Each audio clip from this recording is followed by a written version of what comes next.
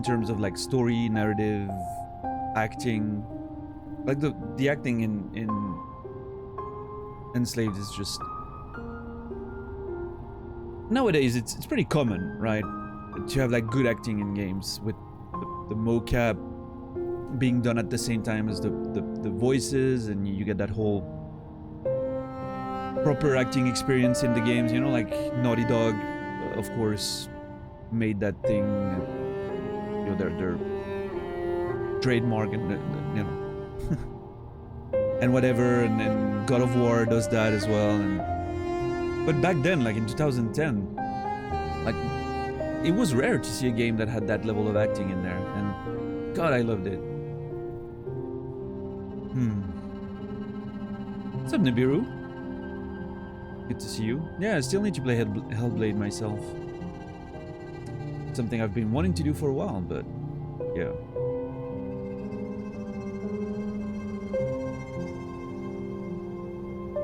I hope everyone's doing well. Hope you had a beautiful day. Before I went to sleep this morning, I went to go get groceries. That was a bit annoying, but you know, it had to be done.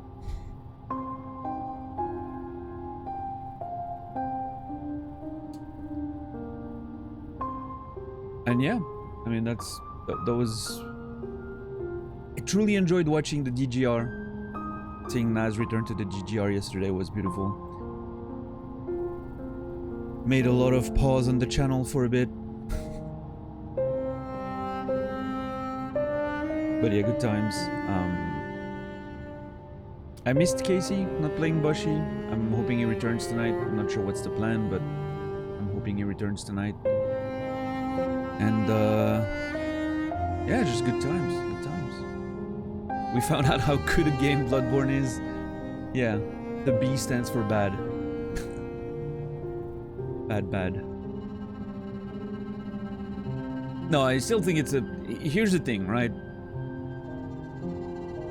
I don't think a lot of these games stand up the test of being played over and over and over and being cheesed and being, you know, trying to exploit some of the mechanics. Of course, it's gonna lead to weird stuff happening, right? I don't think that's... It doesn't mean that it's a bad game. A lot of these games don't hold up very well to extremely close scrutiny like you would do when you're playing a challenge run, right? Today all I did was watch Knives Out and Glass Onion right after.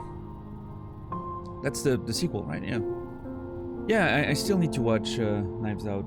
I haven't watched that one. I've been wanting to for a bit, but never got around to it.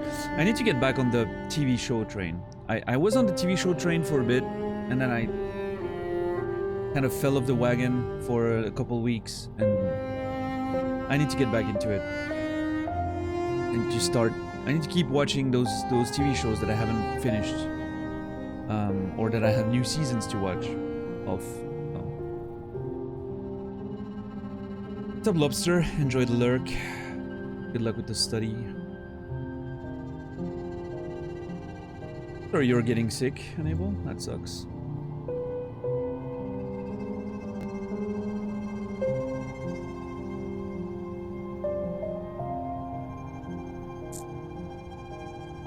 Yeah, Laura, I hope your moderation of Mermy's subathon is going well.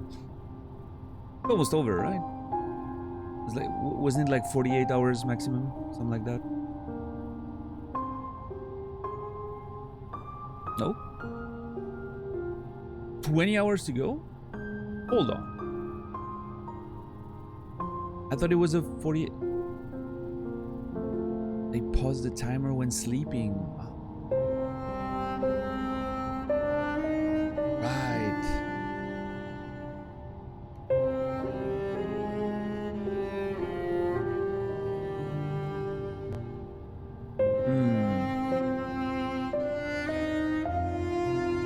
Right. I don't know.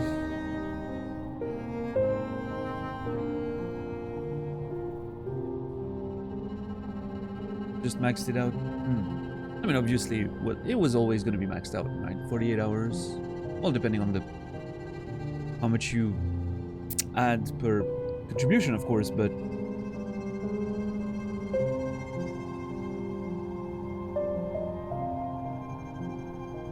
yeah. Doesn't that defeat the purpose of a thon? I don't think so. I mean, the goal is that there's a counter. I mean, pausing when sleep. I can see the argument. Right. Yeah, I can see the argument for pausing while sleeping. But I also think, personally, it makes more sense not to.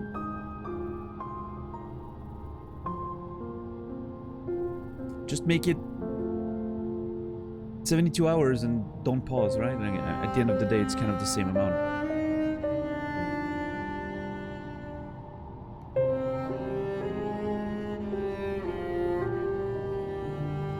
Yeah, $10. Well, that explains why it was not hard to reach the goal.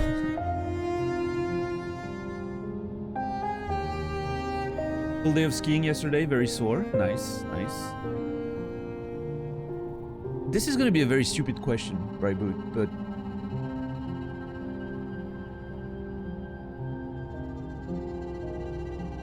I didn't realize. I feel like I know where you live, roughly, right? I don't want to. I know you mentioned it on the stream in the past, but I don't want to mention it if you know.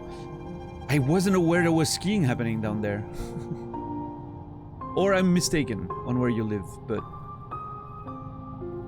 I mean, it's not like, you know, it's not blowing my mind or anything, but I truly did not realize that there was skiing down there. You live in America now. Oh. Was there skiing down there, though? Or was that not a thing? Because I've always pictured the place pretty warm, right? But it could be just simply a stereotype, right? My condolences, yeah. What's up, Android? How are you today? Enjoy the stream, gonna be lurking. Enjoy the lurk. Thank you for it. Did it? Moved a few years ago. Can't say I know of anything close to skiing there. Yeah, that kind of makes sense. That's why I was surprised. I was like, interesting. But sometimes you never know.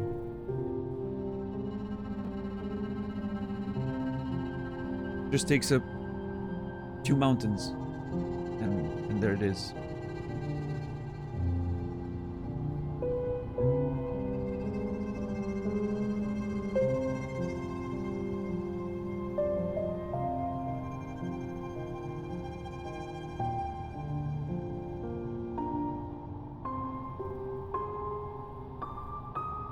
At least I have power in my home more than 15 hours a day. Yeah, I mean, that's the thing, right?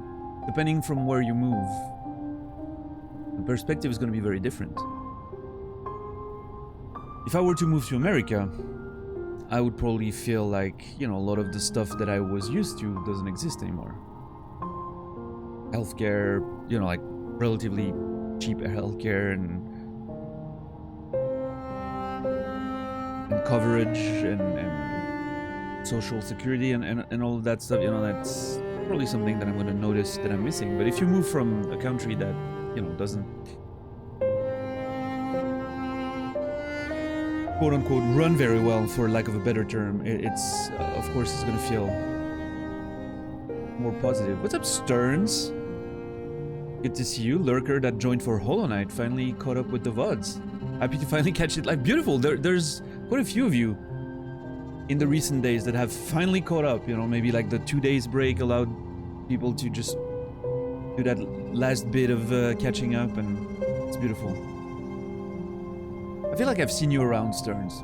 I feel like you're hanging out in some of the communities that I've been hanging out, you know. The Blackbird, welcome in. But yeah, good to have you, Stearns. Hope you enjoyed the VOD so far, and you're a Cody watcher? Yeah. That's what I expect where most familiar names would be from. Just, you know, statistically speaking, there's a good chance. My hair is a mess right now. Sorry.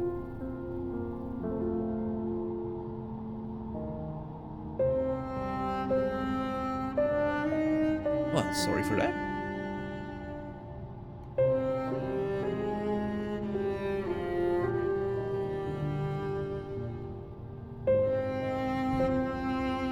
I'm not used to having a mustache. I'm always struggling with realizing that stuff gets caught into it, even when you sneeze, and it's a whole thing. Don't move to Texas. Yeah, JC. How is power these days? Like, I know there was that whole cold front, snowstorm, whatever. Did you guys actually lose power for a bit, or was it okay?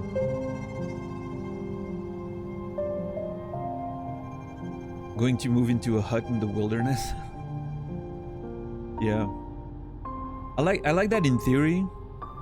I feel like in practice I would just miss a lot of things. Hot wings are a nightmare. Oh, you mean with facial hair? Yeah. Any type of food for me is a bit problematic. Like, my stash goes pretty low. My lip is, you know, it's down there somewhere. It's very hard to, even when drinking, like it's a mess. The things we do for, I don't know, visual identity. We got lucky and never lost power. We're on the same grid as the water treatment plant and the police fire station. Oh, that's a good way to make sure it's gonna keep running, right?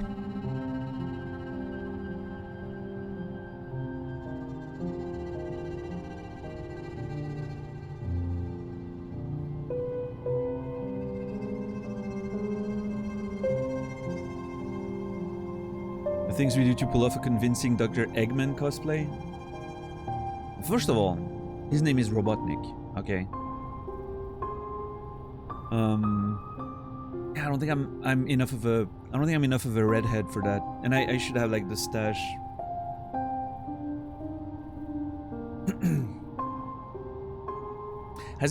How was Jim Carrey's performance as Eggman / Robotnik in the Sonic movie? I haven't seen the movie. Luigi was right there. Why Luigi and not Mario though? I'm curious. Best part of the movie was Jim Carrey, yeah? 95 hours. After today, no, we won't. After today we'll be really close to 100 hours. Really close. Which is wild.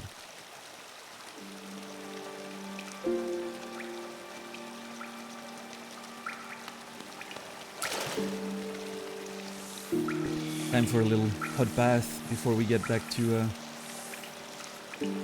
the adventure. I'm still not sure what I'm gonna... I think I'm... Okay, you know what I realized yesterday? Yesterday was not a saga. Well, it didn't mark the beginning of an actual saga. For some reason, my mind went to, oh, we had a few tries the day before, so it counts as a saga now.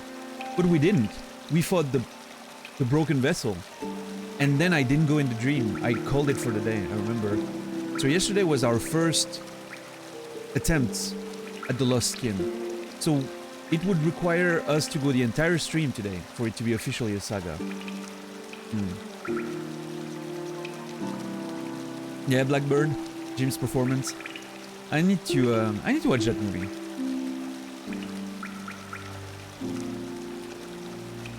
I've heard it wasn't that bad. But yeah, I haven't heard any comments on Jim's performance, so... I generally like Jim Carrey, right? In terms of like being a comedian. I like his comedy movies. I don't think they're great, but you know, they're a good time. Like, they're cozy movies for me. Like, I enjoy spending time in those worlds. And his dramas are actually pretty good. I love The Truman Show. I think it's one of my favorite movies. Man on the Moon is a beautiful performance.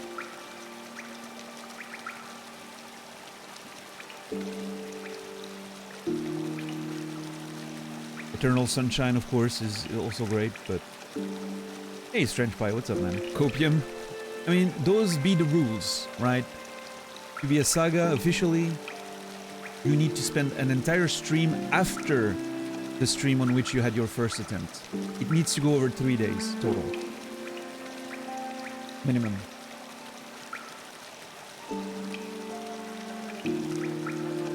Does that mean we're going for the Lustkin then? There's a good chance, yeah. We'll see, we'll see. Maybe I'll want to do a little detour for exploration, but... I've been really wondering what's in that hot spring in the City of Tears, because you needed a key to get in there. And it might just be like, you need a key to get access to a beautiful hot spring that's gonna help you on your adventure, but... I don't know, the fact that you need a key leads me to believe that maybe there's something happening in there. Maybe some inhabitants of the capital that hid in there after it all went to shit, you know? You never know. Yeah, Naval? I wouldn't necessarily say best, but... Or if you mean comedians are better dramatic performer, in that case, you know, like, there's maybe an argument for it. I think in many cases it's because the dramatic roles are more serious, so we tend to take those performances... We tend to regard those performances more highly, right? Than a comedic role. But I think being good at comedy is actually pretty fucking hard. I don't know. I'm not an actor. I have no idea, but... I think comedy roles, even though they seem less serious, are pretty hard to pull off convincingly and well.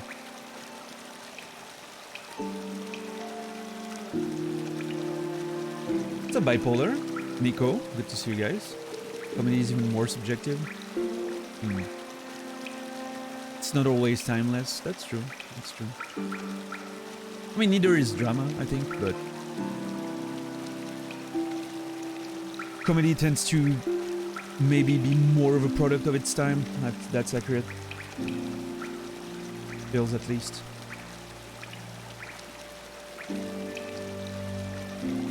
Now, to say that comedians are usually the best dramatic actors, I'm not sure I would agree with that. Like, none of my... well, I mean, again, you know, it's subjective, right? But none of the best performances I've seen were from people that were originally comedians. At least not that I know.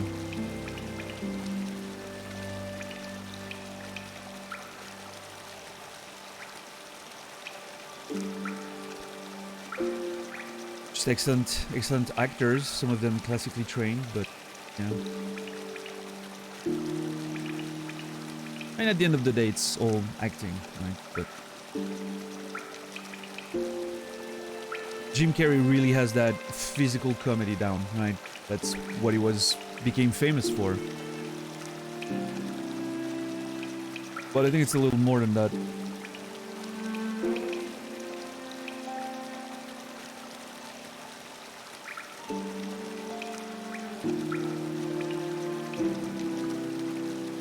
Yeah, I don't know. I'm trying to think of other examples.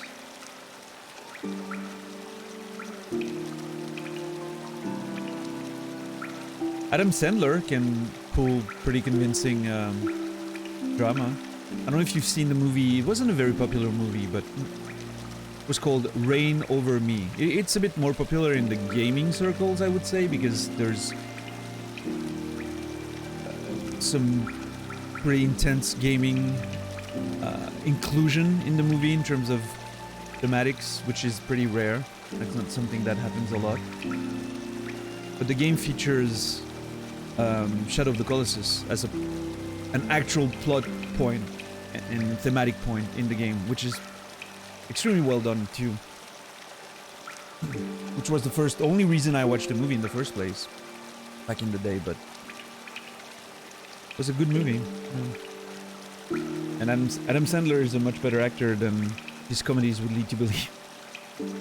And that's the thing, though. Like, he's pretty bad in most of his comedies. He's good. Yeah, there's a few good ones, right? But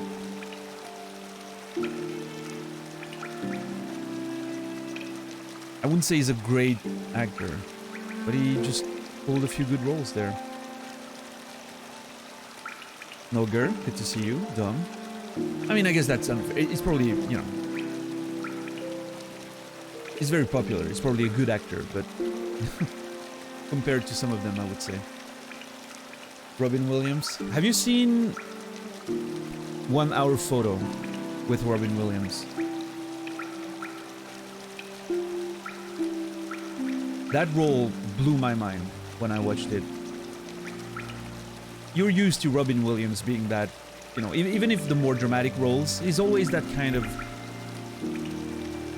gentle, nice character that you know makes you feel at home and cozy and everything. And holy shit, 1 Hour Photo was, and it totally, like, it feels like they played with the fact that they had Robin Williams playing the lead.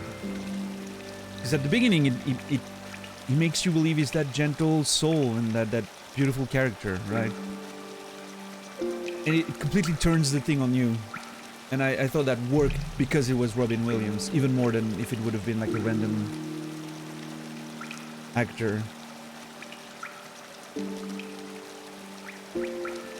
I haven't seen Insomnia, no.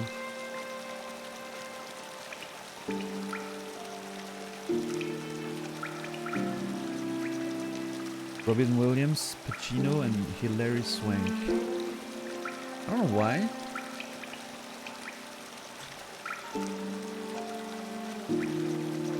But that absolutely doesn't ring a bell.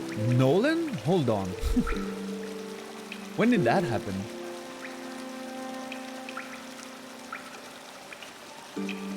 How did I miss this one? I mean, to be fair, I haven't seen some of the earlier Nolan stuff, but I've heard of Memento. I haven't watched it, but I've heard of it. This one completely flew under the radar for me. Interesting. What's up, Jeff?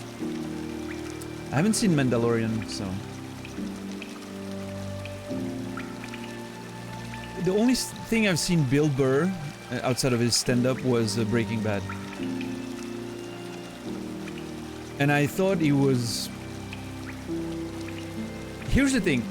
It didn't strike me as odd in Breaking Bad, right? It didn't stand out like a sore thumb, like Jeff just said for Mandalorian. In Breaking Bad, it was absolutely just in there. It was a character, and it didn't feel out of place or anything. Tiny role, but you know. It's always weird when you see someone you're used to seeing in a completely different context, yeah. And suddenly they're in a movie and you're like, oh, that's kind of strange, you know. But in that case, it worked.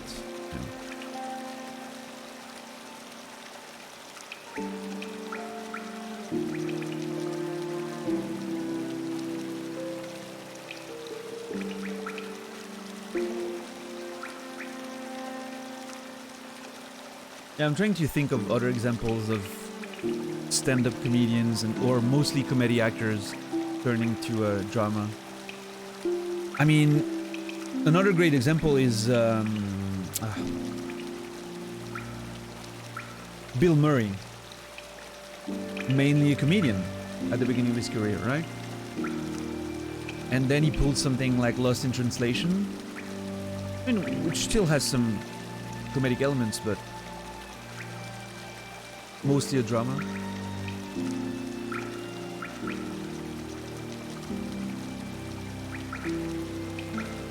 Jamie Foxx. I didn't know Jamie Foxx was a comedian. I've only seen him in like serious roles. Donald Glover. I haven't seen him in a serious role. I've only seen him in Community and, well, that's it. And his music career. Cranston's a pretty good example, yeah. True.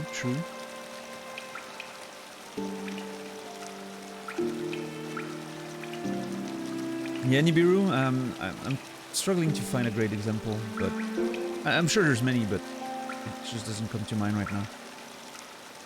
Yeah, of course, Marik. Makes sense.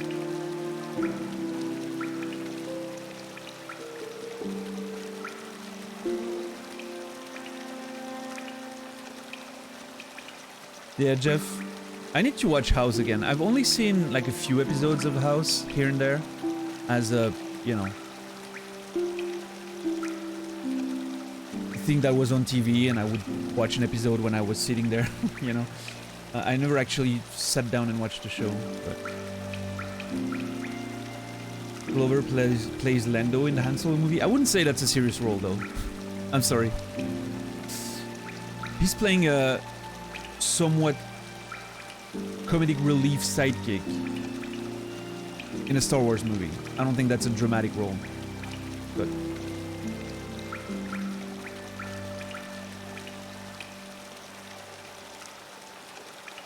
if he has a more serious role out there, I haven't watched it.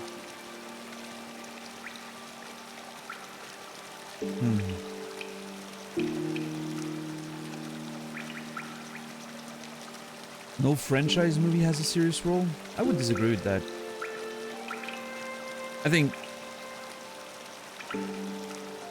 however you think of the movies and whatnot, I would argue that Kylo Ren was a serious role that was pulled off brilliantly until the final movie, final 15 minutes, but yeah. Honestly, the only good and the best and only good part of the last Star Wars movie was Kylo Ren and his conversation with, you know, the conversation on the sinking ship. I will phrase it like that to be vague for people who haven't seen it yet, but I thought that was the best part of the movie. The only one that kind of triggered some kind of emotion for me.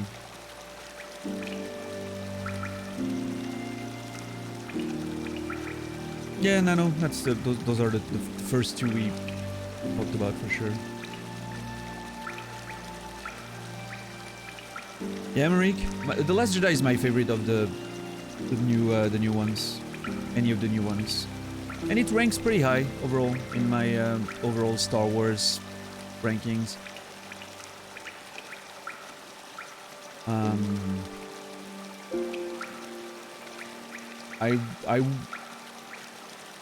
I was quoted saying that it was probably my favorite, actually. Maybe on par with Empire, or maybe there was a bit of recency bias there. Maybe over time I'll probably place it a bit lower, but it's still most likely going to end up top 3 of Star Wars in general for me. I thought it was the only one that tried to do something a bit different since Empire. So, to me, that was a big plus. It tried to do something.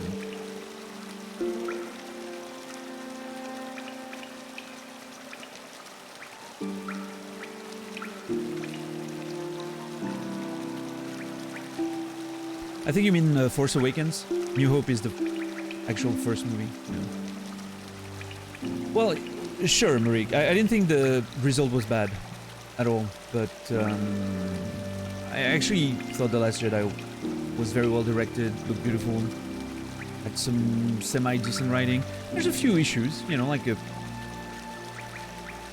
the Casino Planet subplot was not that interesting. I think it served the theme pretty well of the movie, but it kind of failed to be interesting plot-wise. But the characters and themes were on point. Even in that sequence, just like the plot was not... It could have been better, you know, integrated to the overarching picture. But no, I liked it. I thought The Last Jedi was very exciting for me. Loved the movie. But, you know, opinions, right? Have you watched Endor? Not at all. I haven't watched any of the...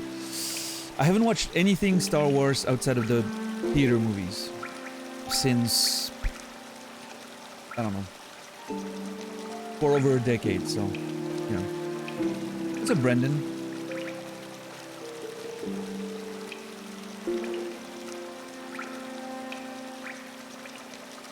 Yeah, I mean, I guess that was the point. Jeff, that's what they were trying to do, right? It's... A lot of the themes of the new saga was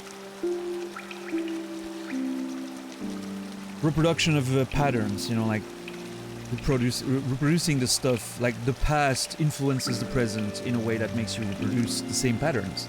And that's the danger, that's the problem, that's not learning from history, right? And that worked well for the first and second movie. And that's also why I enjoyed The Last Jedi, is because it broke that mold. It was like, hey, if we keep on going this way, we're gonna fuck it up again.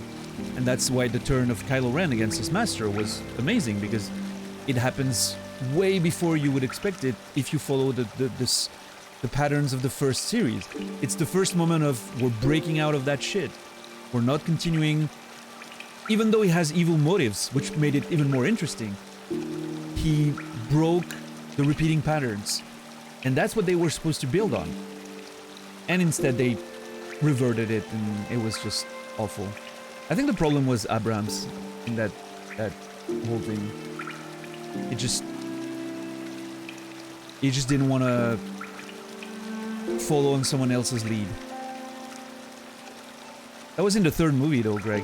At the end of a complete change of character and whatnot. Kylo was a very different plan. He always intended to do that. He was ready to turn. He broke the mold. That was exactly the point. He didn't wait for the final reveal at the end, right? Which is why the third movie failed in that regard, because it completely went back on all of this, so. But the second movie built very well on what the first one set up from a thematic standpoint. It was really well done. The idea of repeating patterns being broken. The special kid not being a special kid. All those stories. That was a very nice way to completely subvert the theme of repeating patterns. And then the third movie ruined that, but oh well. Tim Robbins? Yeah, Nibiru? I haven't seen anything of Tim Robbins outside of a few small roles in Shawshank, but yeah.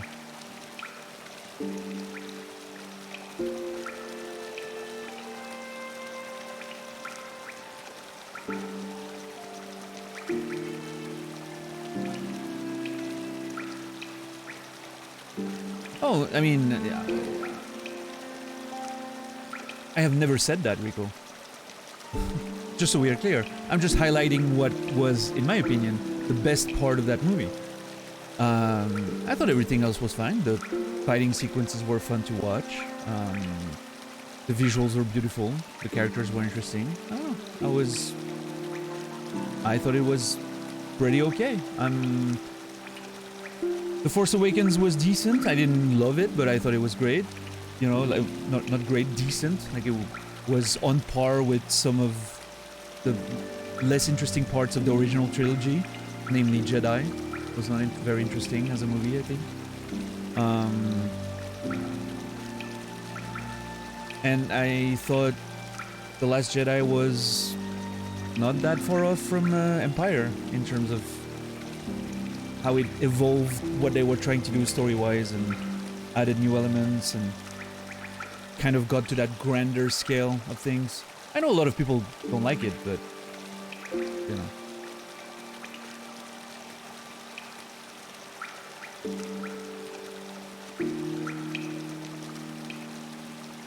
But I mean, you know, Star Wars, let's be honest. Like, Star Wars, in the first place, wasn't that great, right? It's a fun science fantasy movie, right? It's not anything special. It was special to me because I grew up watching that shit, right? But if you look at it from a cinematic thing, come on. It was, I mean, if I was in the theater when the first one came out, it would have blown my mind. I agree. Like, there's nothing, but great visuals don't make great movie. Just as many of the other arguments that were thrown in the chat right now, right?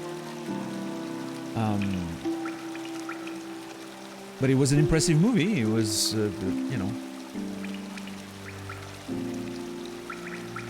And then Empire probably was the closest thing we had to a good Star Wars movie from a cinematic standpoint, right? Acting, writing, themes, visuals. Empire was a very good movie, I would say, yeah. And then Jedi, come on. I mean, Jedi was, when I was a kid, Jedi was cool, right? It was a cool movie, but Watch that again with like a somewhat of a neutral mind and tell me it's a great movie. With a straight face. Come on.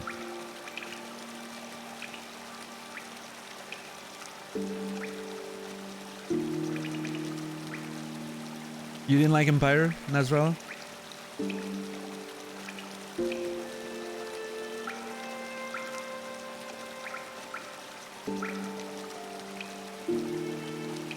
And then I don't know, the prequels were...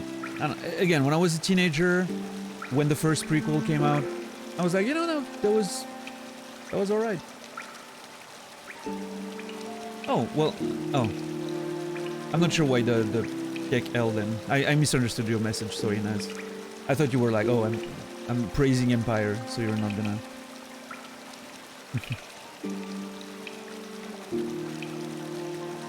I'm 40, yeah. I'm gonna be 41 next year.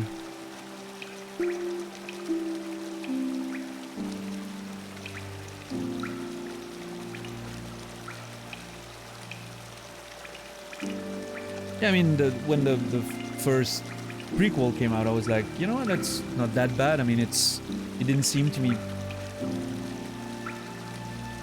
at that age at least, it didn't seem that different from what I knew Star Wars was, right? Just a fun, silly movie with some great action, some visuals, and... You think Revenge is the best Star Wars movie? I don't know. I will say the worst is definitely... God, I was gonna say definitely Attack of the Clones, but... Yeah, still. Attack of the Clones has absolutely no redeeming quality. There's nothing in that movie. It's literal trash.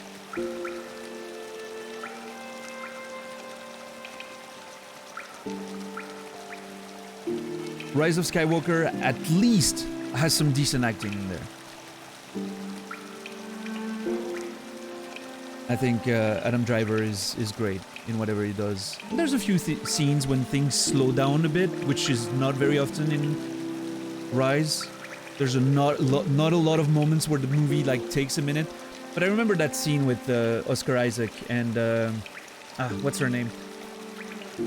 The girl that played Felicity back in the day. God, you know the one in the movie, right? They take a moment to sit down and talk. That was great. I wish there was more of that in Rise. Unfortunately, that character came out of nowhere. If that character was part of the trilogy and had some, you know, presence, and then suddenly you get the reveal that they knew each other and whatever, that would have been such a great moment. But yeah, that movie felt like it was just like chaining scenes one after the other, and it was very annoying. But yeah, Adam Driver, what's up, Pitsy, is great. The moment, the scene, and I don't want to spoil too much about the movies in case someone wants to watch them in the future, but the moment where he has that scene on the, you know, on the ocean, like on the platform, he has that, he's imagining the conversation, right? That scene at the time really touched me. I mean, granted, I just had lost my dad, so maybe that had an influence, but I was really touched by that scene. I thought it was beautiful. So, at least that movie has some redeeming qualities. I still think it's probably this... Yeah, I don't know. I don't know if Jedi was worse or better. Jedi has rose-tinted, you know, glasses for me because of nostalgia when I was a kid. Probably worse, though. I don't know. I haven't seen Marriage Story yet. I need to.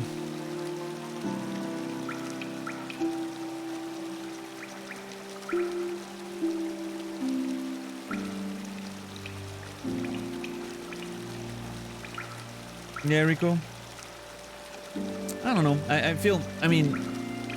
It's hard to know how I would feel if I didn't have the nostalgia for them, right? For the first movies. Because obviously I grew up watching them. I think the new cast is pretty likable.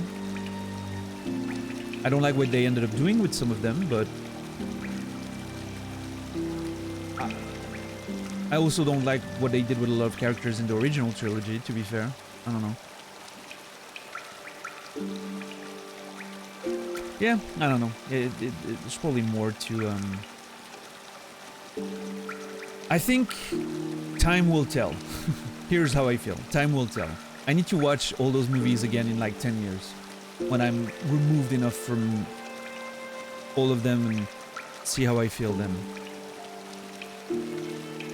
I have a feeling though that... I don't know, maybe I'm wrong, but I have a feeling that Jedi is gonna age positively in the eyes of people. People are gonna look back at those movies in the future, maybe like new people are gonna come to those movies from a different perspective without the nostalgia and all of that. And I think it's one of the movies that maybe will be looked at more positively without the hype and the expectations and everything, you know. See, exactly like Siemens does right now. I enjoy the prequels a lot. Like, nobody would have said that 20 years ago.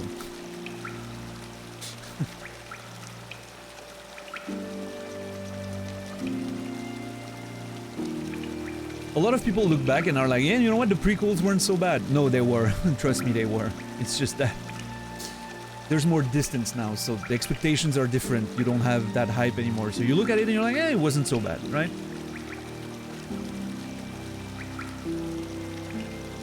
Yeah, same, Pitsy.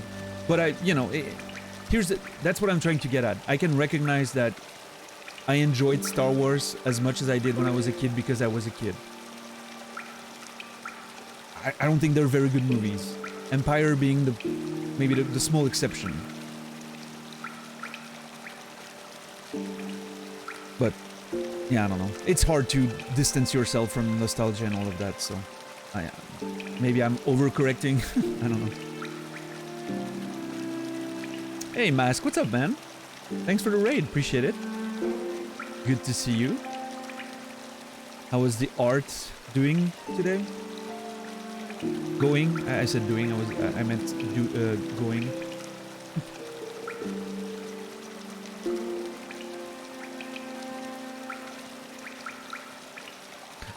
I checked one of your VODs the other day.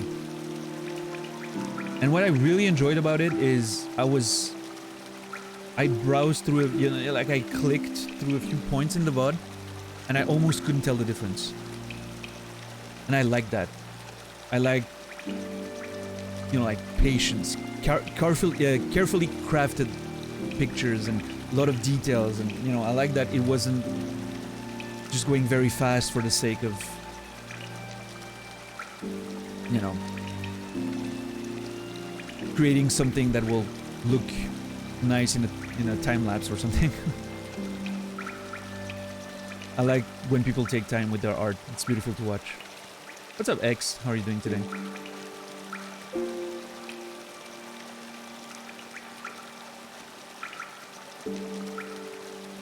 Yeah, Pizza Steve. Yeah, I mean, and that's totally fair. I have the same about the original trilogy. I'm looking at the original trilogy, I couldn't stop watching them when I was a kid. Now I'm looking back and I'm like, oh my god, this is kind of not doing anything. I don't know.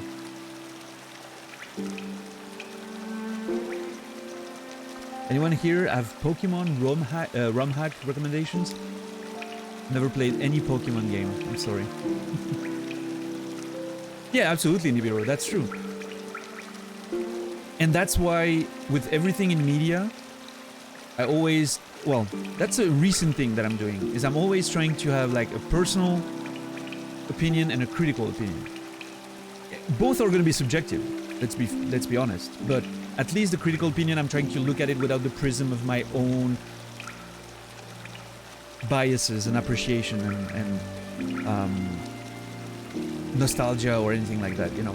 I'm trying to look at it from as objective a lens as I can, even though it's always going to be subjective.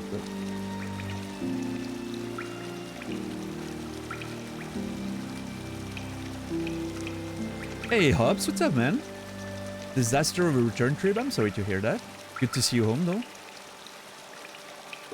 Yeah, Mask, I mean, I get that. As a writer, I totally get that, but it doesn't matter. It's a process, right? At the end, there's a product or a story to tell, and that's beautiful. What's up, Pikura? Movies were a mistake. Everything was a mistake. Entertainment is a mistake. Just not do it anymore. What's up, Vi? How are you doing? Good to see you.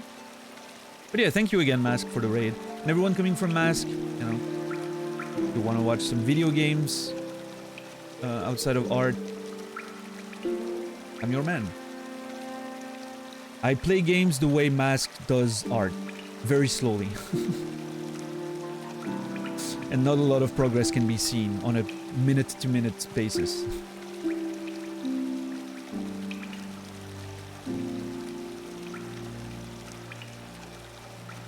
And that's a good representation of how I approach video games. This is my mind map of Hollow Knight, on which I place all my notes in a visual manner, positioned like the map in the game, so I can more easily, you know, remember what's where and how to get back to it. And it's starting to be pretty busy though. There's 150 notes on there. It's getting busy. So.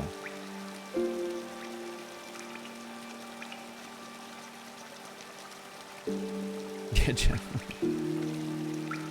Going back to the oceans.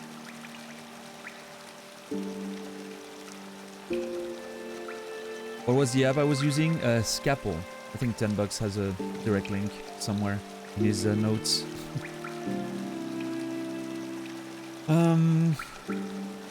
Yeah. Yeah, I mean, Star Wars is always an interesting conversation. And one where a lot of people are very passionate about it. And I tend to be a bit more distant with those conversations. Like, I have my opinions. I know I have some of my opinions on Star Wars are a bit in the minority, and I realize that, but at the end of the day, enjoy whatever you want, right? That's the idea. Toxic. What's up, man? Thank you for the raid. Raid night tonight, beautiful. Thank you so much, Toxic. You were doing Dark Souls 3, Broken Sword run. I watched a bit of you hitting on Cinder earlier. He didn't want any of it. Did you win? Did you actually finish it?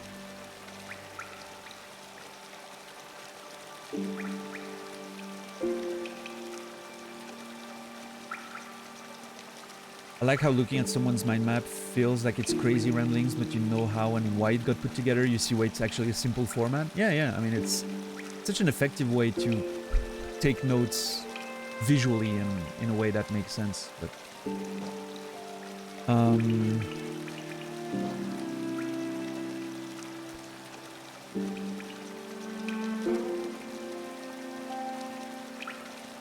you did explore another DLC zone. All right, interesting. Well, good luck. Good luck on your challenge. It seems pretty challenging, as the name would imply. But yeah, welcome in. And to close up on the Star Wars conversation, because there's one opinion where I always catch flag for, and I don't understand. Like, I legitimately, it's one of the things that I don't understand. Everyone thinks Rogue One is the best of the new movies, and it blows my mind. I thought it was by far, like a significant margin, the worst of them. The acting was terrible, the directing was terrible, there was like maybe one interesting character in there.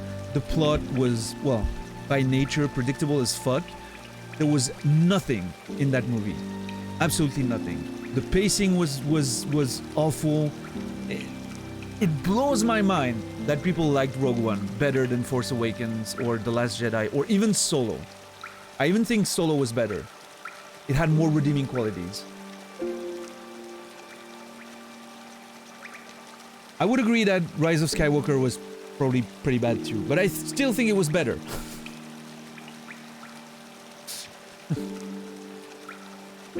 I mean, don't get me wrong, Bipolar. I don't think Solo was a good movie. I think it was pretty bad. Rogue One was legit abysmal to me. Like, it was really, really bad. Like, I wouldn't watch it again. Maybe I should. Maybe I was in a bad mood that day. I don't know. Yeah. I've seen so many people argue that Rogue One is the better one, and it blows my mind. I don't understand. It is Blackbird, yeah. And we all knew about it. Because they literally tell you in the very first movie released in 79, so... Yeah, Brightwood? I mean, I'm probably gonna watch the series at one point, so... I'll get there. I've heard a lot of good things about Endor, but I'm worried that it's the same as it was with Rogue One. Like, everyone was like, oh, Rogue One is so good, blah, blah, blah. And I'm like, I'm sorry, what? I don't understand. It feels like, I know it's a... I don't mean that in a disrespectful way, even though it's gonna sound terrible. To me, Rogue One being the best of the new ones feels like a prime Reddit opinion. Or Twitter opinion, right? The kind of shit you're gonna say because everyone kind of jumped on that train at some point for some reason. I think it was opposition to the new, you know, the Last Jedi and whatnot, like opposition to that reactionary thing, you know, oh no, Rogue One was so much better, it feels like the original Star Wars. And then everyone jumped on that train and people regurgitate that because they know people will agree with that. Didn't mean to be disrespectful, by the way. He says before just literally trashing on everyone's opinion. No, I mean, again, everyone's free to enjoy what they do. What I truly mean is, I truly don't get it. I completely missed Rogue One. The movie, like, just flew over my head. I was like, I don't understand why I have to watch this. I know the story. The characters do not justify me watching a rendition, like a full-time rendition of that story. It was better as a one-line at the beginning of the first movie. Oh yeah, they died, getting us those things, those documents, or maps, or plans, or whatever. Blueprints, I don't know. It was better when it was just a line.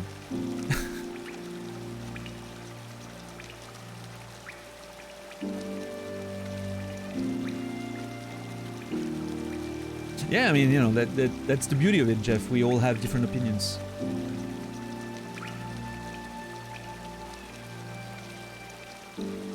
I have the exact opposite opinion. I think The Last Jedi was the best of the new ones, and Rogue One, by very, very far, very, very large margin, the worst. But I guess you and Naz are two peas in a pod, right? You agree on a lot of things. Which, based on historical data, might be something that ends up in regret, based on how many things Naz was initially fighting me against and slowly starts to agree with me over time. So, who knows?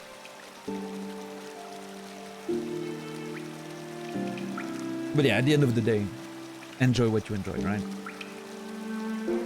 No, we didn't X. We're still on the Lost Kin, as you can see, right? Haven't seen it, Lucille. No, not yet. Maybe one day.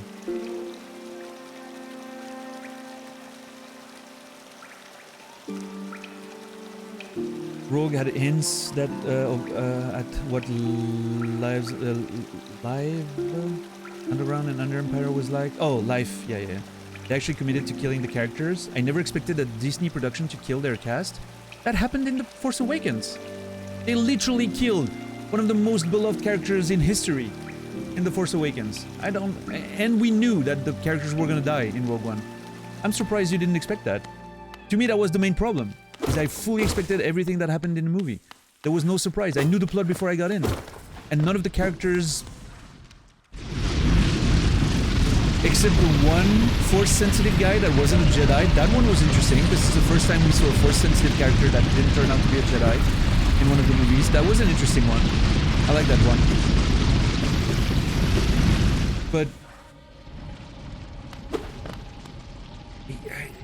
there was nothing in there. I agree that the setting was interesting, but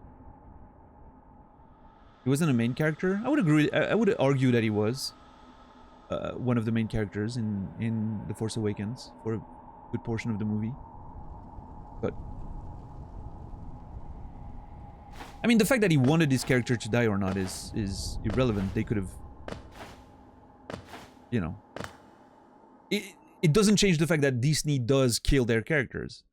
Your premise is flawed. Regardless of the reasons, right? They did kill a character. It happened.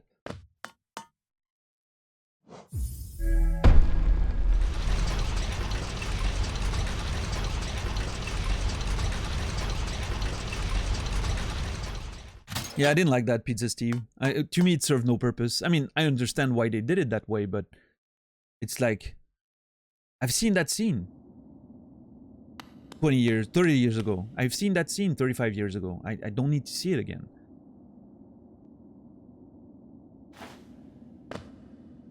Yeah, I don't know. To me, it did nothing. I understand why people enjoyed it. And again, I mean, we're sharing opinions, right? I'm hoping nobody is getting their panties in a bunch over that discussion. It's just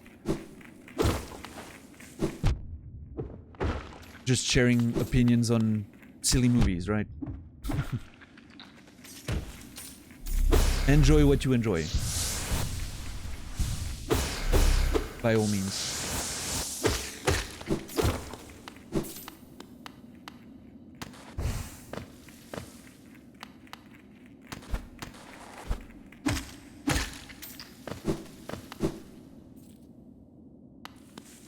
All right, hold on.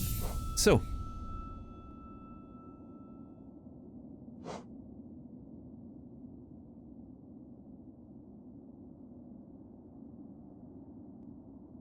Saladino, good to see you. I don't know if I said hi, but if I didn't, there you go. Hope you're well. Nothing makes me more mad than tens of millions of dollars being given to incompetent artists. I mean, yeah, there's an argument to be made for wasting money making certain movies just for the sake of creating more money, like movies that maybe didn't need to be made. Rogue One being a prime example of that. So was Solo, to be fair, and arguably the entire sequels and the prequels. But then you get into that rabbit hole of when do you stop, right? But anyway, but I mean, all of them, yeah. Let's just not make movies. No, that's the thing, though. Where's the line, right? It's hard to establish. But we can say that even though the line might be blurry, definitely Rogue One, Solo, those extra spin-off movies were definitely over the line, right? They're not necessary.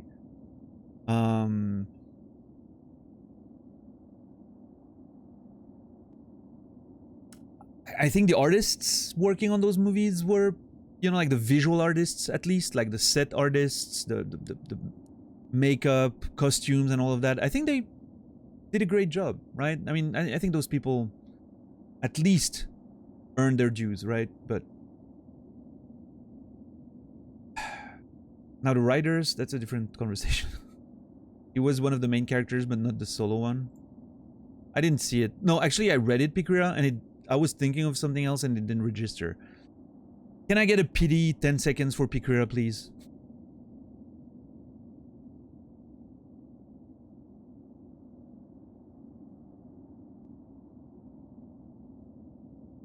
$30. Holy shit. I guess $10 wanted to add a bit of a flavor to it. Rogue One wasn't needed, but at least it was a good movie. Yeah, I mean, I strongly disagree, but again, opinion. I understand why people enjoyed it. I think I get it. Well, I mean, I know I said I didn't get it, but based on Jeff's arguments with, you know, the idea of getting an eye in the underground of the Empire and all of that, I think that's a good point. I didn't look at it this way. I don't think it makes it a good movie, in my opinion, in my eyes, but yeah. I see it.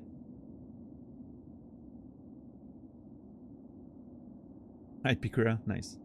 Was so excited for AOT did the thing that they didn't. Yeah, exactly. Sal, that was my big issue with the Attack on Titan. Them backtracking on their best decision. Literal best decision they made in the show. A few episodes in.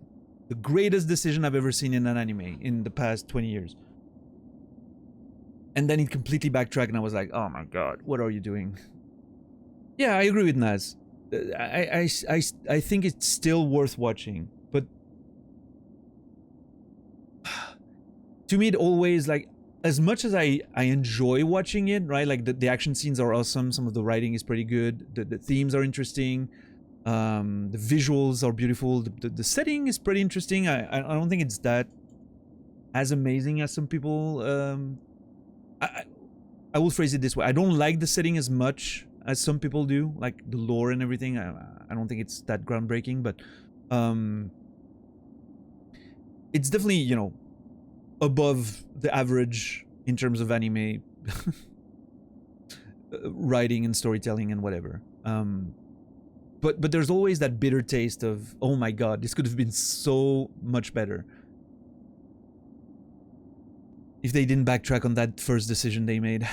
But oh well, I mean, I still need to watch the final season. I'm waiting for the final season to be out before I watch it. I don't want to watch 3 final seasons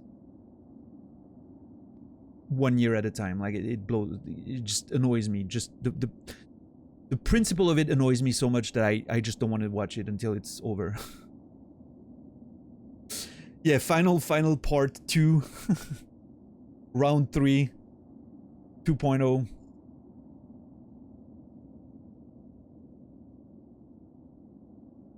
Yeah, Mopo. I haven't watched the manga at all. I hear there's some controversy about the writer, unfortunately, but oh well. And when I say unfortunately, I don't mean unfortunately there's controversy. Unfortunately, the writer seems to be a bit of an odd one, but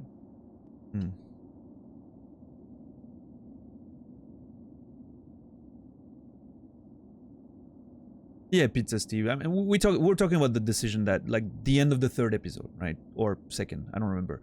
And then how they backtrack on that, but I don't want to be too specific. Evangelion. I know I ask that every time, but I'm still confused. Evangelion or Evangelion?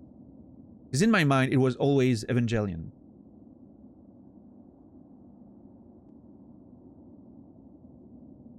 Hard G, Naz?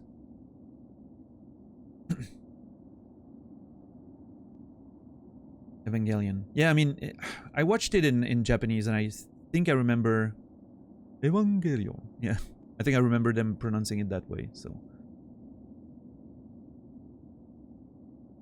It's been a while. I should watch Evangelion again. Been too long.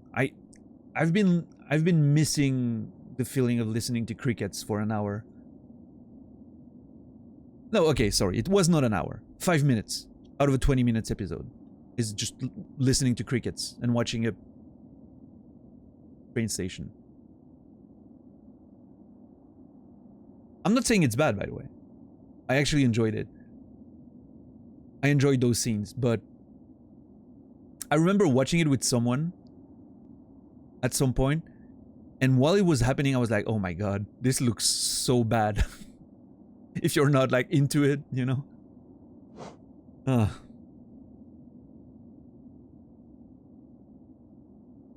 Literal 5 minutes out of the 23 of the episode, you know, just like listening to crickets. Sets the tone. I mean, that's the least you can say, but last Angel's Egg call for 2022. Thank you, Mapa. You're probably gonna have to do it at least once more, but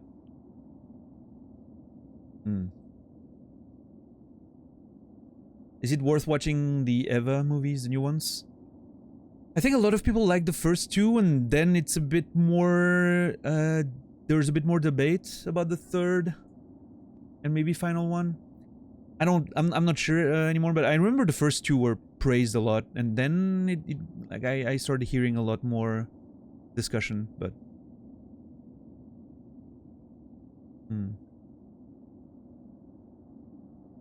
yeah, Naz, that's pretty much what I've heard too. You didn't like it that much, Strange Pie? You mean the show in general, or just the new movies? I mean, it's, you know, Evangelion is not something I would recommend to anyone, I don't think. It has a pace that will not vibe with everyone, that's for sure. I would say my most inoffensive anime recommendation would be Cowboy Bebop.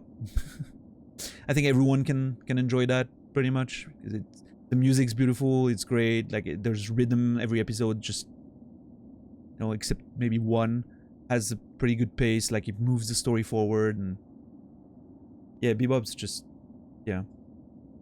Yeah, Marik, interesting. Yeah, I mean, of course, nothing's gonna be for everyone, but I think Bebop is, you're more likely to hit a wide net with Bebop than you are with Evangelion. Alright, so the plan for today, because it's been more than an hour and I haven't even done anything. And I've been thinking about yesterday and how little I did yesterday. I didn't do shit yesterday. Literally one boss fight and we didn't even try. Had a few tries and a lot of conversation. So let's try to progress today, because I have a lot of stuff that I want to explore in this world. So I'm gonna go back to the Lost Kin and I'm gonna keep fighting him. Will still count as a saga. Unfortunately, I was wrong. We didn't fight the Lost Kin the day before. We only started yesterday. We fought the Broken Vessel the day before, not the Lost Kin. So it won't count as a saga unless I spend the entire day on it today. So here's the plan. I think I've decided to make it a rule for myself to not use Unbreakable Strength. I'm not committing to never using it for the rest of the playthrough, but I feel like I want to kind of not use it for as long as I can avoid it. Because I'm excited to have a difficult fight, I'm hyped to have some sagas in there.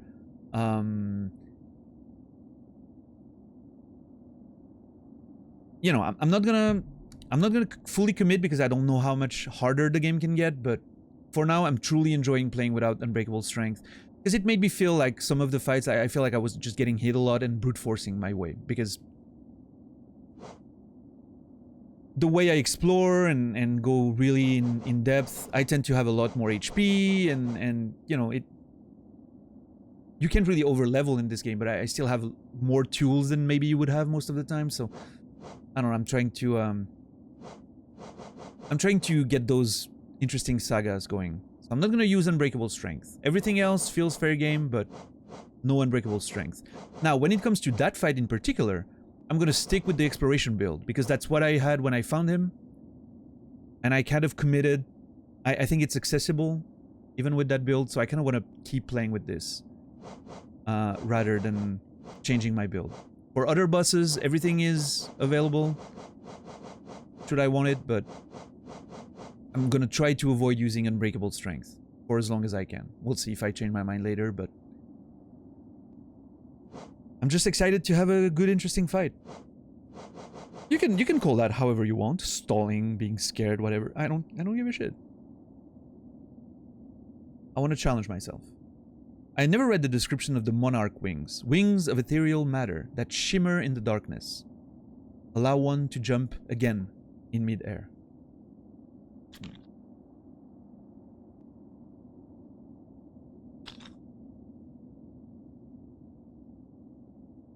I'm trying to prolong the game as much as possible. I mean, that's not really the idea.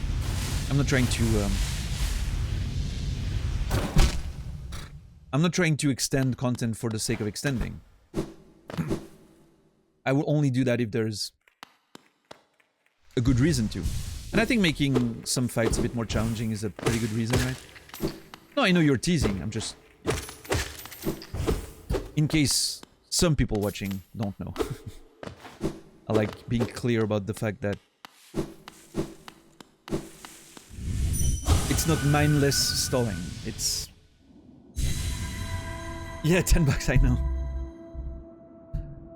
I think in this case, it adds some interesting element of trying to be better at the game, right?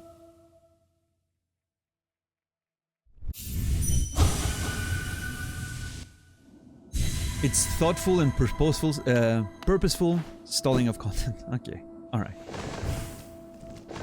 Oh, that's a nice way to approach it.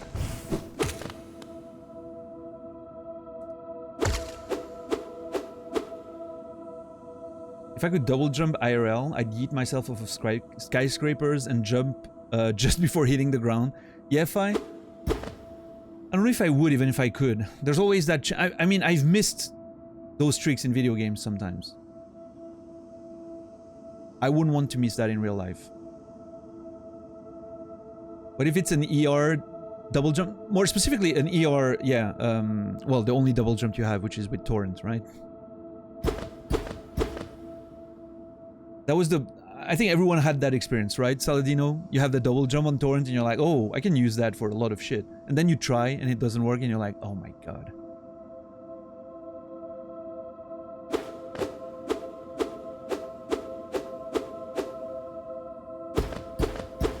This man is a partner for a reason. He can milk content. Okay, no. The only reason I'm a partner is because, one, I played Boshi straight into Skyrim. Boshi to pay my dues. To everyone, you know, put myself on the map. Back in the day, that's how you did it. And then, yeah, I played Skyrim. And I hated every second of it. But it gave me enough viewers to get partnership back then, so...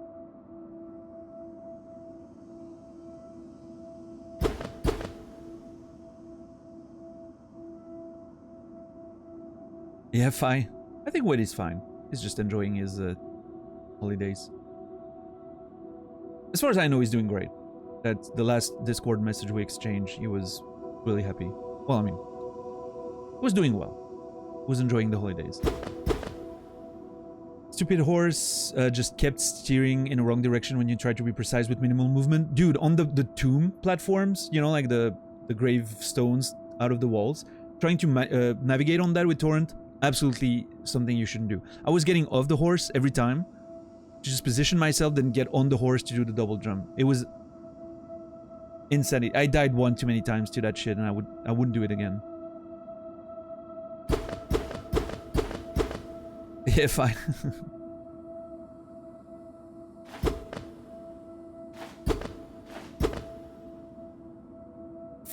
Yeah, I mean, I'm gonna be honest. Playing Skyrim back in 2014 with the stream and the numbers were going well, and I knew it was gonna probably lead me to partnership, was okay of an experience. We made, you know, we had enough fun with the game as much as we could, and there were a few interesting moments, but we had a whole saga about the horses dying. We like kept track of all the names of the horses and would, you know, celebrate their services. So many horses died in the making of me becoming a partner. Virtual horses in Skyrim, let's make it clear. But, yeah.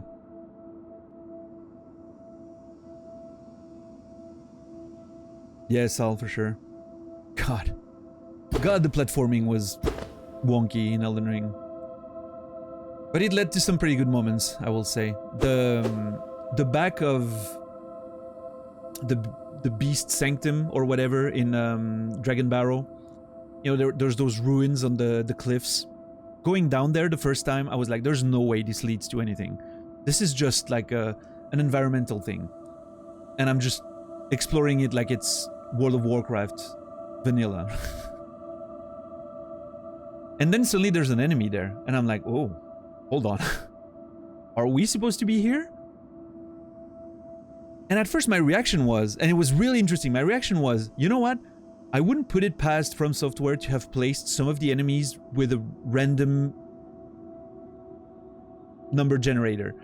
And just have those enemy, like, you know, procedurally generated enemy positions in the open world. Like, part of me was like, maybe they did that. And so some enemies spawned here, even though they're not supposed to be anything happening here. And then at the bottom of that fucking shit, find a legendary item. And I was like, what the hell? I was actually supposed to go down here. I love that feeling of not knowing if you were supposed to be able to explore those places or not. And I was almost always rewarded. And that was fantastic. That's the part that I truly enjoyed with Elden Ring. Even though the actual platforming in itself was just questionable at best. But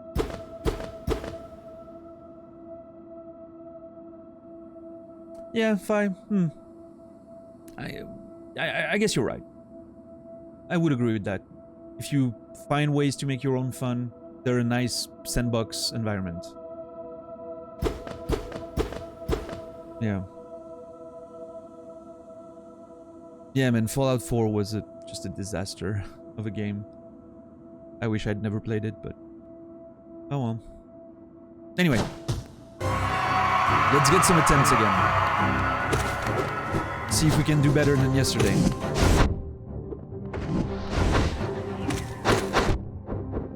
But yeah, anyway. So, no Unbreakable Force anymore in the playthrough, I think is gonna be my... Just makes the fights more interesting. And it's gonna make me feel like I've actually defeated the fight and not just brute forced it, right? As some of the fights so far have made me feel. And again, not fully committing to it. Maybe I'll change my mind later if we have like harder bosses. But if I do, if I change my mind later, I still expect you guys to give me shit for it. Make me pay for my weakness, alright?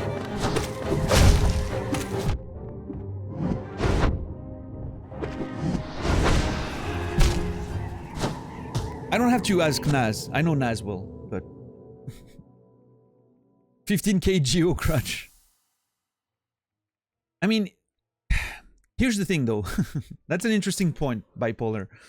For most players, getting that 15k charm, you'd feel like, I mean, I paid for that power, right? It's fair that I use it. For me, getting that amount of Geo with the amount of exploration and backtracking and just wandering around that I'm doing, I don't think it's that much of an accomplishment. Pay to win.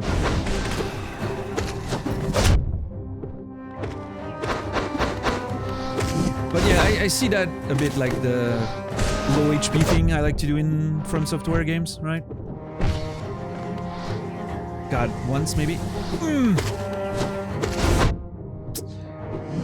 It's like, obviously the game's not designed around it.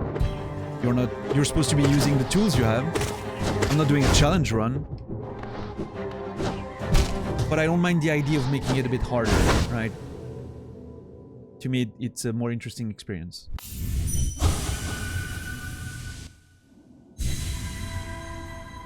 Yeah, Crypt.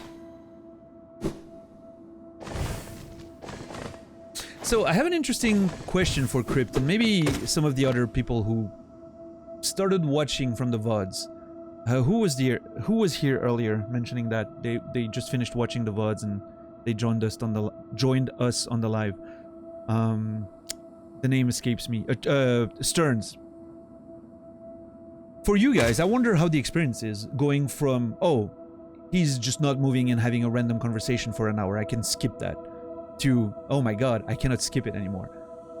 Do you have like some kind of whiplash, or is it just okay because the live experience, you can be in chat and whatnot, so it compensates for it?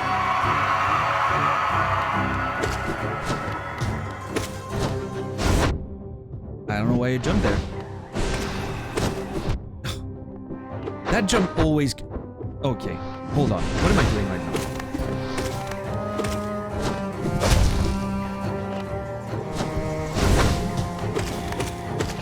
Yeah, fine. I must admit, I don't remember the story of Fallout 4. I remember the beginning. Like you were, you know... You were in your house and then the bombs happen. Oh yeah, and then you find your partner that didn't survive, and then you're looking for someone.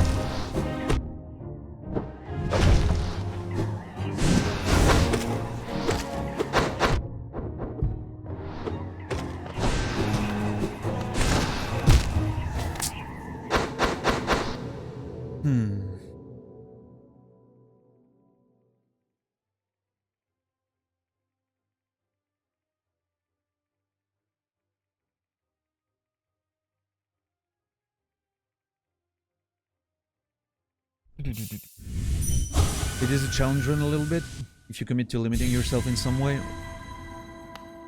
I mean, it's still, I don't know, it's still a first playthrough, but I guess I'm adjusting the difficulty, is more the way I would phrase it, but...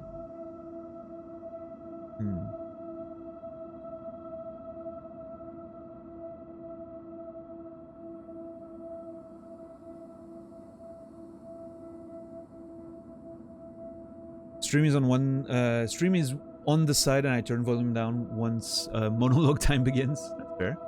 I'm okay with it. While in VOD, I find those parts a tad bit annoying and often skip them. For live, I find them comfortable and love listening to them. Yeah, I guess it's a different experience, right? When you're watching a VOD, you just want the essential because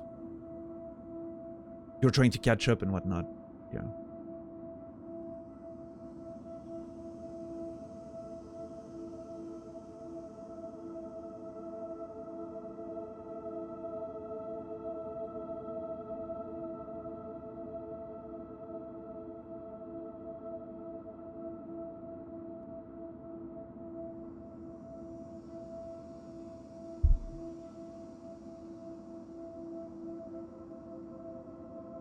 Yeah, flying toy. Yeah, that's fair.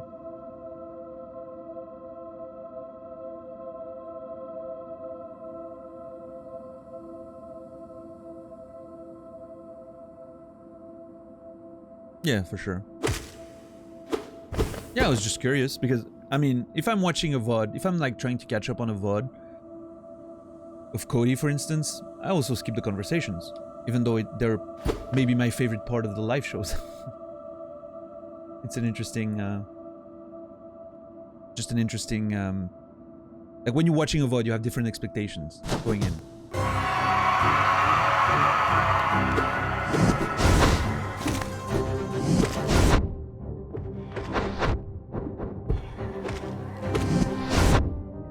Okay, so I'm jumping too much. God, that asshole's just catching me every time.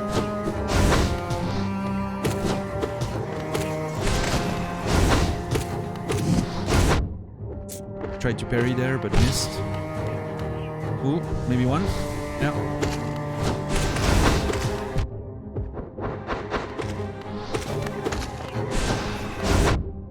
I don't know why I tried to jump over that. That was clearly not the play.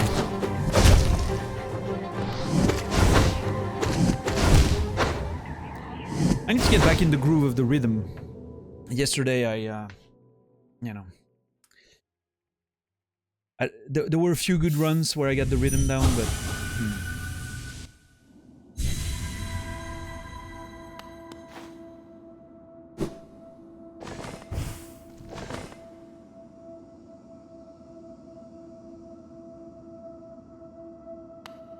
Yeah, Marik, I just read your message that got deleted when you got banned. I don't know what Greg did, but... You need to be careful alt-tabbing. Yeah, Crip. No, I mean, it makes sense. That's why I ask, you know, it's... I'm not expecting everyone to enjoy the conversations.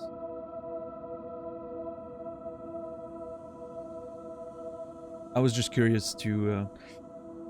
how it felt to have watched the VODs with the option to skip, which most people are gonna do, and then be in a situation where you can't.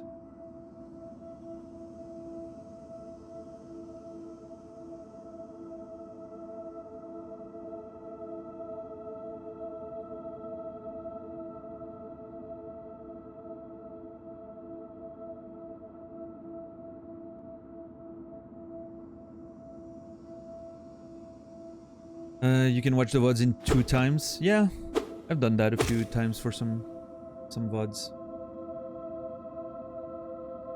I will talk a little faster. That's pretty good, right? I can be a pretty slow talker in English, at least.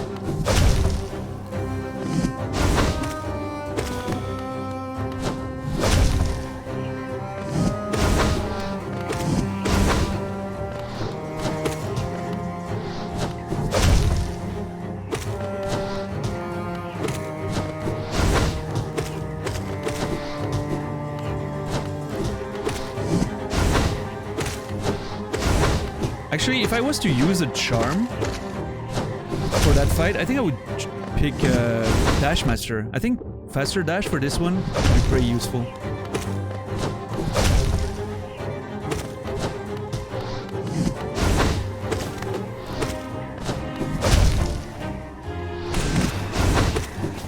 Oh, that backdash there? Oh my god, literally just to catch me. misplayed that completely. Got in the menu. And now it's... God. I was doing so well. Misclicked my menu. And now it's chaos.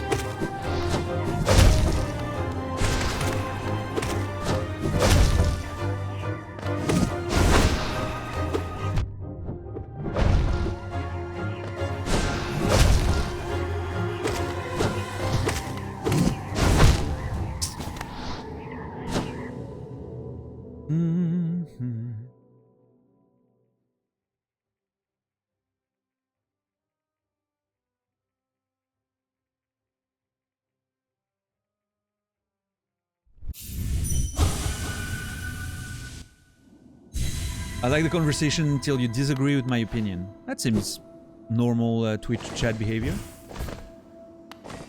Internet behavior in general. Social media, you know.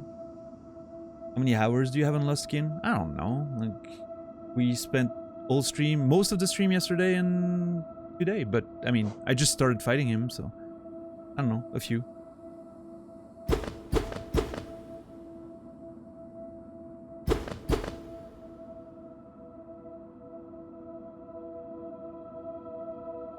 What's up, Shadow? How are you doing today? Yeah, Crypt? Well, thank you. So do I. I love the conversations.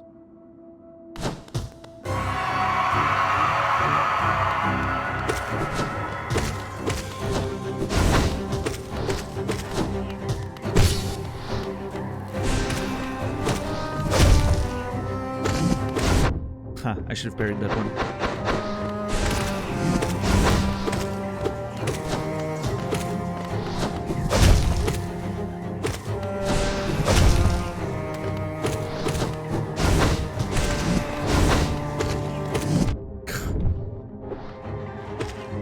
One maybe? No.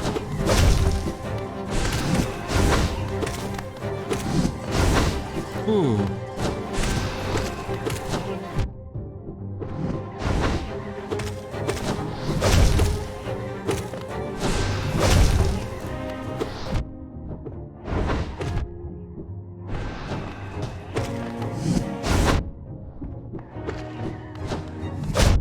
God, that...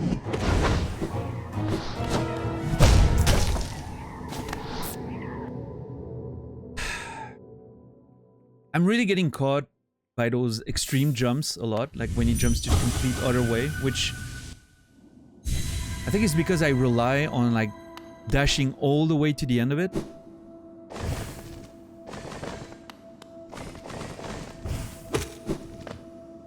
I always rely on going to the extreme.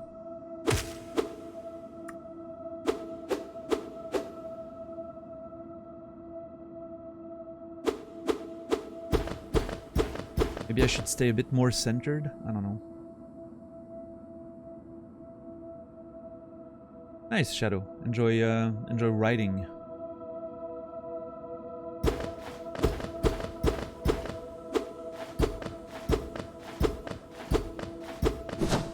Alright, let's see.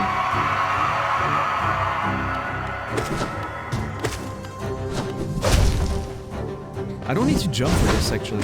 I just realized last run, I think, that I don't need to jump at all. I can just stay down and...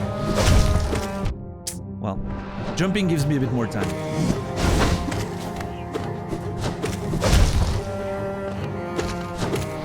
But I could just stay on the ground and position myself.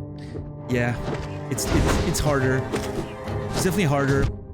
See, I mean, oh my god, okay. Easier to jump for sure. But technically you can do it without jumping. If you're well positioned like this.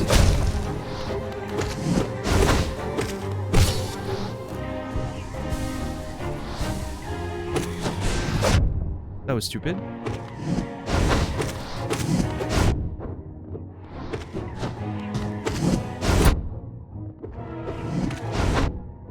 I was trying to pogo off of those. God, it's all, see, it's always those extreme jumps. I always get caught. It's insane. Oh my god. Hmm.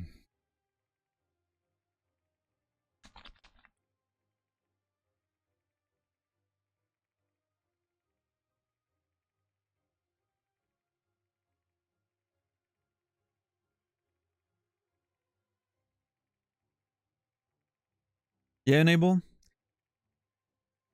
I think either nobody used it because I don't know, a lot of the appeal is, I guess, interacting with the streamer, but it also tended to, for some games, it would just basically kill conversation because then you get a bunch of people just talking to themselves in a separate chat and then nobody talks on live anymore because the attention is divided.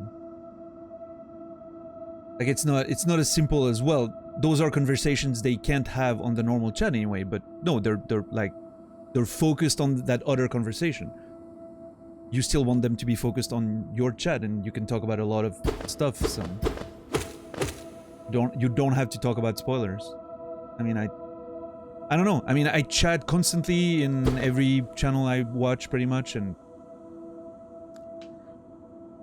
I've literally, I don't think, ever been deleted for anything close to backseating or spoilers, so if I can do it, everyone can. I'm not that smart.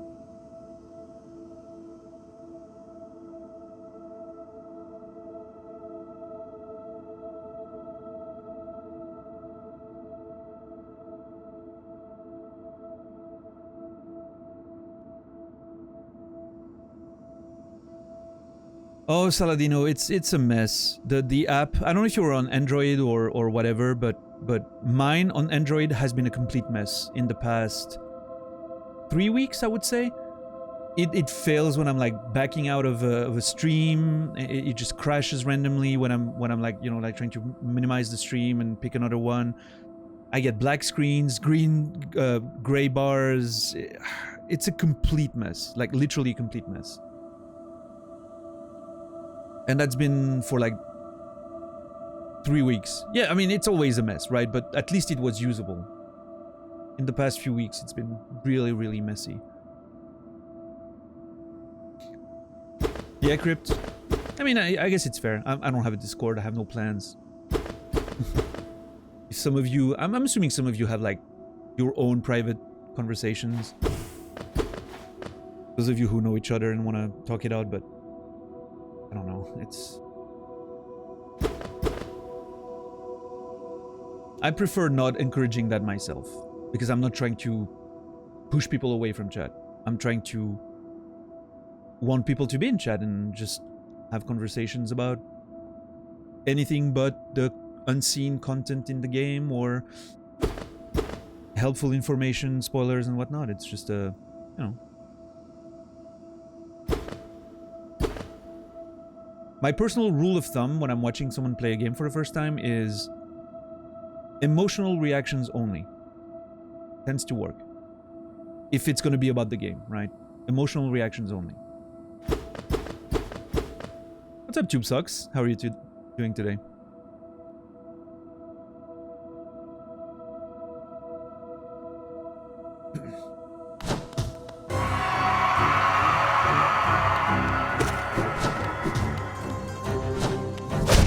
Oh, God. I really don't know how to deal with that jump. It's that one jump. Nah, that was me. Never dash while trying to dodge those things.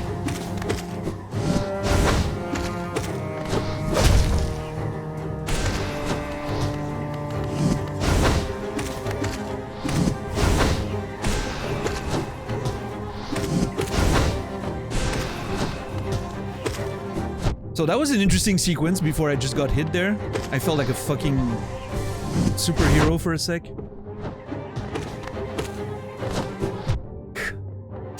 I thought he was jumping on me.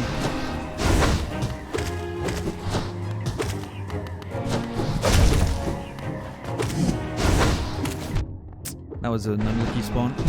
Ah. Hey Kerr, how are you doing today?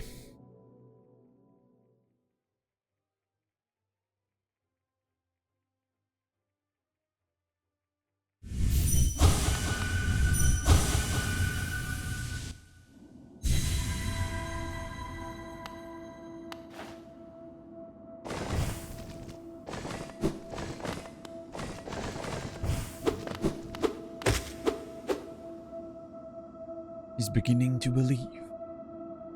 I'm not. I'm not actually believing yet. I think we had a few good attempts yesterday, but...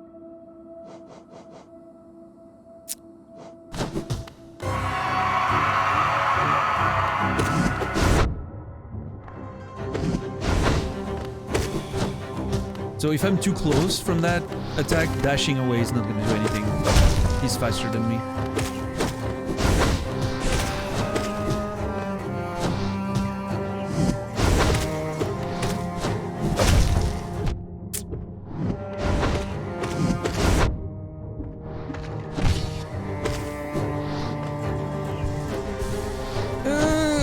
Yeah, that was stupid.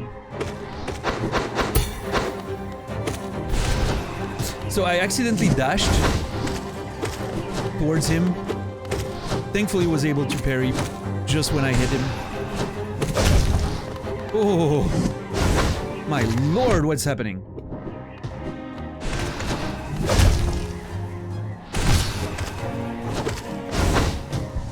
I'm kind of mixing moments of like brilliance and moments of pure pathetic display of gameplay.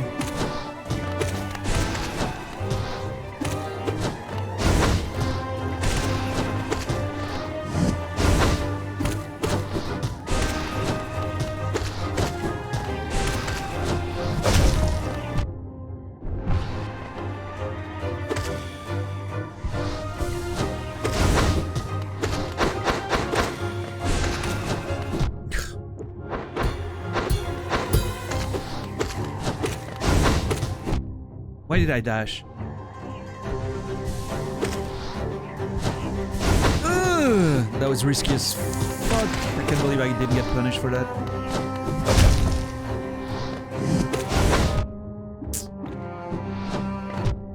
God. That was a pretty good attempt, I think.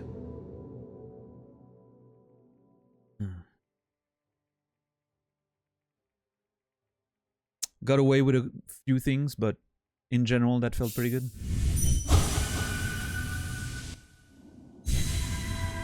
Yeah, Crypt. I think it looks cool, and I love the sound. I love that little high-pitched drone in my ear.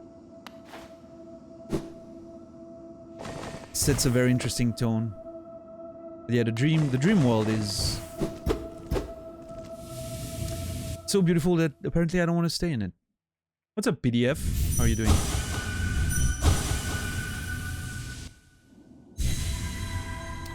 No worries, we all believe in it becoming a saga. No, there's no way we don't finish today. Unless, barring natural disaster. Or as they're known around here, conversations about the creative process. Barring that, we should be, you know, winning today.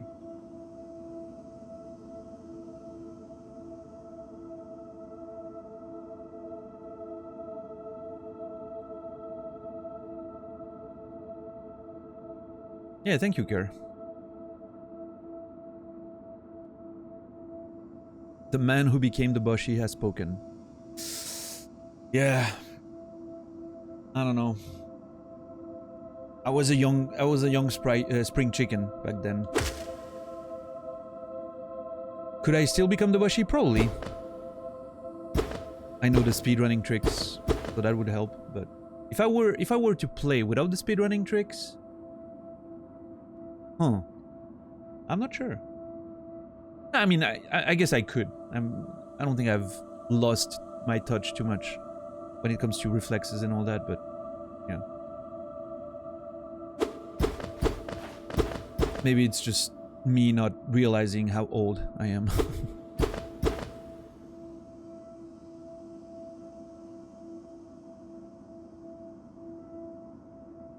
I don't know, Greg. Maybe, I mean,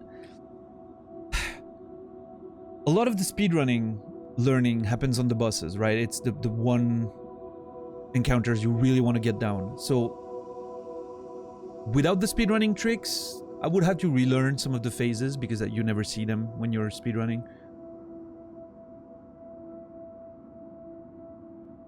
I don't know actually. Yeah. Maybe, you know what? Here's the thing. It could be interesting one day for me to go through Bushi again. See what's left. See how it goes. Without the speedrunning tricks, you know, just like a regular. Maybe even play with a controller to make it a bit harder, right? Not have my speedrunning tools. Yeah, it could be a race with Weddy or whatever, but I don't know. Maybe it would be fun. We'll see. Maybe a future... maybe it's something we'll consider at some point in the future.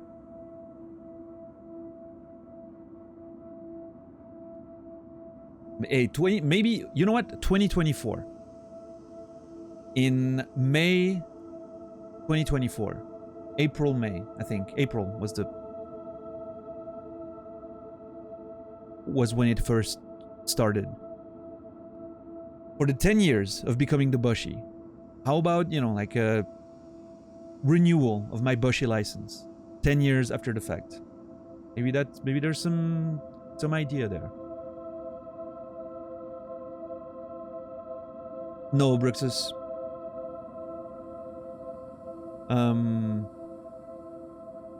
You have there's a double shot technique for speedrunning. I'm not gonna say what it is, because Casey could potentially use that if he knew about it in a weird way. But yeah, there's a double shot technique, and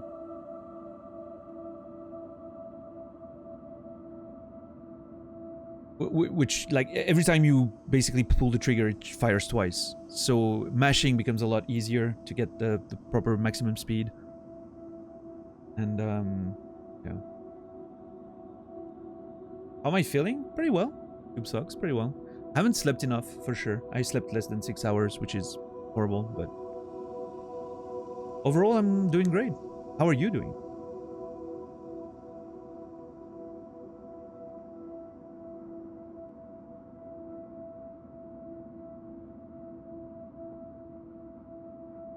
Chat really got to me? Wait, how so, Zulu?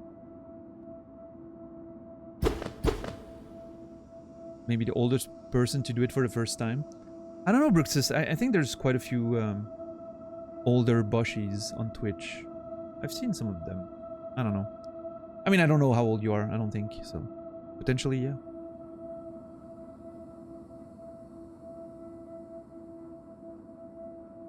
But yeah, welcome in, Bruxus. Good to see you. But yeah, I think there's a part of me that really wants to go through the game again without the speedrunning tricks, without the skips. Experience the full thing again and just see how I like it, you know? You never know.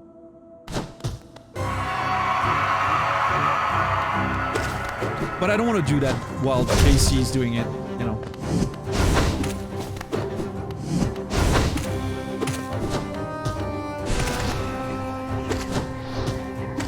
For two reasons that are mutually exclusive. If it goes well, I don't want it to come off as me, you know, kind of flexing on Casey. And if it goes poorly, I don't want to lose my my bragging power during his run.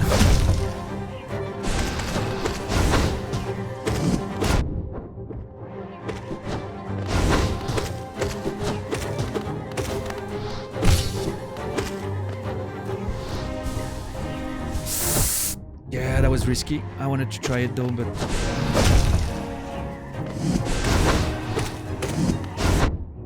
Okay, I need to stop using this spell when I'm not sure that he's gonna get hit. When he's about to when there's a chance that he's about to jump, I should not use it. Because it leaves me pretty vulnerable. Ooh, that was scary.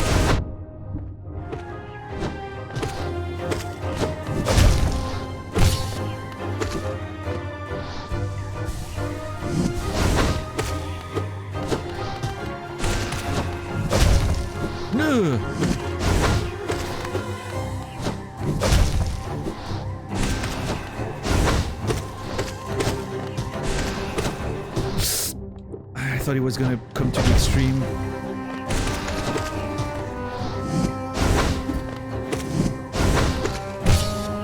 Oh boy, okay. We have a pretty good one there. Oh, come on, heal! Oh, fuck. God. No!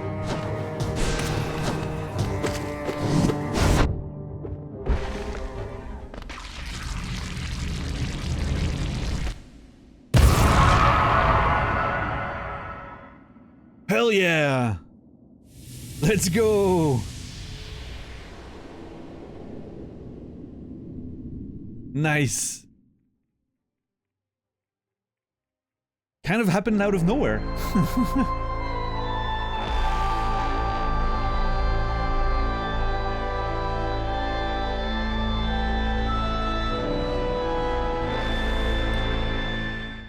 Thank you everyone for the A pluses. What's up, Turakok? How are you doing today?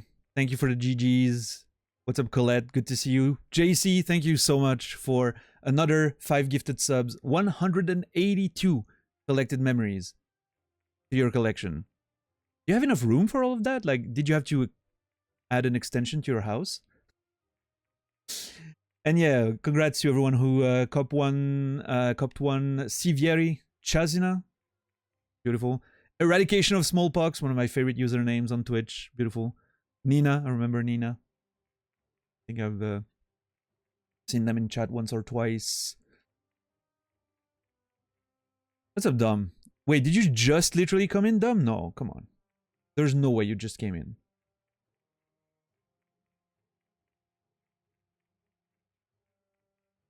But yeah, thank you, JC. Thank you so much. I appreciate the support, everyone. And there we go. That wasn't that hard at the end of the day, was it?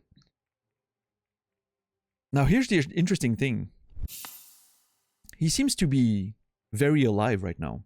Like, I mean, not alive, but like his original form. Not the broken vessel or the, you know.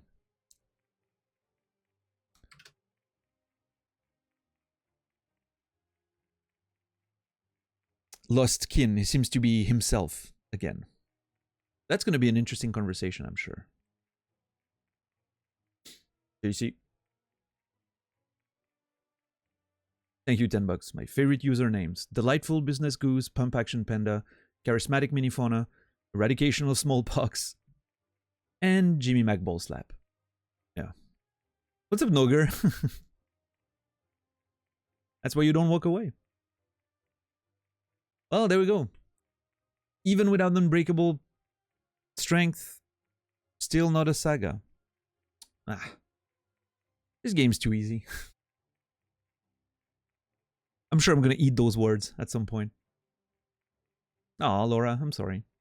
What's up, Casey? How are you doing today? Are we going back in Bushi today, Casey? Or are you still taking another day off? So I need to take a few notes. That's where we got the Monarch wings, right? Yeah. That's where we got the Monarch wings. I wonder why they were here. I wonder if it's part of some sort of experiment on the Lost Kin or the broken vessel or whatever, you know? I wonder if the wings were part of the experiment at some point. Let's see.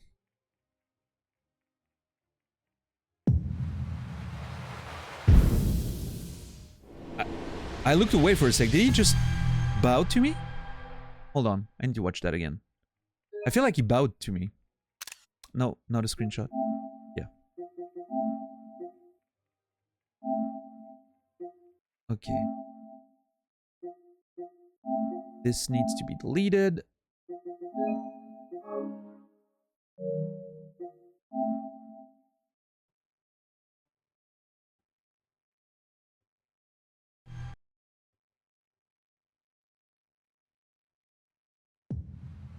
Okay.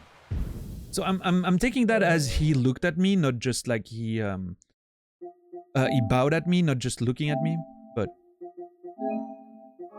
maybe he's thanking me for freeing him.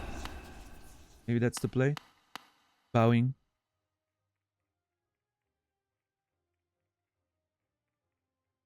I can return the favor.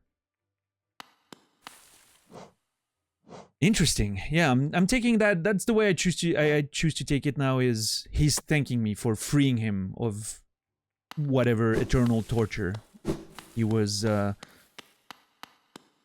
being submitted to by those little orange fuckers. What's their name again? Oh, we probably get lore in the journal too.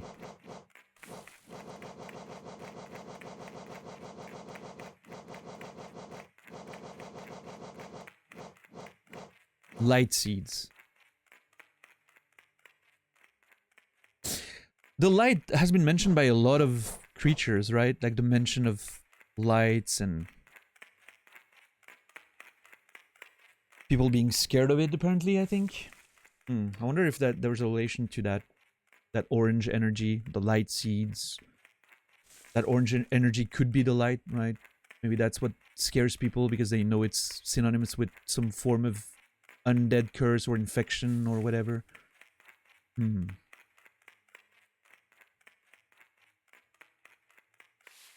Oh, we were going all right. Nice, nice. Looking forward to it. Some great entertainment on Twitch these days. Holy crap. Between the return of the GGR on Naz's channel, Casey doing Bushi. Oh my god, there's so much. There's so much. I have 3 monitors, and it feels like I need more. To watch everyone. Feels like I would need an extra one, but...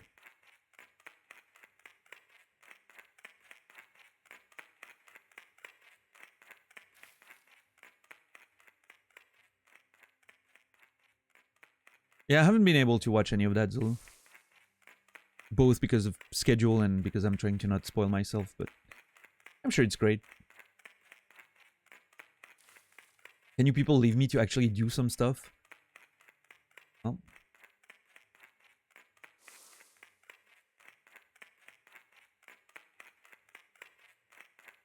I read that yesterday, right?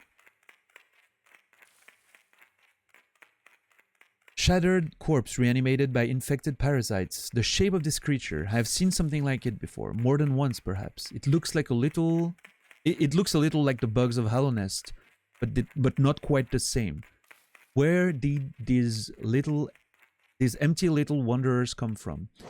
There's a notion there that there's more than one vessel like this, and I think it's due to...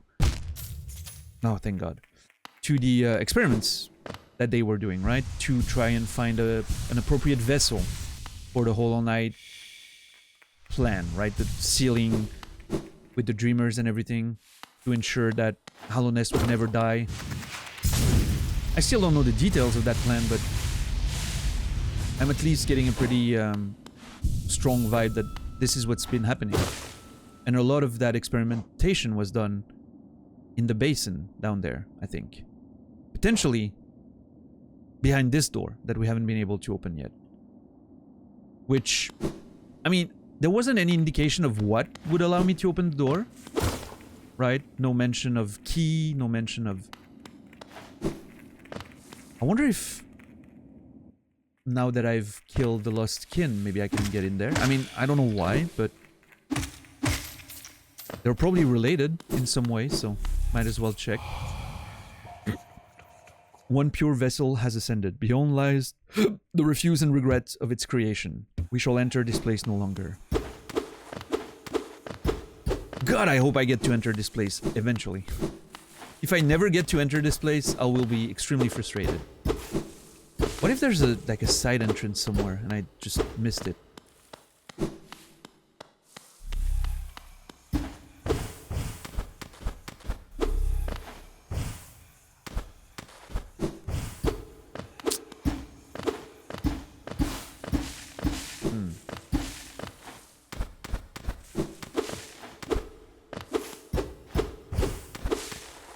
But yeah, without spoilers, how's Nami's RDR2 thing going?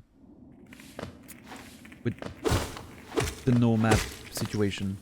Does it actually work well? Is it pleasant?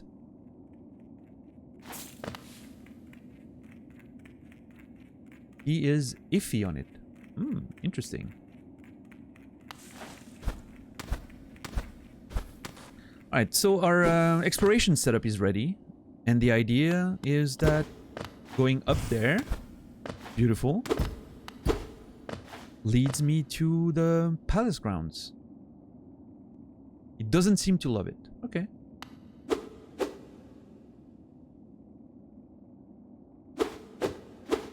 That's unfortunate.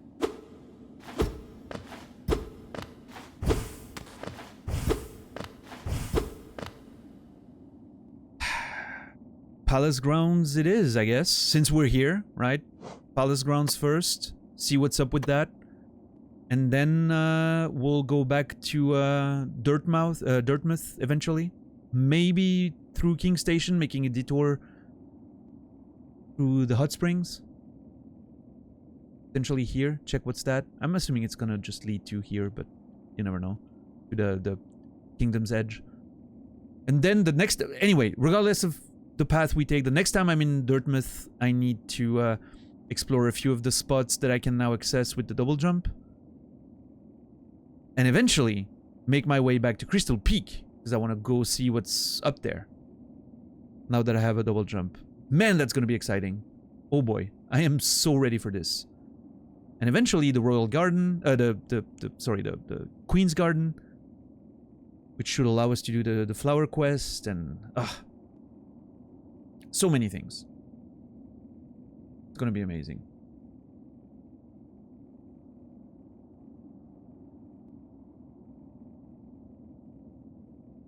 He isn't liking the jank of the game? Okay.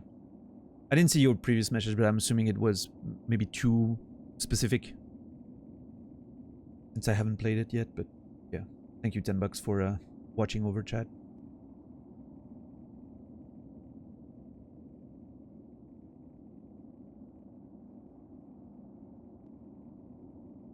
Have you ever read those warning messages that were proposed to be put in front of nuclear waste for future civilization to warn them of the contents? Yes. And I thought it was very weird. Because, obviously, you know, you have to assume that future civilization might not have our language. Or even the same meaning behind words and symbols and whatever. So it had to be... It has to be, you know, accessible for anyone that doesn't speak or doesn't have the same modes of communications as we do. But at the same time, that shit is very vague. And I understand the idea, right? Trying to express those emotions and feelings, but it was very vague. Like if I'm the guy finding this, I so want to know what's behind that.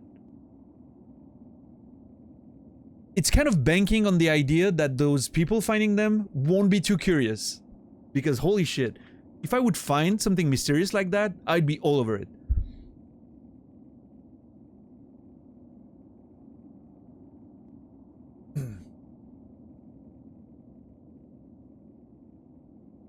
But what if, right, Casey? Maybe an evolved version of life that just fuels on nuclear shit, you know? You never know.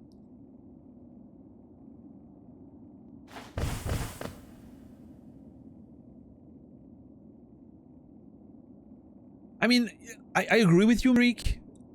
Based on the way we conserve things and everything these days, and everything is written and you know, there's a lot more permanence in information than there was 30, 40 years ago, but at the same time, you have to assume that it can happen, right? You can't just bank on the idea that, oh, they will know, and if they don't, well, fuck them. But it's just like, I remember seeing it and being like, oh my god, there's no way, if I'm reading this, that I'm not gonna be wanting to open that shit.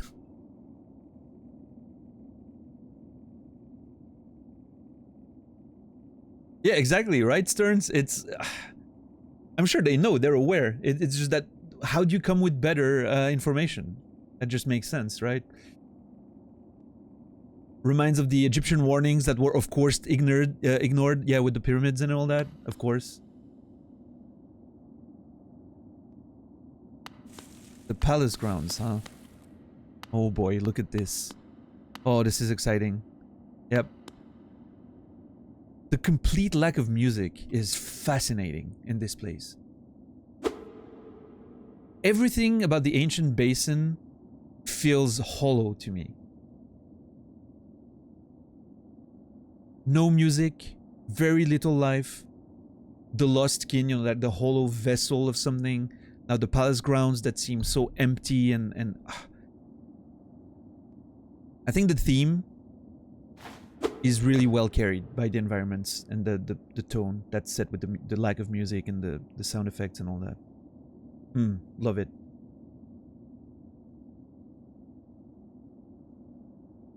Yeah, sure, Marie, for sure. I think the idea is not necessarily for future us, but like imagine hundreds of thousands of years in the future, assuming the you know sun's still there and whatnot. Maybe a spacefaring civilization finds the Earth. They should be able to understand that message too, right? That's the when you think about like the permanence of information, you have to think about that. It's a whole thing. But yeah. Have a good lurk, Nogger. Thanks for hanging out.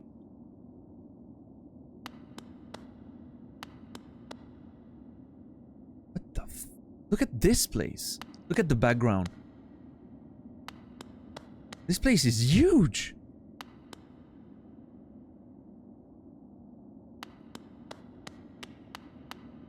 I wish I could walk slower. Huh. Oh. The fuck is that?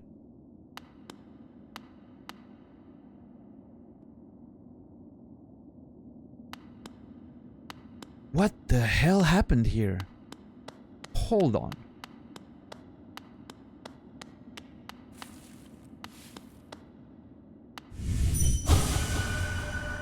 Where have you gone, dear king?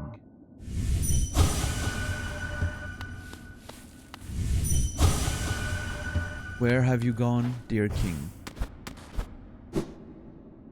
Yeah, everything's gone. Whatever palace was here, I don't think he's here anymore. A corpse in white armor. A corpse in white armor. So, while the crown looks pretty big, I don't think that's supposed to be the king, right? I'm more thinking royal guard, you know, like very special guard. Maybe a friend of the dung eater. The dung defender, sorry. And there's definitely a passage there. Oh boy, okay. Oh, this is interesting. First of all, let's see.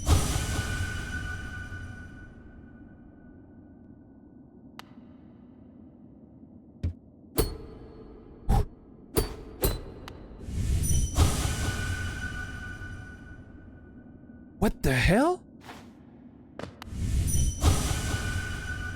It seems to be protected, right? You can see like there's a sort of barrier of protection when I hit it. As if it's protected against something infiltrating its dream. Yeah, that doesn't happen when you hit something else. It's protected. Someone's protecting... Maybe he's protecting himself, or someone's protecting the memories and dreams of this thing. Knight. This is what blue bowling looks like? It's awesome! Are you kidding me? This only makes me want to do it more.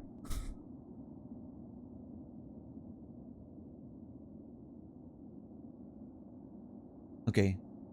So this is under the tram right here.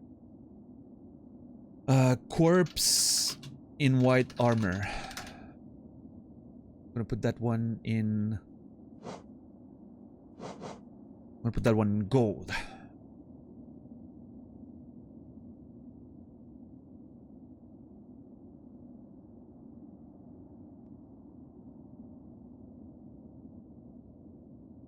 Then is it too edgy? I love delaying. I love anything that comes to delay of gratification.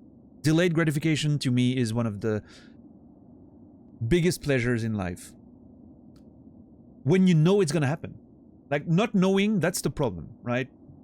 Not knowing leads to anxiety. You don't know if you're gonna achieve something or if something's gonna happen. But if you have like a movie you're super excited to watch, or a new game you're super excited to play, or something in a game, or I don't know, like anything that is quote unquote guaranteed to happen, I'm gonna figure it out eventually, right? That it's gonna happen. I'm gonna explore those things. I'm gonna fight those enemies. I'm gonna see the lore and whatever. If you have a game, you know you're eventually gonna play it. But delaying the gratification of getting there, I think is awesome. It makes me feel good. I don't know why. It prolongs the excitement of, I'm eventually gonna do this. This is gonna be awesome. I like that. And that's probably why I like playing games this slowly, by the way, because I'm kind of making that moment of, oh my god, this is so amazing, I can't wait to figure it out. Like, I'm making that last a bit longer, right?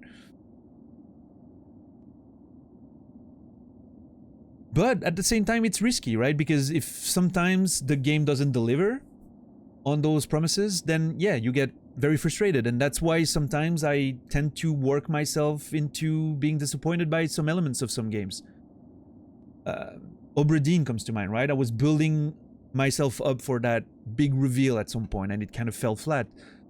Elden Ring was another one. I was so expecting something to happen. I was expecting that the things I did and the ending that I was getting towards would have a special final boss. And it didn't. The game set it up and it never happened. And that was a big disappointment for me because I was super hyped for the potential of that fight happening. But it is what it is. Team McIntyre, what's up, man? Welcome in. How many hours? Yeah, 90 plus. 90 plus.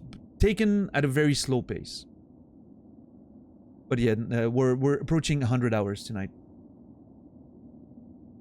Is your name Team McIntyre? Is that just a random thing, or is it wrestling related by any chance, or what's happening there? But yeah.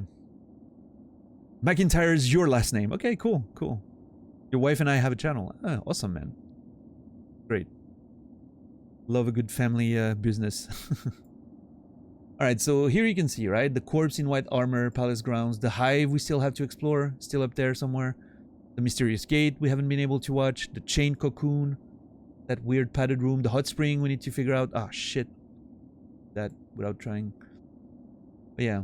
So the mind map is getting pretty filled up, right, at this point. What is this view? This is my mind map that I made with a mind mapping software.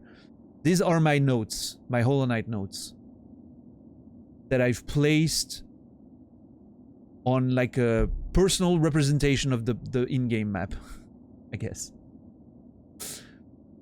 It's a good way to show how I'm approaching the game, right? Lots of details. I'm very methodical, I guess. Hey, Lost Nuts, what's up? Did you have a nice Christmas? Yeah, it was alright, you know. I was a lot of being with the family, a lot of reminiscing and missing our grandmother, and you know, but oh well, such is life, you know. So there was a bit of melancholy and all of that, but first Christmas, you know, without her, but in general, just a good time. I actually played during the you know, my cousin is a bigger nerd than I am and has all the Switch games you can imagine. And I played a Crisis Core on the Switch, and I think whenever it's gonna go on sale, I might get it on the PS5. I wasn't convinced that I wanted to play it, but now I'm like, yeah, you know what? I kind of think I want to play Crisis Core. It was more fun than I expected. Definitely a lot better than the definitely a lot better than the PSP original.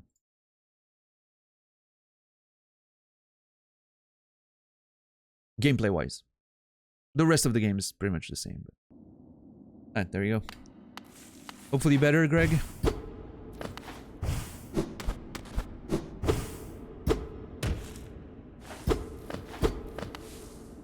I don't know if it happens every day. Like, it's so weird. I don't know if I need to... Maybe I'll, by default, I'll just restart the capture every time I start OBS and whatnot, and see what happens. But, yeah. Hey, Interion, welcome back. Love the Outer Wilds playthrough, even though I only watched the VODs. Hollow Knight is another favorite of mine. Hope you've been enjoying it too. Have you been following on the VODs as well for Hollow Knight? Are you still in there somewhere? Or you did you catch up today? But yeah, to answer your question and McIntyre's, it's one of the best games I've ever played. I mean, it's already up there. I would say in my top 3 of all time, but I don't know which one I would remove from the top 3, so potentially I'm gonna extend my top of all time to a top, like a solid top 5. I used to be able to have like my clear top 3, and then the top 10 was a bit more vague, but I knew kind of some of the games that were in there, and then it gets a lot more vague, but I think I need to extend to like a solid top 5. Like an established top 5, because this game deserves to be in the like established list.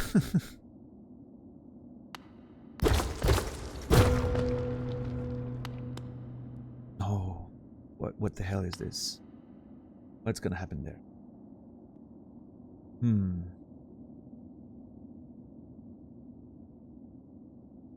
Can't wait for the sequel. I'm excited for it too, yeah.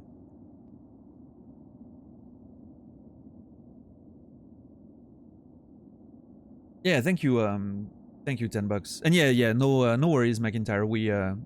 Thank you for understanding. We're trying to really prevent any kind of outside information from getting to me. Down to very small details sometimes, so yeah, no worries. We're trying to get as close as possible as pure solo experience,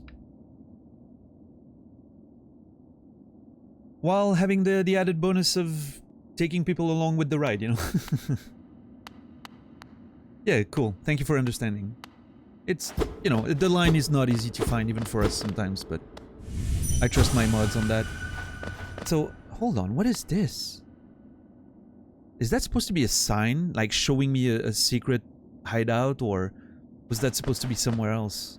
Like a, you know, maybe it was supposed to be standing at some point, but...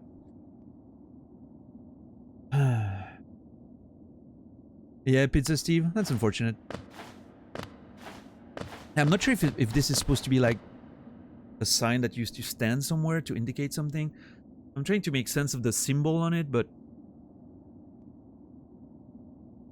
yeah, it doesn't look like anything.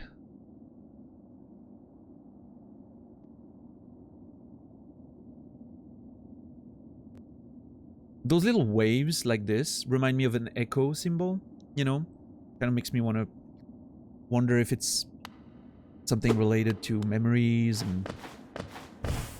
yeah, I don't know. But interesting that they have a secret place here. Wonder what's in there. Shit. The hidden station. It was half of a stag station thing. But I couldn't see the stag symbol. Oh, there was a stag symbol. Right, I looked at it the wrong way. I was reversed. Yeah, the extreme left one is a stag. I was looking at it the wrong way, so I didn't recognize it. A hidden station. Oh my god. I think the last stag is gonna freak out if I call him back to this place. What's been my favorite boss so far? Lore-wise, the Soul Tyrant.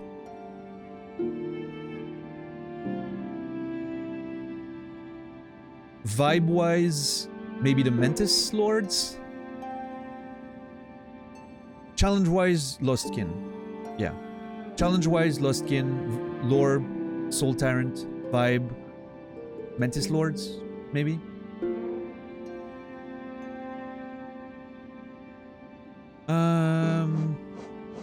I loved the mechanics of Who, even though it was pretty easy. No Eyes was kind of fun in general.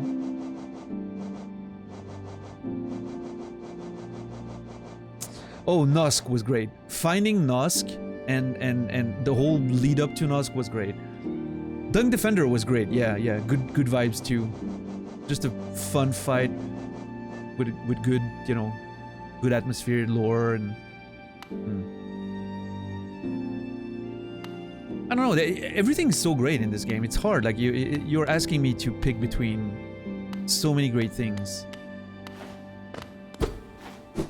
I understand the question. I'm not mad. I'm just saying that it's difficult for me to pick a favorite there.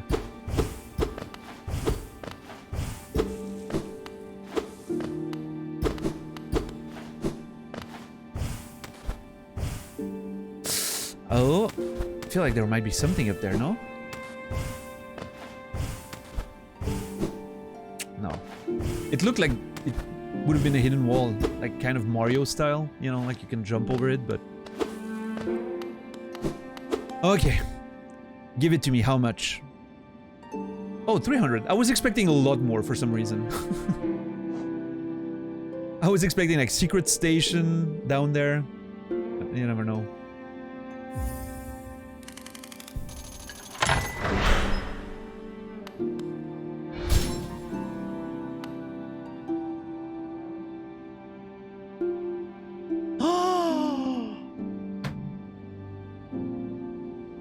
I just realized something. The coils, the thread. Those are the Weaver's threads. Which kind of lends a bit of credence to my theory that the Weavers were once associated with the king. You remember I was mentioning that maybe at some point Hera or one of the, like the Weaver Queen, I don't know if that's Hera yet. I haven't touched Hera. I've seen Hera, but I haven't touched her or anything. I still don't know if I can trigger a fight or if I can do something else with it, so I'm kind of waiting to see more. I remember mentioning that there might have been an arranged marriage between the elusive king of the City of Tears, you know, like the Hallownest King, and the Weavers, and at some point that didn't go over so well and they went back to the distant village. This kind of leads me to believe that I was right, because that means they came here. At least there was transactions, right? They were doing some exporting of their threads, I guess. And it could be just that, right? They're just doing you know,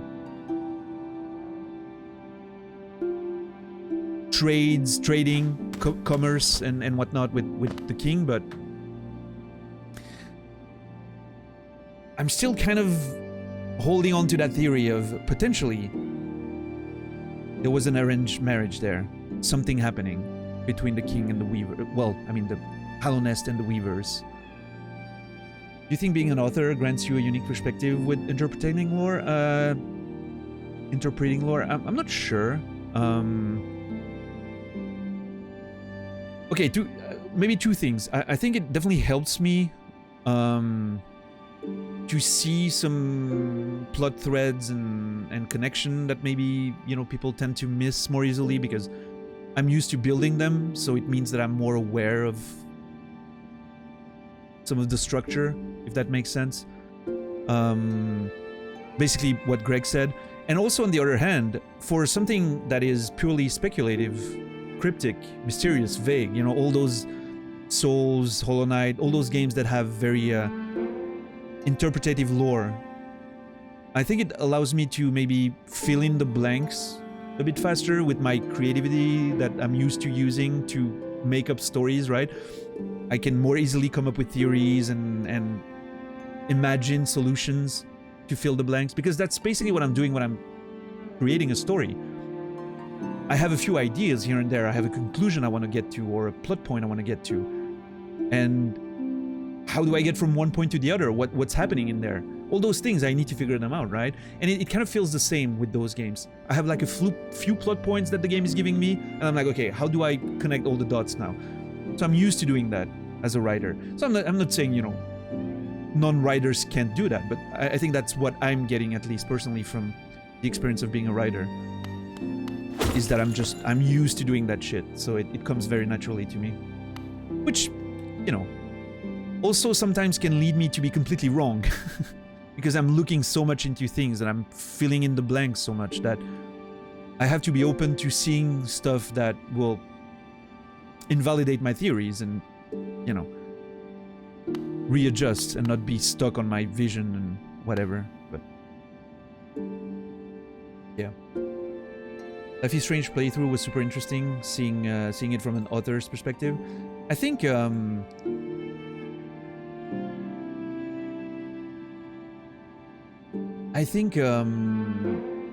what's the name? Disco Elysium. A lot of people are waiting to see me play Disco Elysium for that reason. Like, they want to see what I'm gonna think of the game as a writer, which I think is a good reason for me to play it.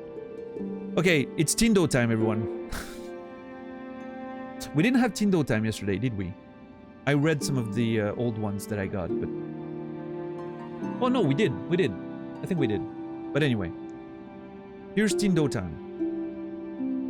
Do something nice for yourself today. Get on Tinder and make some matches.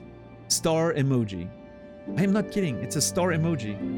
I cannot, every time it happens, I'm like, why is it a star emoji?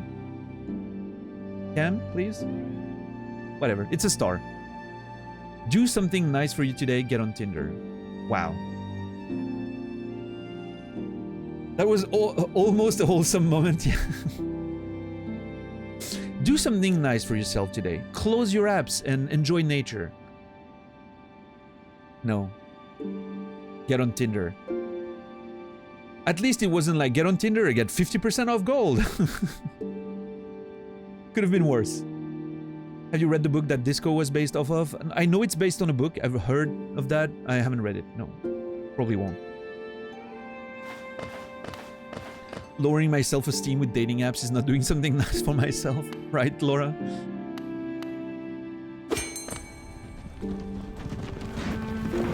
Yeah, Marie, exactly.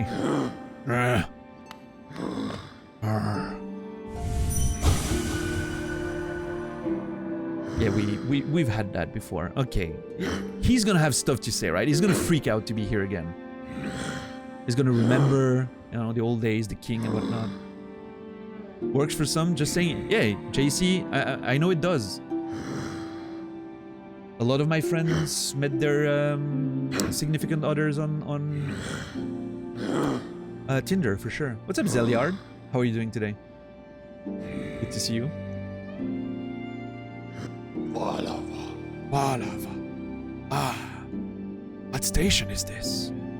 Hidden all the way at the bottom of the world. The bottom of the world, huh? We are here, I guess. Until I heard the bell calling. I didn't even know the stagways traveled so deep. You've discovered something quite astounding, little one. No matter how old I grow, the world still keeps surprises like this stowed away. This is kind of a beautiful sentence there. No matter how old I grow, the world still keeps surprises like this stowed away. I hope that's something I feel in my old age.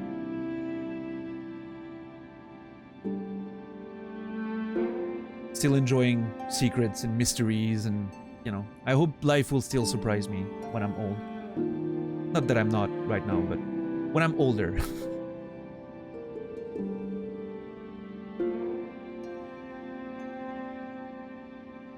Hey, congrats, Dom. You have basic commodities. Beautiful. And I'm not saying that as a dig, right? It's always pleasant when you have... It's always hard when you don't have those things, is what I mean.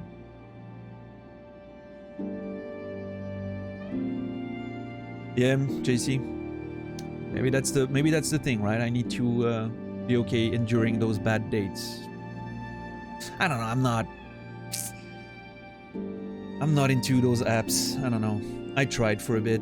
I don't think it's for me. I don't know. Maybe I'll get back to it at some point, but I would like to meet people more organically, which for someone who's always in his home is not that easy, but yeah.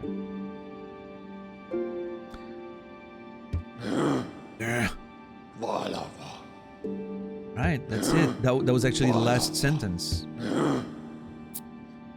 What a beautiful sentiment of, you know, still being able to find some mysteries in your old age. I was expecting a bit more, maybe about the king and whatnot, but... So those, I'm assuming, are the servants of the palace. And at some point they're like, what the fuck happened here? Where's everyone? Where's everything? And I'm thinking, but that's pure speculation, that wherever the palace was transported inside the vessel. Inside the Hollow Knight. So that it could live in there forever. And I'm thinking that at some point the plan was to try and save everyone. But then the king maybe realized that the real world was doomed anyway. And that there wouldn't be enough room in the vessel. They didn't manage maybe to get enough vessels. Or the one they managed to get didn't have enough room for everything. They just kind of put the most important part in there. Again, pure assumptions. I don't know how. Like, I don't understand how they made a real palace disappear and whatnot. Or maybe this is completely different. Maybe something happened here that just destroyed everything. I'm thinking an Akira style event, right? An explosion, something that destroyed everything. I don't know. Lots of things to figure out, I guess. Yeah, Radicon. It's kind of hard, right? I mean, the pandemic was one thing, right? But I'm someone who's I'm very homely. I like being at home. I work, my two jobs are at home. I don't, one of them is social, the other isn't really. With writing, I tend to meet more real life people because of the like signings, conventions and whatnot. So that's something that could potentially lead me to meet someone. I don't know. The streaming, I mean, I'm eventually gonna go to conventions and whatnot, but I plan on going to TwitchCon in 2023, at least in Paris. Most likely in America, maybe PAX Australia, I don't know. It's a money thing, it's complicated, but I have, on a daily basis, I have no reason to meet people.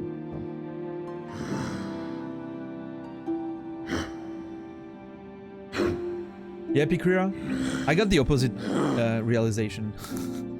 Going on Tinder, I realized that I do not vibe with the vast majority of people. I'm not interested in...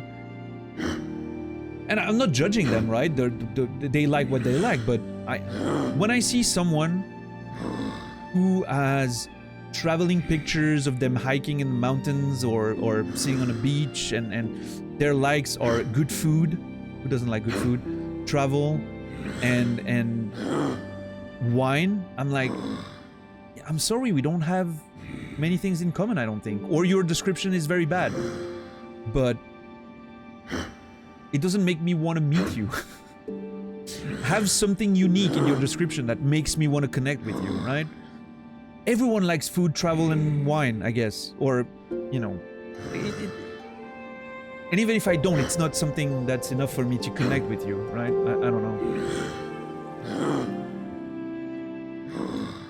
I guess traveling could be a big thing, but I'm not a big traveler myself. I enjoy traveling, I'm just not someone that needs it. Hey Kimi, what's up? How are you doing today? Luminar, thank you for the resub, 5 months. Official announcement of Daniel's dating life. Things may perhaps possibly happen at some point. Yeah.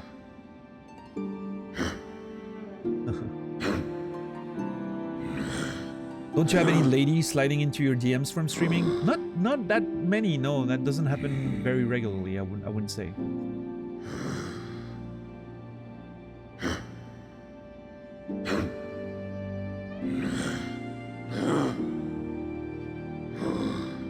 Yeah, Kerr.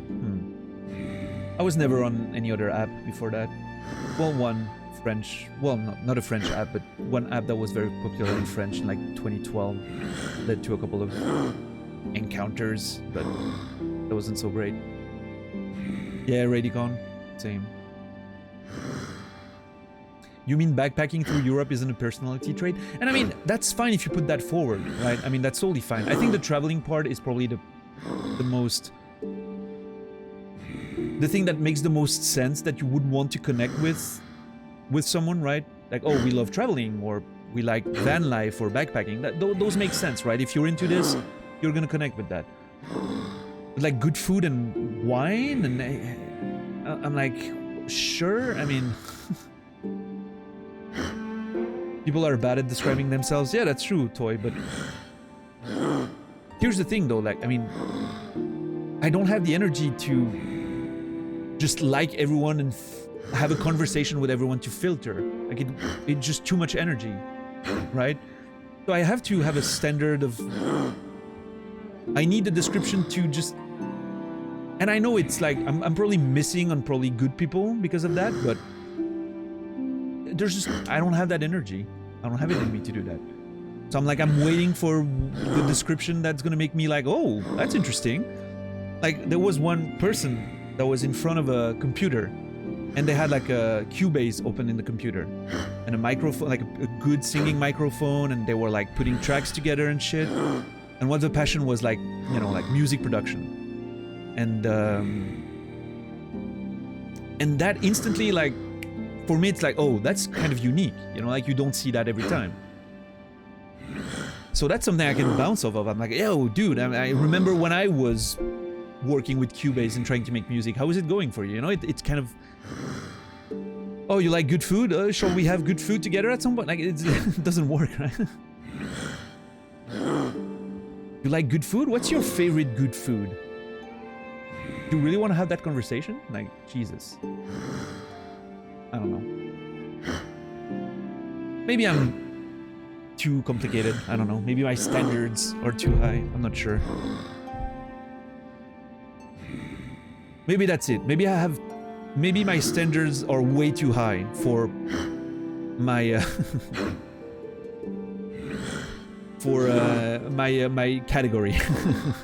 Maybe I should lower my standards and I'd be more happier, much happier. I don't know.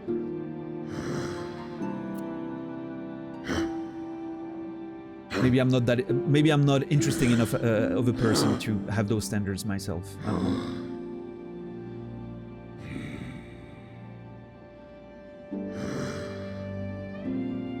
Being a human just isn't intriguing.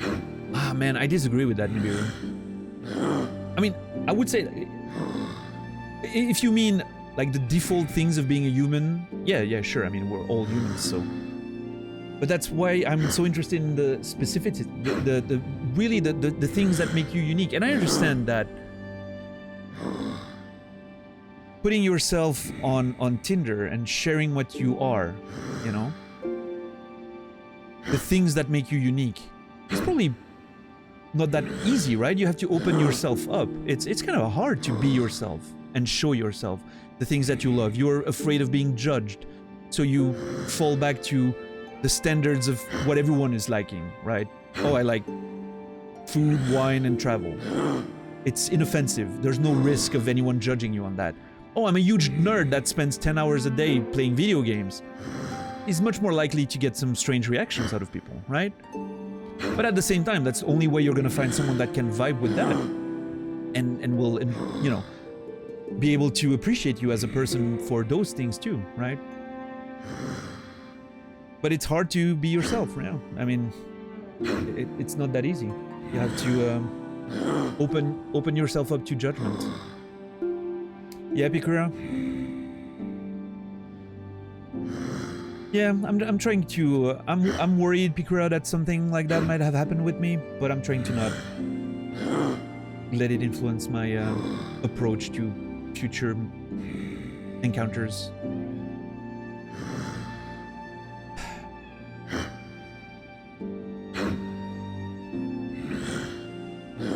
Yeah, flying toy? Nice.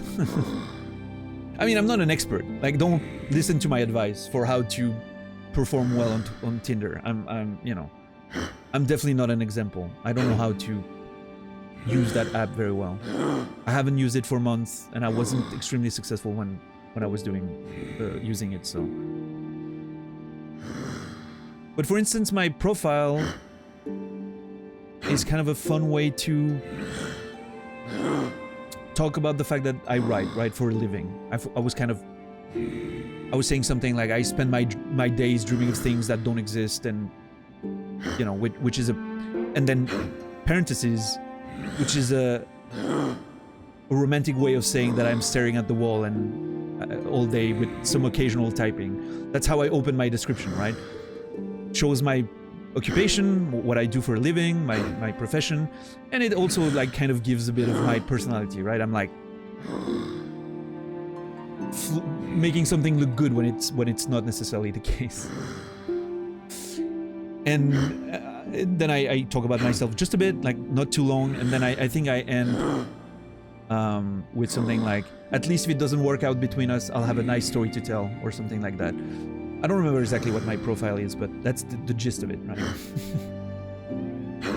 I'm trying to put my personality out there without boring people with all the things that I do that everyone else does, right?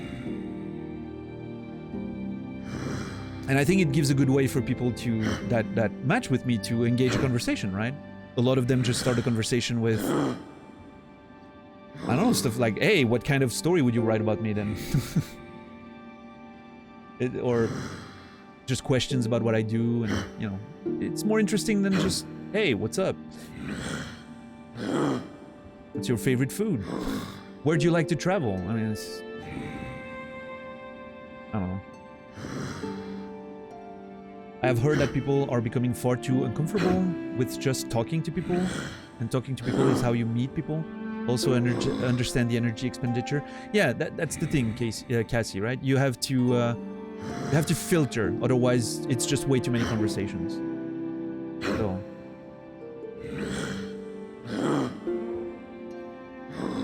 but you're right. You can't know a person without actually having proper conversations with them. I struggle being single. Would have loved seeing a description of someone who liked video games and eating good cheese. Yeah. I'm reading old messages. I'm just skipping some of them for the sake of keeping up.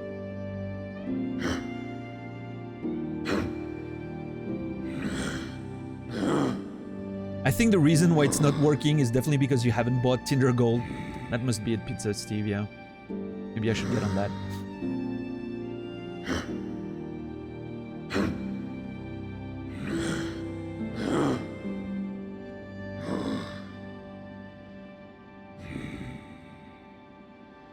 Yeah, JC, beautiful, man. I'm glad. Yeah, Kerr? Cool. Yeah, I mean, sure. I mean, sometimes you take a chance and it pays off, right? I totally... I think that's great. I was very upfront about being a nerd, and here we are. Yeah, that's cool. That's cool. Daniel is doing the how little gameplay we can do over a 2-day span challenge. Very impressive watching him work. I'm a natural. I'm sorry, I know we haven't done a lot of progress. We have... I'm gonna go to Dirtmouth right now. And there's gonna be some thinking to do about where to go next.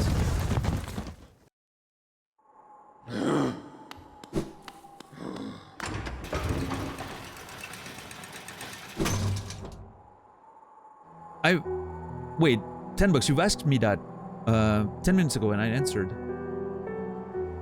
Maybe you missed it. I said that not that many, no. I'm not saying it didn't happen. I'm just saying not that many. What's up, Sephois? How are you doing?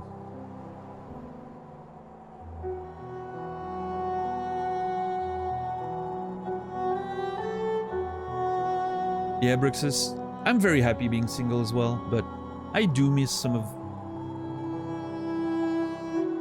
the best elements of being in a relationship, but I don't miss the negative elements, that's for sure.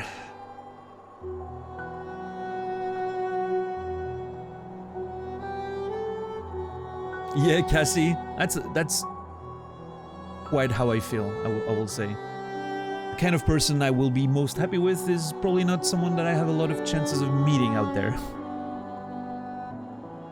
And I potentially could be meeting them on Twitch, right? By virtue of, like, that's what brings us together.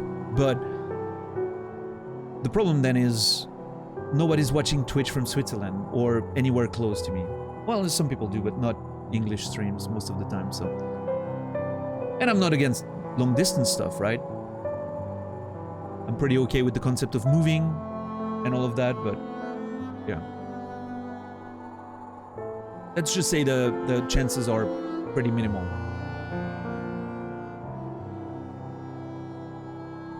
And especially, well, I mean, people for good reasons have their defenses up on Twitch, which makes a lot of sense. So it's not the best place to get to know people, I guess. But yeah. Jeff, I think it comes from Instagram. Because Instagram, when you have like a story, you like swipe up, you slide up the thing, and then you're in the DMs, right? I think that's where it comes from, if I'm not mistaken. I am not lemon grease. Welcome in. You're actually Swiss? No shot. That you're actually coming in right as I'm saying that.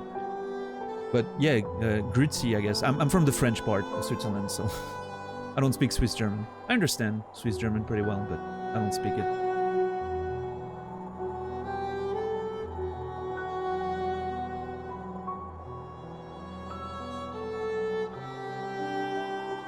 Yeah, Marik, for sure.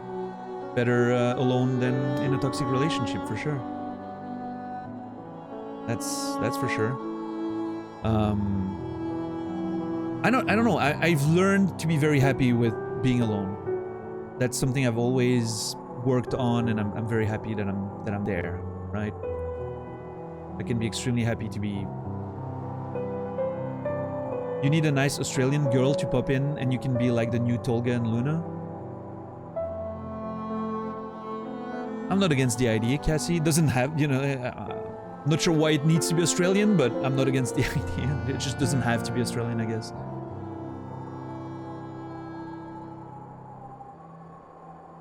French is yucky, school sucks. You know, those two sentences together make a lot of sense. On a level that I'm not sure you comprehend, but it does, and I'm sure everyone else will understand.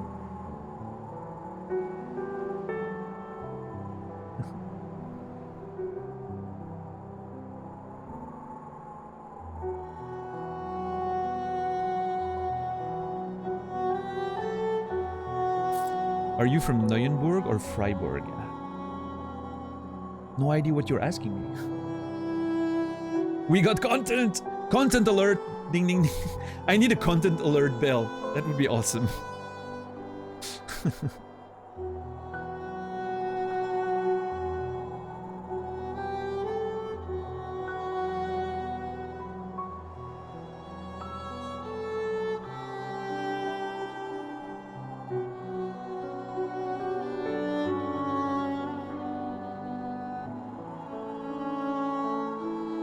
I hate the subjunctive so goddamn much. I bet 100 francs that you do not give a fuck if I know subjunctive or conditional or whatever. Dude, I'm a published writer.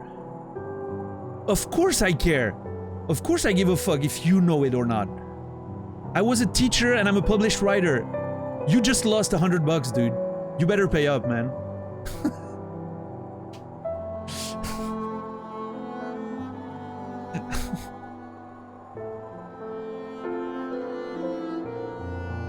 You have literally 5 minutes to pay up.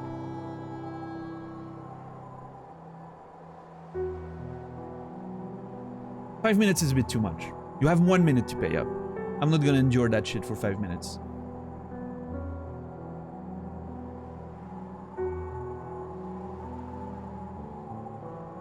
Got AFK 5 minutes for reasons. I'll see you soon, Zelyard. Raging, welcome in. Good to see you.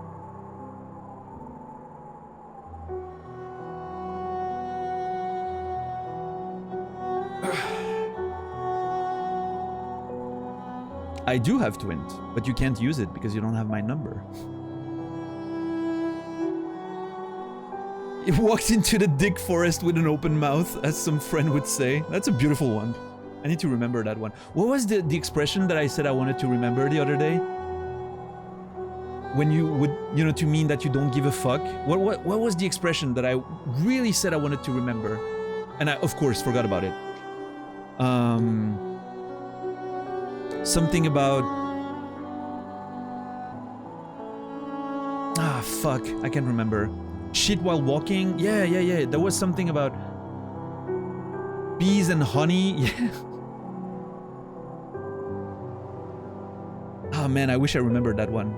Flowers on my dick and bees all around. Thank you, Jesus. Thank you, Jesus. Flowers on my dick and bees all around. Or honey on my dick and bees all around. Yeah, one of the other. Well, I think it was flowers on my dick and bees all around. Such a nice expression.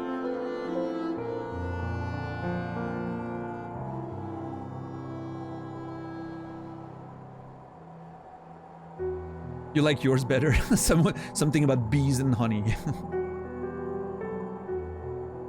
Yeah, I'm waiting for lemon grease to pay up. It's almost been a minute. I mean, at least he hasn't been talking anymore, so maybe I can wait a few minutes more. Let's see if he's a man of his word. If you make a bet, you need to pay up. If you're not a man of your word, you're not allowed to be here.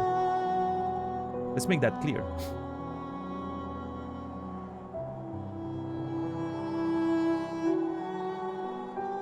But yeah, how are you doing, Jesus? Good to see you.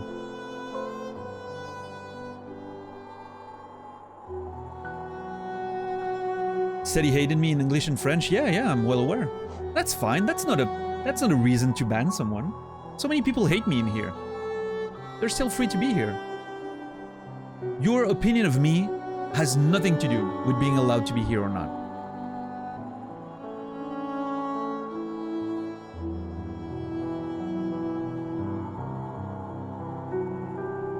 They're seeing if they can get an advance on their allowance.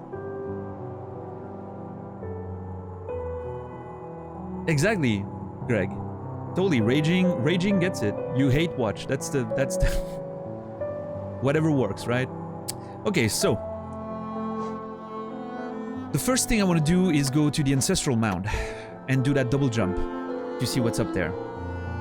I've been wanting to do this for a long time. And the second thing is probably... Yeah, I need to check this. The Mentis Village double jump as well. There's going to be a whole lot of things in the Crystal Peak, but that's going to be a bit later, right? We're going to have like a proper new adventure in the Crystal Peak. That's going to take a while, maybe tomorrow. We'll see. Hated me when I... Yeah, exactly, Naz. We got off the wrong foot, the very wrong foot, like straight off the bat. Trash talking each other. And here we are, 2 years later, still doing the same shit.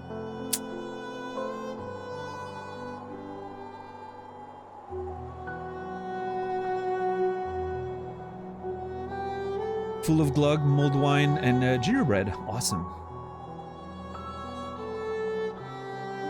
Talking of French toast, I only learned last week you are meant to submerge it in egg. Yeah, that's part of the process. It's delicious.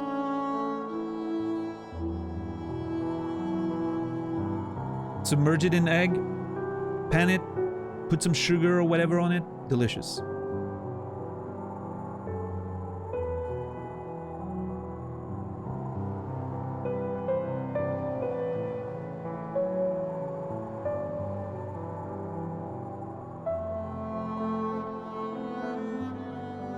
Yeah, I guess that's it. I guess that's it for the Lemon Grease saga. That was uneventful. I was hoping for more. I was hoping for $100, quite honestly. But, oh well.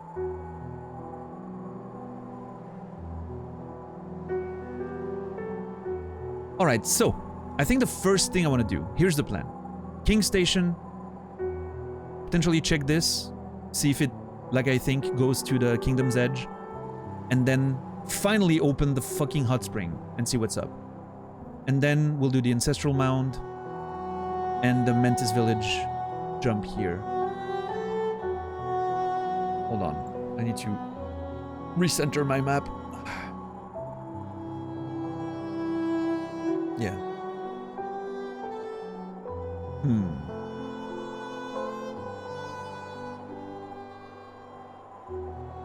The Eker. La Mulana. Yeah, that's one I've been wanting to play for a long time, so hopefully we get to it. Alright, King Station. Let's go. Just before I go though, let's see if something happens here. Patamas Gio. Patamas Gio. Zuma Concon. No, nothing new. Does she have new... Oh, okay. First of all... What's up, Magnus Tudor? Magnus Tudor. I think that's how you pronounce it. How are you doing, man? Good to see you. Almost broke a chat rule. Good on you for not breaking it. Beautiful.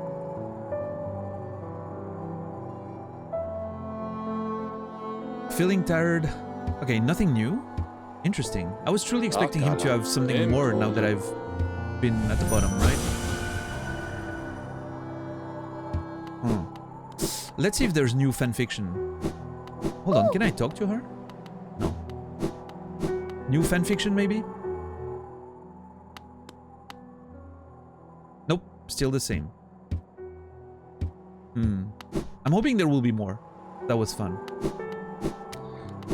Just checking on her. I haven't been there in a while. Bapanada. Bapanada. Nope, nothing. Opum Sanjo. Nothing new. I'm glad I put down my weapon. I don't remember. I remember nailing her at some point, but I don't remember. I didn't take note of the fact that she says put down the weapon. She used to be a fighter. Interesting. I wonder who she fought for. If she was just exploring and whatnot, or if she was actually working for the king potentially. I don't know. Behind Cornifer's back? Yeah. I'm sorry. Yeah, that sounds bad, but... Hey, Will. What's up, man? Good to see you, dude. Bapanada to you, too. How are you today? This game's awesome, dude. I've been enjoying it so much. I'm almost 100 of hours in, and God, it feels like there's so much more still to find. Because obviously I play very slowly, but... Alright, King Station. Let's go.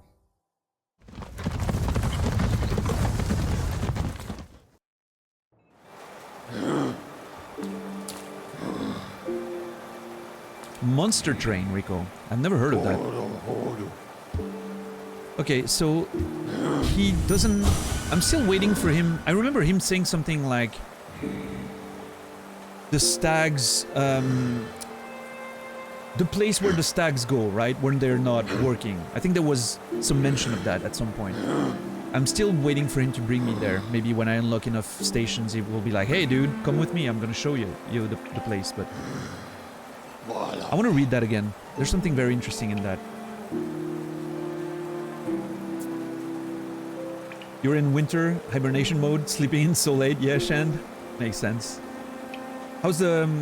you're in Canada, right? I remember you used to be, at least in Canada. How's the winter there? I've heard that there was like a huge cold front and storms in the US, so I'm assuming in Canada it might be even worse, right? Congrats on writing, Shadow King. And sorry you lost 1k words. It sucks, but you know. Don't write on websites directly. That's a bad idea. Just use a fucking software, man. Please. Part of Canada, I mean, is mostly rainy. Okay. Well, that's not great. Well, I mean, depends on what you enjoy, but... Rain is just... Rain and cold is not something I enjoy. Rain and warm weather, love it.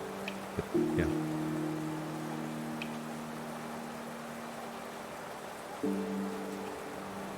So, okay, there was one thing. Ah, fuck. I think I screwed it up. Because it's the message you see the first time you talk to him when you're here. Something about the king never used the stagways. I remember talking about that in the past, but it's again another indication that the king either didn't exist or was really very, you know, private as a person. I'm really curious. At least there's... What I can say is that there's definitely a mystery around the king. Whether it's that he doesn't exist or that he has a secret identity or... I don't know. That I don't know, but... At least I'm pretty sure there's a pretty big mystery around the king. I must have taken a screenshot, Jesus, but... I'm trying to use my memory a bit. You know, you gotta practice your memory if you don't want to lose it, so... But I will do, at some point, I will do like going through my screenshots again. More of a lore focused stream of trying to put things together once we approach the end, probably. We'll see.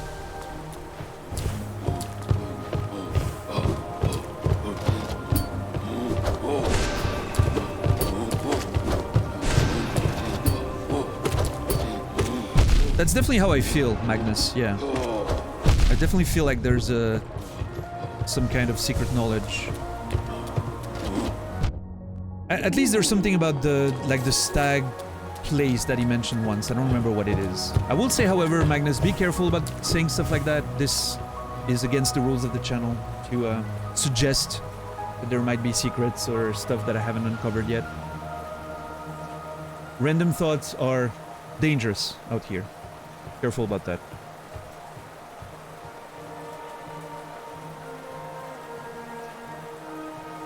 How many screenshots do I have at this point?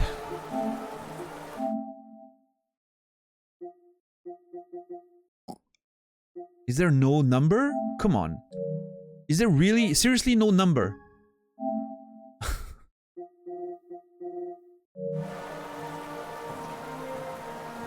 How do you not have a number? This blows my mind. Select all. 61. Thank you. What a weird way to go about it, though. It would be so much easier to just have like the number at the top or something. What console am I on? PS5. Is what I'm playing most of my games on these days. Alright. I'm excited about opening this. What was this again?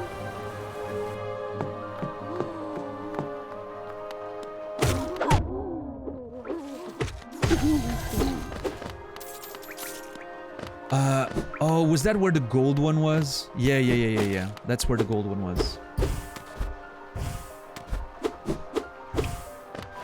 What's up, Parakin? How are you doing, man?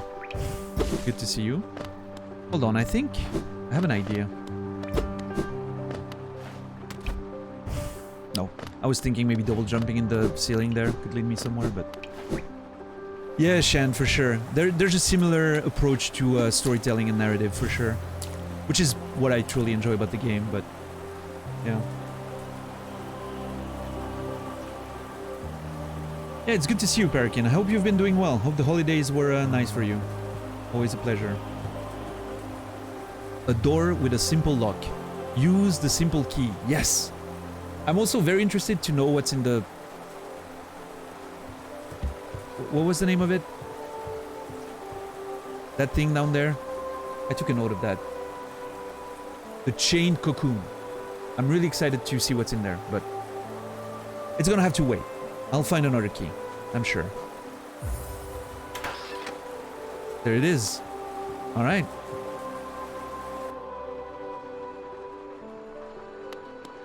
Oh, wow. What is this?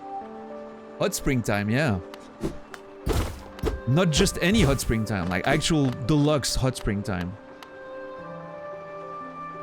Songstress Marissa. A voice to ease all burdens and still all troubled minds. Songstress Marissa. A voice to ease all burdens and still all troubled mind. Beautiful.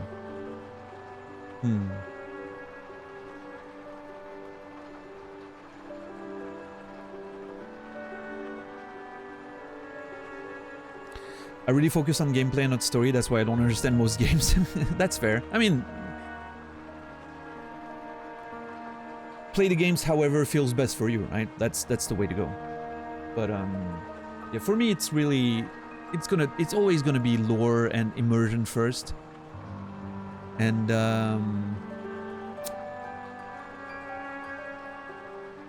gameplay second. I can totally bear with bad gameplay or not interesting gameplay if the story and immersion is great. This is why I have no problem playing walking simulators and all that stuff, right? Or story decision-based games. But I totally get that for some people, if the gameplay is not there, it's just not gonna work. And that's fair. Yeah. Songstress Marisa.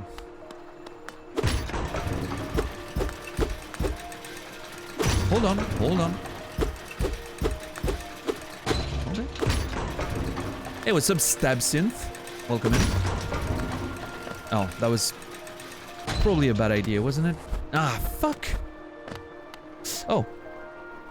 Hey, look at that. Beautiful. Wanderer's Journal, I assume. Stabsynth is a pretty good name, I will say. Doesn't go on the list, but I like the name. Yeah, exactly, Marie. The gameplay doesn't... If the gameplay is in the way of the immersion, that's a problem. Different problem, right? As long as it's serviceable, that's fine.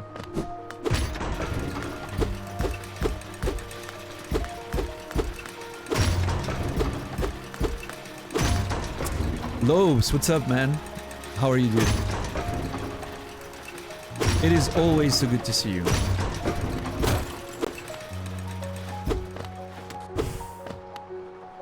Okay, there's a lot of like beauty stuff, right? Like, how do you call that? How do you call those mirrors and little stands where you would get your makeup done? I know there's a term in English, but it's escaping me right now.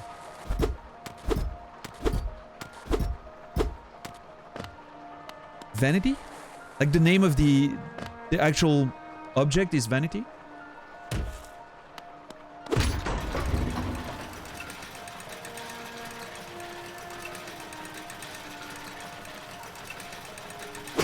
Hold on, how high does this shit go? A vanity? Okay. I didn't know that. I was totally thinking of something else. A vanity. That's good. Good to know. You pronounce my name right? That's rare. A lot of people said stabs in the... No, I figured it was a wordplay on absinthe. Cool name. More secrets! This is amazing. Hold on.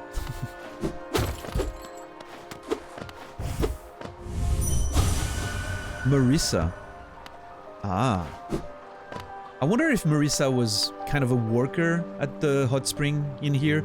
This feels more like a spa, you know. Like a beauty thing, beauty salon or a relaxation thing where you go and you have that singer that's around here singing for everyone and people just relax and enjoy, right? Tastes wrong? Oh no, hungry. Oh no, hold on.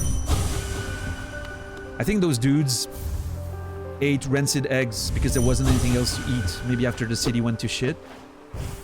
And so they just poisoned themselves, right?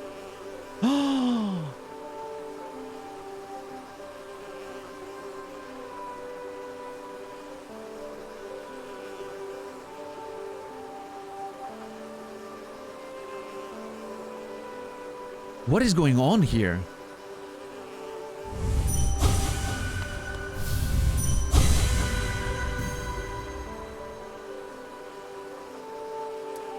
I instinctively used it, and so I missed the dialogue.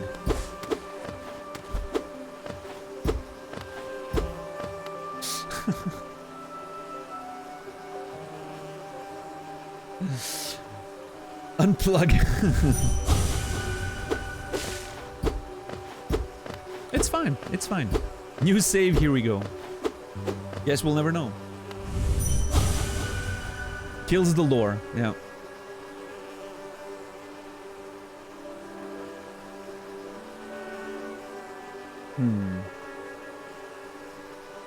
What's up, Katrooper? What's up, Asaub? I was trying to hit the dudes on the ground. Time to speculate. Yeah.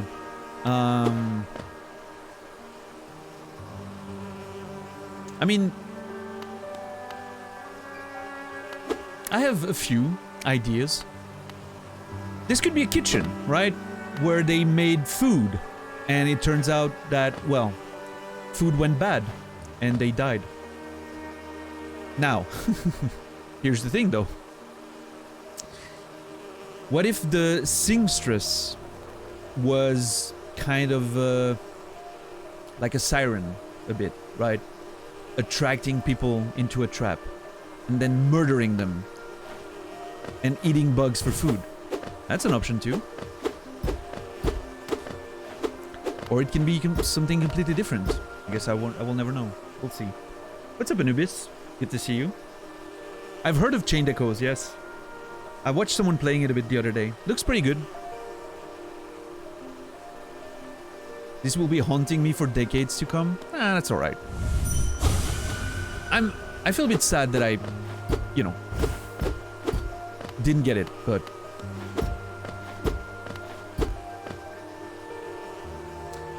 at the same time, it's interesting to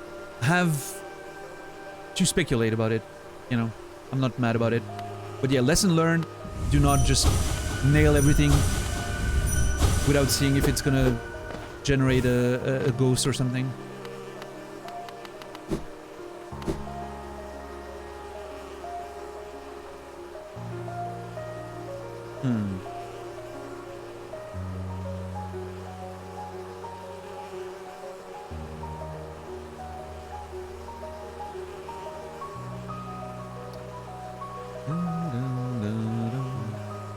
But yeah, how are you, Lopes, today? It's good to see you, dude.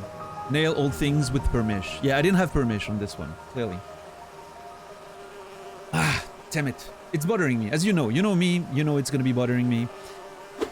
But it's fine. I mean, I definitely see some actual heads of living bugs in the back there. I'm thinking there was some killing happening.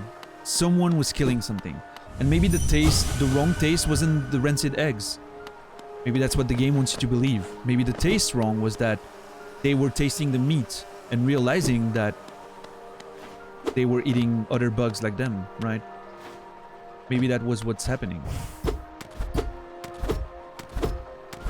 More than just eating shitty eggs, right?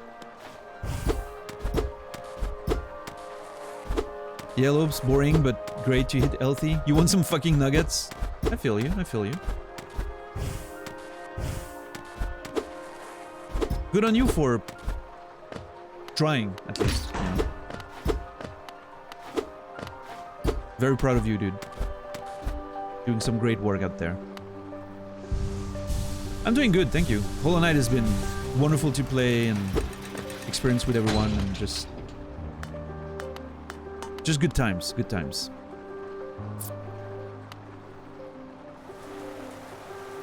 Oh shit. The Pleasure House. Okay, this is a bug brothel, I guess.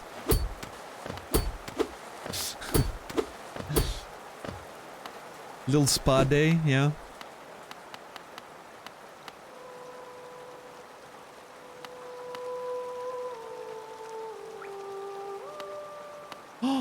Oh boy, okay.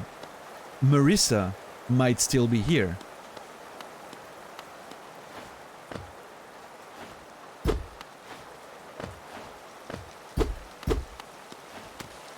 Oh boy.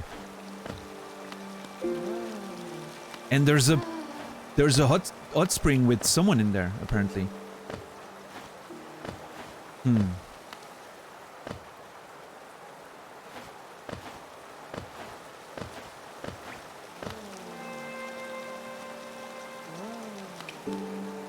Okay, what do I check first?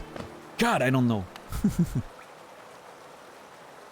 Is that? I'm guessing that was the welcoming desk, you know, to get an audience with Marissa. Maybe Marissa was not just singing songs, right? Maybe there was a whole thing happening there. There's certainly something very interesting about the idea that potentially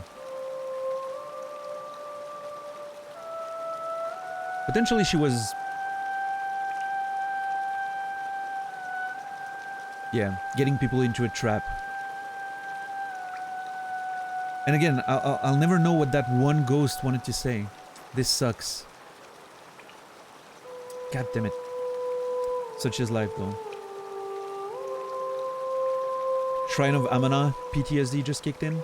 Yeah, with the singing. I will always wonder. No. That is true.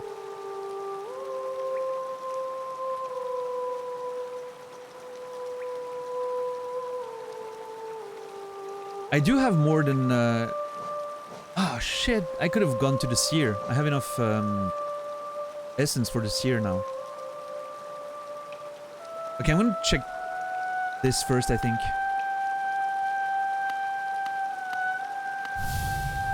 Dude, that scared me. I actually jumped.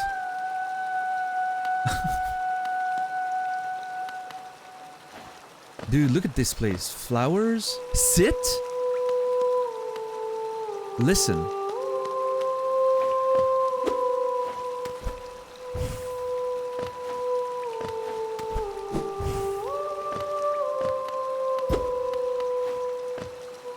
Okay, hopefully this is the equivalent of a bench.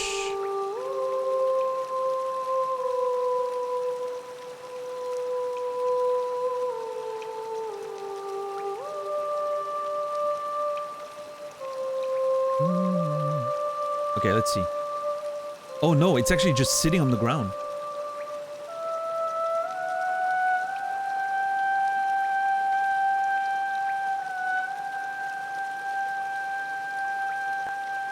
Wait, can I... Literally just sitting to listen. What a great little detail.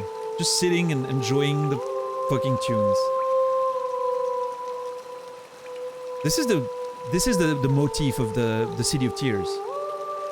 Which is great, by the way. What a vibe. This is one of those wine emote moments. Yeah. Absolutely. With the rain and everything, yeah. And just the setup with the flowers and the little... You can see, like... I don't know if... I'm assuming the thing at the top here is under the basin of the hot spring, right? And you can see, like, light coming through, but through the water.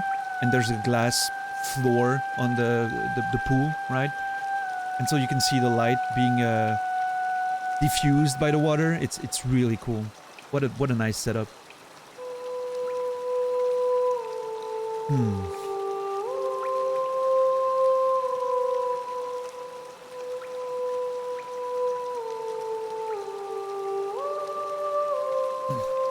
So you can enjoy the view of some hot springs butts. Maybe, yeah. You never noticed with the ceiling? I mean, that's how I interpret it, at least, because, well, you can see the... Actually, now that I'm looking at it, I guess it could be a very thin veil moving, but it comes from the ceiling. I'm not... Yeah, you can see the veils in the back of the room, so I don't think that's that. I think it's just some light that's being diffused through the water. I don't know, maybe. But it does look a bit like a veil, which adds to the beauty of it.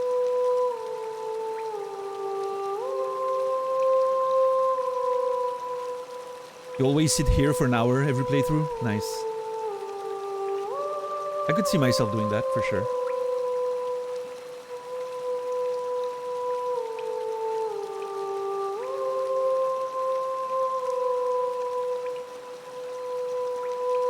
Guess we have the rest of the stream. Nah, I promised progress. We're gonna have progress. But this was definitely worth using the key for. I was a bit afraid that it would be just a normal hot spring, but you need a key because the game doesn't want to give you a safe spot that easily in the City of Tears. But no, it's a whole thing with lore and lore that I missed. And some great things. But in a way, I'm not too mad about that lore, I don't think. I think sometimes not knowing can be just as interesting as knowing.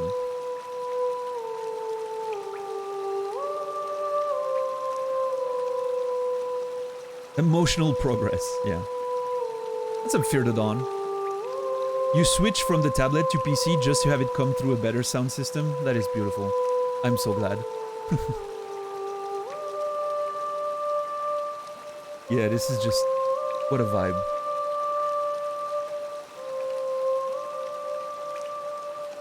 I did play Elden Ring, yeah, Lopes. Absolutely.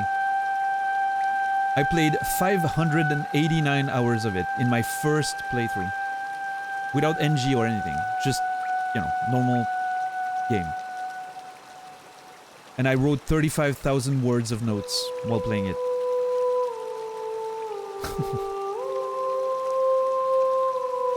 That's not an exaggeration, by the way. Actual numbers.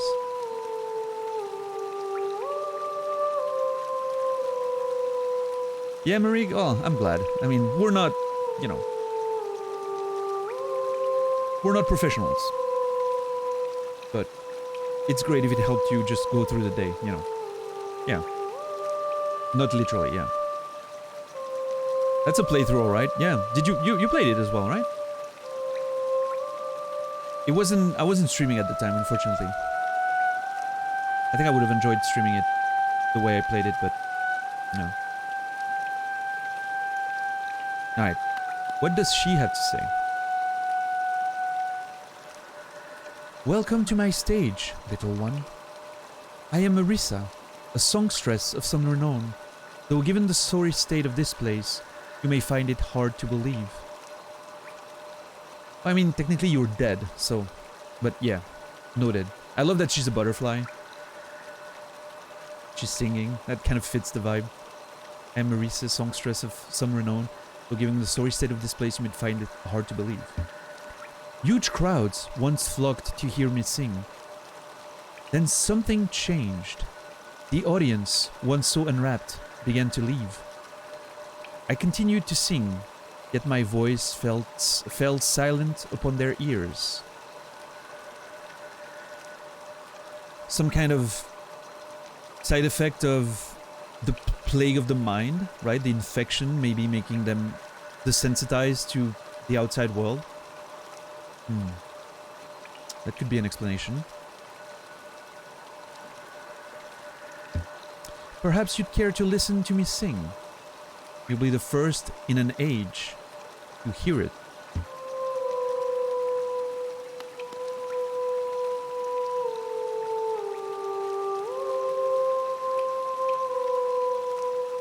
Now, what I'm wondering is, even if only you, it's a wonderful thing to have an audience again. Here's the thing though, I am very afraid that if I try to nail her, it's gonna just absorb her, right? Make her disappear.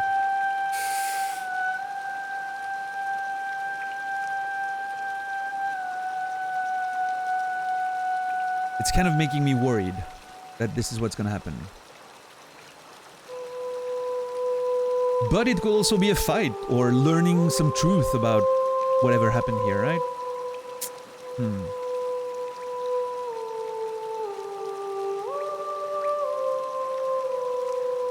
Yeah, Magnus, you're gonna... that's been a couple times now. The first thing you said when you joined the chat was, I almost broke a rule, and then you proceeded to break the rules 4 times. Do you need to go over them again? Maybe you clicked a bit too fast? Okay, I'll shut up. Thank you. That is very appreciated. Smartest thing you've said all day.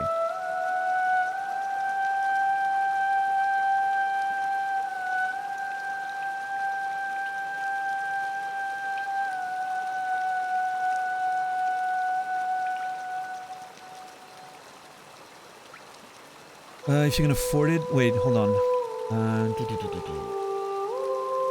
Oh yeah, Dom. I mean, here's the thing. I think everyone could benefit from therapy, one way or another. Almost anyone could benefit from it. It's, you know, like healthy mind, healthy body, right? Anyone could benefit from some form of exercise, right? Just like anyone can benefit from some form of therapy. It should really be more affordable for everyone. I think the world would probably run a bit better if we all worked on improving our minds and working out our issues. But I understand it's difficult. I understand it's hard to actually do it, right? It goes back to what we were saying earlier. It's not easy to open up and talk about who you are and what you are, and be confronted with the reality of your issues, right? It's easier to just shove them down and not think about it and lose yourself in gaming, movies, activities, relationships, and never have to, right? But, you know. Yeah, exactly, Nibiru. Even if you're not sick, everyone can benefit from a checkup or a bit of exercise. And I think it should be the same for mental stuff, for sure. But like Effie says, it should be more accessible. Should be taken care of by insurance or government subsidized, you know. And there should be more people doing it, more people trained to do it, more availability and all of that.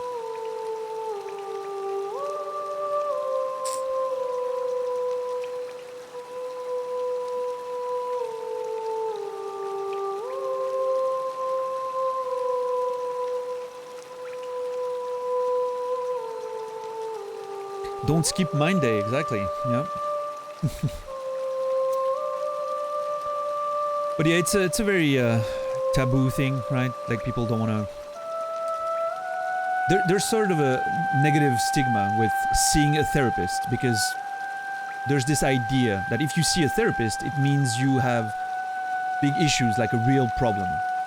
And when I say real problem, I mean like, you know, you have like an urgent problem that needs to be dealt with, or you're gonna, you know. And I don't think it's the right way to look at it. It needs to be looked at in a way that it's just good for you, right? Everyone can benefit from sorting out a few things in there. Life is fucking hard. It's impossible to go through it without messing up a few things in there. So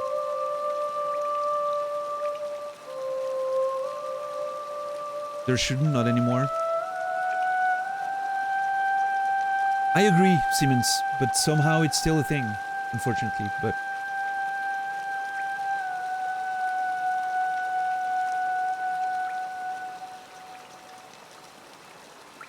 Yeah, exactly, Nibiru. You need someone who's not emotionally attached to you.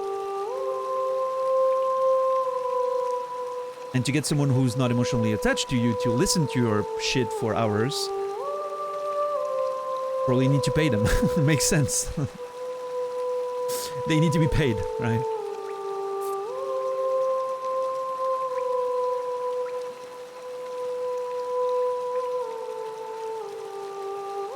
You just heard a rock hit your window? Yeah, that's probably just one of my mods coming to deal with you in person. I don't know. A squirrel playing around, you know.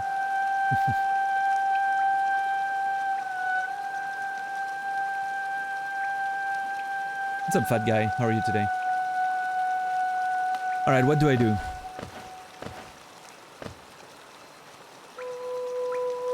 I think I'm gonna leave it alone for now. But at some point I'm gonna have to nail it and see what happens. But I think I still want to leave it alone for now.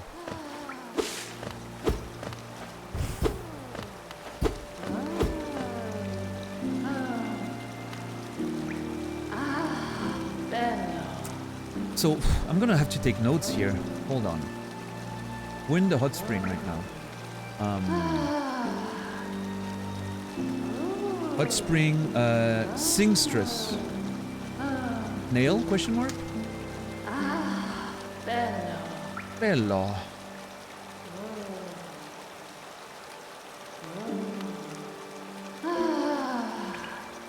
There's some things happening, yeah. I'm not sure she's alone.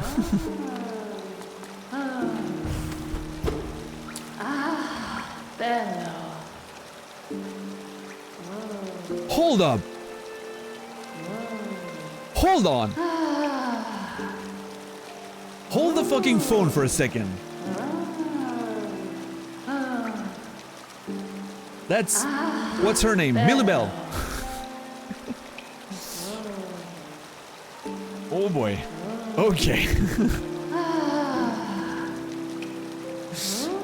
All right, we're gonna have to have a conversation, Millibel. Where's my money, bitch? With JC's voice, right? Jesse's voice. So it is indeed. By the way, I think I was right with the water going through the roof, like the light and all of that. I think it makes sense based on the location.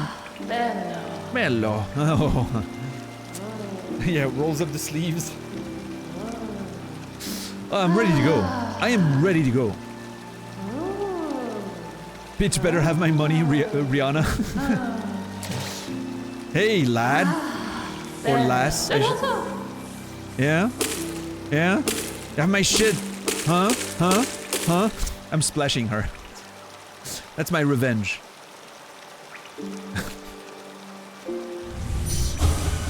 Oh no! Leave me be, creepy little thing. Remember, she had Mrs. Doubtfire voice. Nothing like a good disrespect splash, exactly. Yeah, get fucked. I'm splashing you. Hell yeah.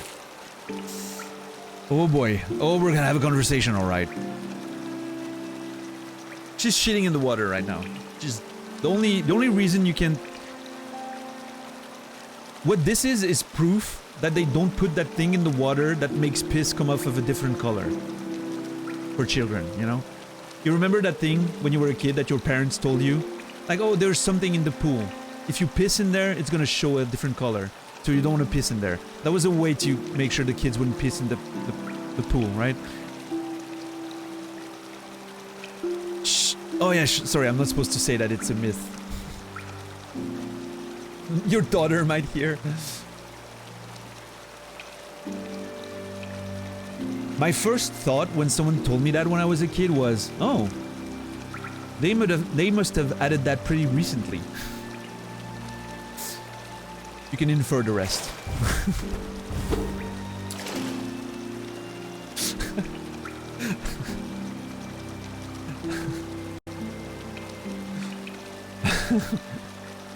Also, yeah, I wonder what color. I have to experiment. So it's not normal that it's red when you pee in the pool? Yeah, you might want to see a doctor for that, Nano.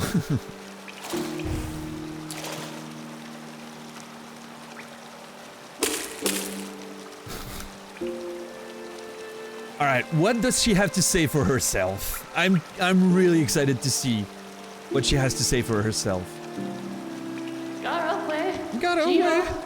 Millibel the thief. Oh, hello again, dearie. Fancy running into you here. Is it your Geo you're after? Well, you see, it's a sad thing, but it's gone. All spent.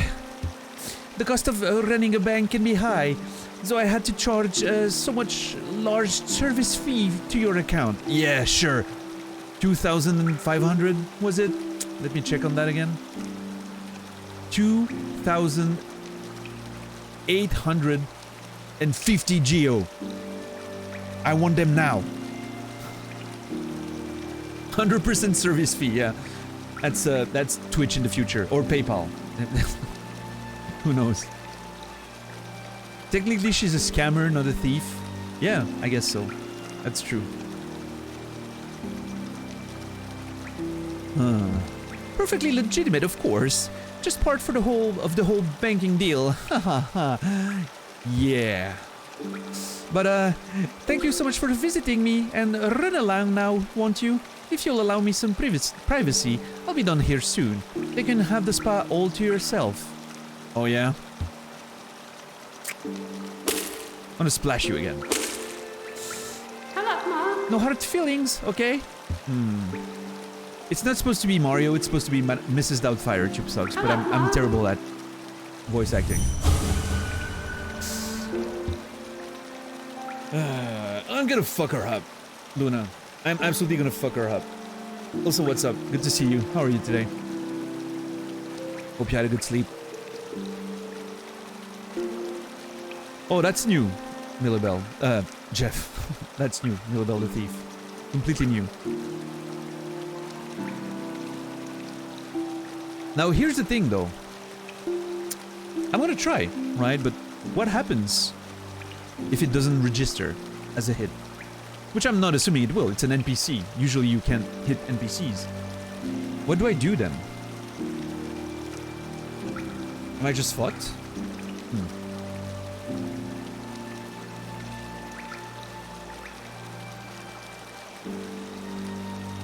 No, listen, Magnus. You said you would stop before, and you didn't respect that word. You said, I'll shut up now. Which, again, was the smartest thing you said all day. And now you're starting again. Unfortunately, it seems you are not fit to be part of this community. You might not be stupid, you're just very bad at following the rules. About backseating. It's different. And unfortunately, being stupid doesn't make you unfit to be here. Not following the rules, however, does. I am sorry, Magnus, but you have to go.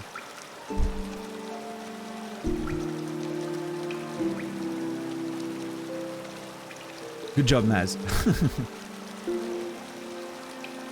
Naz gets the win. Maybe it should be a competition amongst the mod who gets the kills, right? Give him the bags! I like, by the way, I'm very much vibing with everyone posting the kill emote when you feel like it's about to happen. I really enjoy that. I think that needs to become a tradition.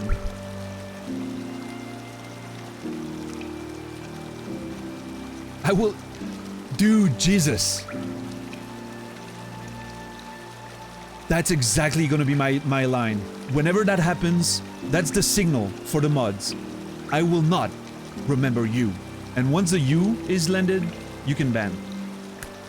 Jesus, you're a genius. That rhymes. So fucking dramatic, right? It's beautiful. I love it.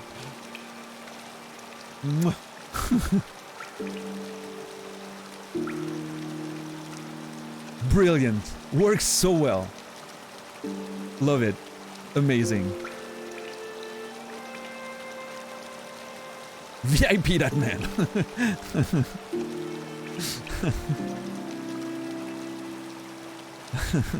it's I'm very selective with the VIPs, but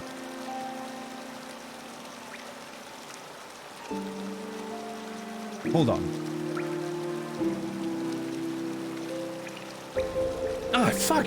I was about to do it, 10 bucks. I was clicking on his name, trying to find a way to gift us. I've never done that. I don't know how you gift a sub on your own channel. I was about to. I just noticed he didn't have a sub, so I was like, you know what? That deserves to be rewarded. But anyway, thank you, 10 bucks, for being fast on the trigger and gifting a sub to Jesus. That's the most deserved sub I've ever seen on this channel. Beautiful.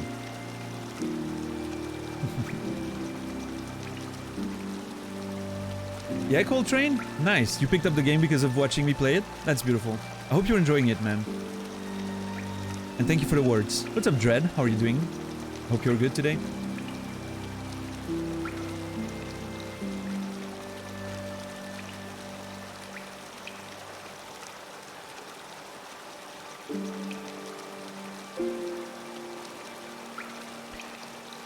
Yeah, the VIPs on my channel are members of the team, Frontseat Gaming, if they're not a mod. or streamers that... Other streamers that have supported me in exceptional ways, mostly. I'm not saying it's limited to that, but so far that's what it is.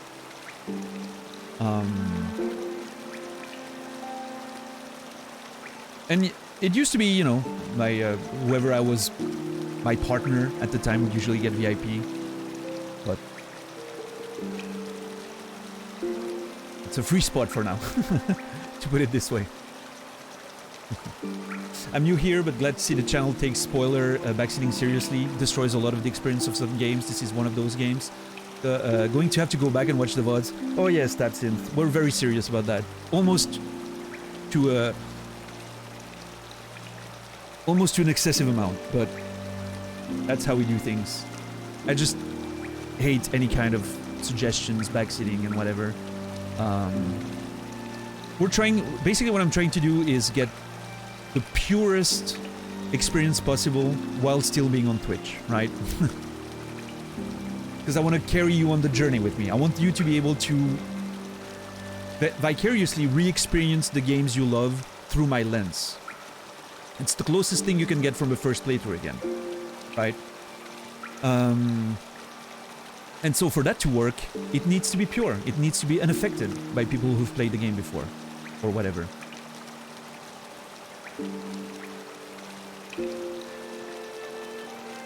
Is that how you break up with them? You just remove them? Yeah, one day you're gonna... someone shows up on the channel and they're like, oh, I'm not VIP anymore. What's happening? Well, babe... Here's the thing. What a way to start the conversation.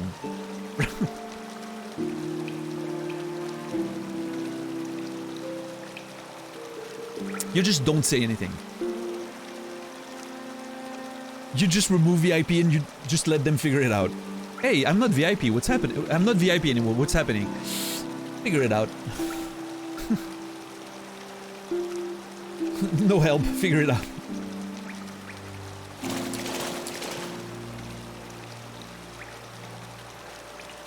Yeah, Colette? I mean, I think that's subjective, but I appreciate the words.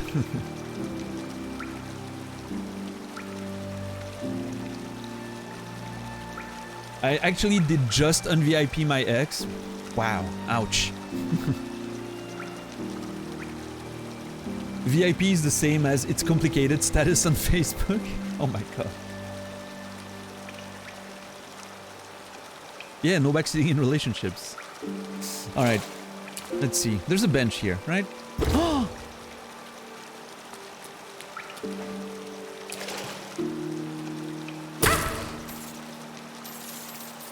Oh no! And also, It actually works! No fucking way, dude! And it gave me Geo, by the way.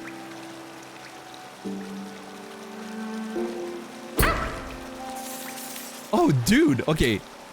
I'm around 160 at this point. 220? 300, roughly.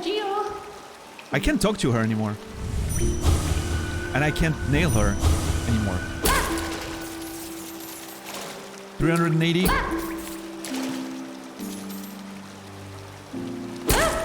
400. 500, roughly. 580.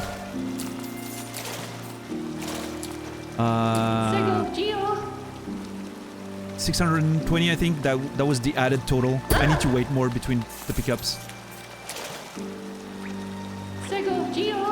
Roughly 600 right now, I think. 650. 700 and something. You started at about 850. I know, Korolevich. I felt it was more fun to count. But now you've ruined it. Thank you.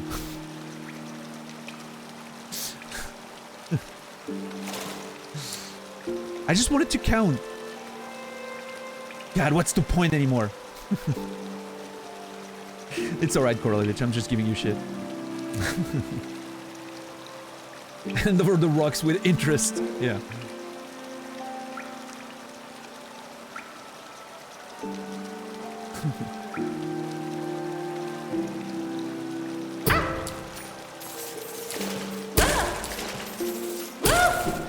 I'm not counting anymore now. Oh my god. Can I? Okay, is there a way for me to... We're playing volleyball right now.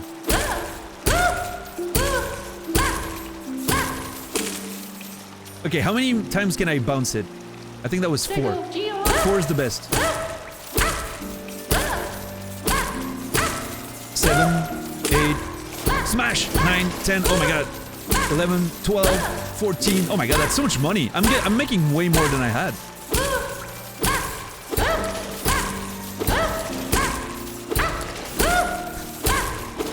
Ooh.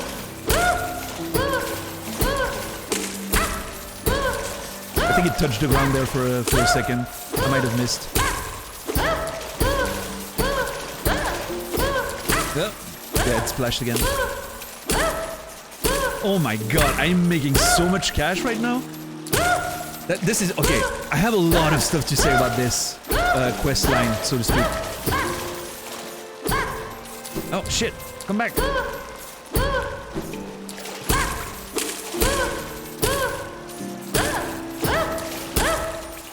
Yeah, I'm using all my Tekken skills right now.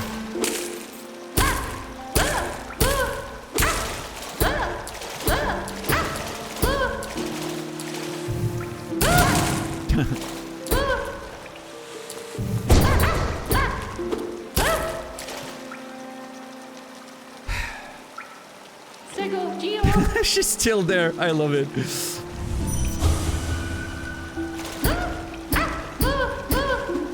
Oh, that might have been a better way, but how did it feel? Amazing. And I made about 4,500 roughly, a bit less. Which is about, what, 60%, 70% gain? Pretty decent investment. Fuck you, bitch. Get splashed.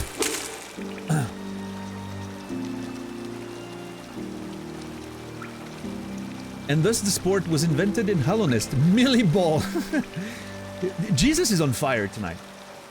I don't know what's happening, but Jesus is on fire right now.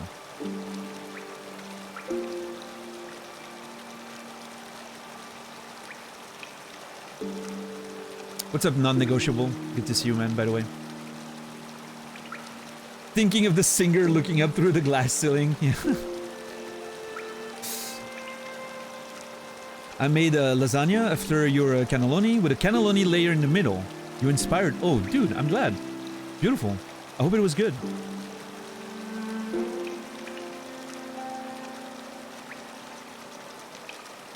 How goes the Hollow Knight? Well, after this, I feel like I blew my load right there. I'm just... It will never be the same at this point. Okay, so here's the thing. Here's the thing about this whole quest line. I love how it's such a punch in the dick when you know, like, you get scammed out of your money quite early in the game, usually. I would say, because you get there quite early and, you know, you start putting that money in there and there's not much to spend on at the beginning, and so you kind of get screwed pretty easily. Early, sorry. At least for me, that's what it was. It meant something, those almost 3K at the time. And then you get that payoff of getting interest on whatever you invested. So it still works as a bank, like you put the money in, you get some returns on your investment, which is fun. But it's done in such a satisfying way. Like, it tricks you, makes you feel like a fool, and then just gives you the opportunity to get revenge. And I think that's so wonderful, the way it's done. And it's fun to do. Like, it's fun to smash the ball and just, you know. What a brilliant way to do this. Just a period of non-liquid assets, exactly.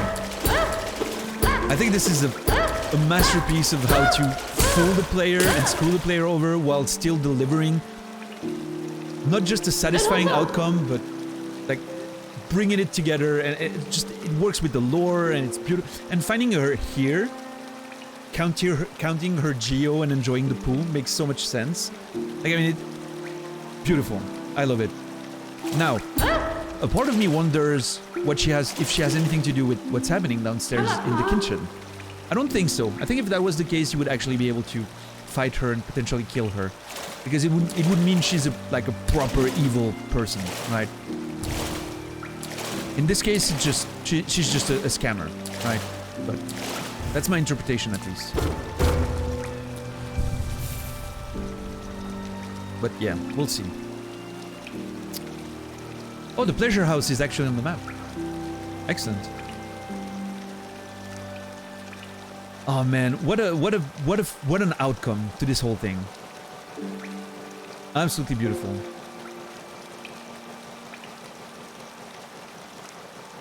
Or maybe it's not the end, who knows, right? But this feels like, if that is the conclusion, I feel like it's a fair way to go about it, but who knows, maybe she turns over a new leaf and suddenly there's more about it.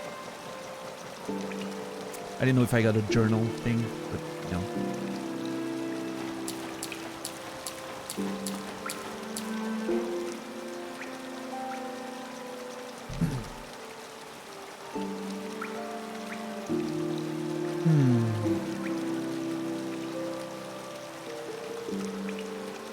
Yeah, exactly, Jeff.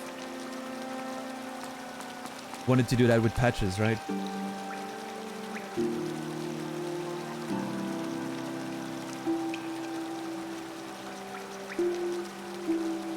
Yeah, I think Luna just said that she was throwing a party.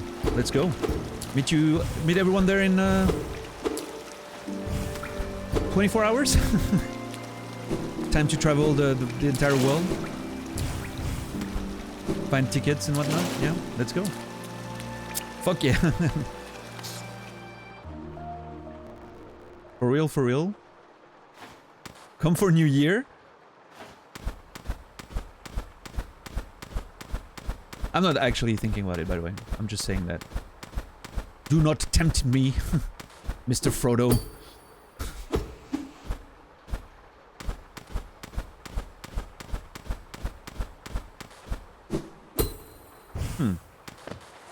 This is interesting. This feels like an elevator of some kind, which I'm assuming is... Yeah, it's the big elevator. Oh, I guess that was... I remember! I did land on that ledge, and I even remember saying something like, this is weird. There's a ledge here. It should lead to somewhere. God, this game's so amazing.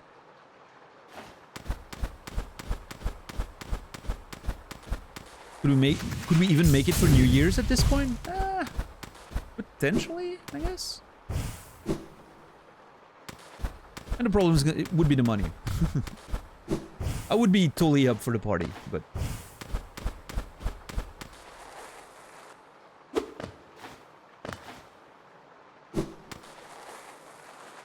I'll be streaming on New Year's Eve, if you guys want to hang out, if you don't have anything better to do. That's what I'll do, right?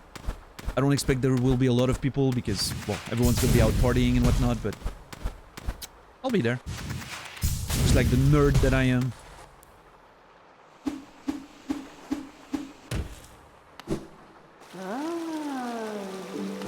Oh, she's chilling again. She's chilling again, huh? I have nothing left. I suppose you might be on your way now. Yes. I think that would be best. Do you really have nothing else, though? Sego, Gio.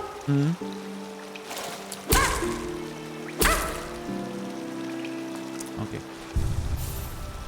Hello, Mom. Yeah, Nibiru? Oh, I'm sorry for your wife having COVID, but...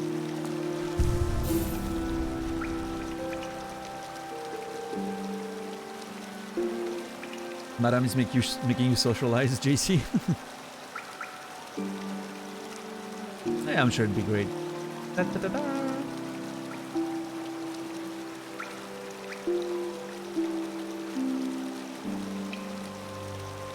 Oh, Lobes, there's a good chance that we might travel together. If JC is willing, but...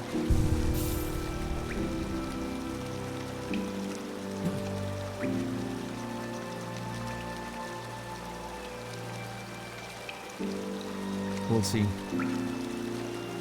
But yeah, I don't know. I might, real talk, I might be in Australia next year at some point. I know I'm making a lot of plans, and getting the money will be difficult, but I'd almost, not almost, I'd sincerely be considering going to like subs, teaching subs for like a month, not a month, a week. To get some actual money to, you know, to travel a bit more than I want to. I think for the US it should be alright. That should be not too expensive. Australia is a bit more expensive, of course. It's like on the literal other side of the world. But I'm hoping I can make it there. I would love to see the people around there. Save money, you can crash here. Hey, I mean, we can talk about it. Fizzy also offered a couch should I need one at some point, but yeah, I mean, if I can maybe split amongst different people and so that nobody has to take the full responsibility of me. Yeah, for sure, man. It's, I don't know why I said man. I said man for everyone. But yeah, for sure. Let's talk about it. Absolutely.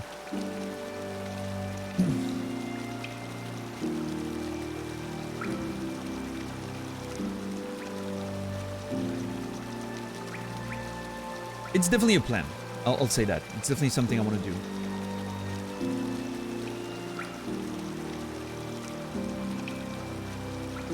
Alright, I'm not sure why this connects to this, but it's interesting. I want to go check... Hold on.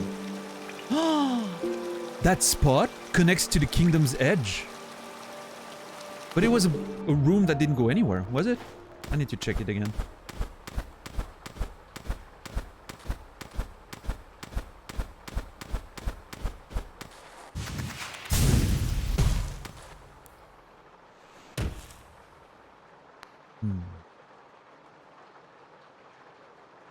Wait, hold on. Did I miss a message from Sal? Oh no, I thought Saladino sent something, but I must have dreamed that. Oh, it was Stabthinth. I think I mixed it up. I was going to ask if you played Outer Wilds. Look at the VODs instead. Yeah. Outer Wilds was just... Ugh. So far, it's my favorite thing I've ever streamed. Hollow Knight might be right up there with it, but yeah, it's one of my top 3 games of all time, Outer Wilds. I played it at a very emotional moment in my life. I literally did the first episode of Outer Wilds the day before my grandmother passed away, and you know, she was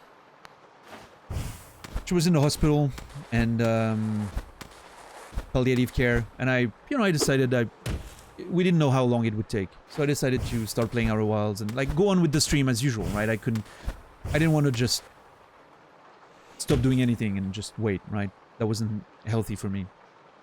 Played the first episode of Outer Wilds, then her condition got worse the next day, so I didn't stream for like a day or two. And yeah, that was it.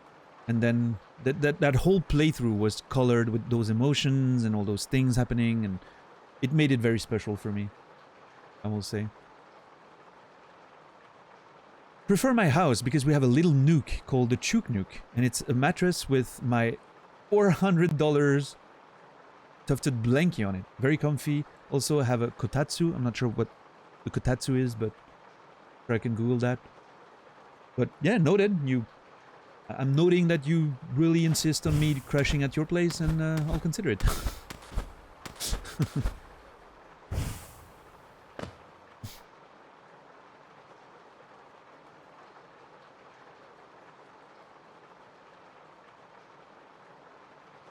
Yeah, Stab. It definitely helped with all the grieving feelings and...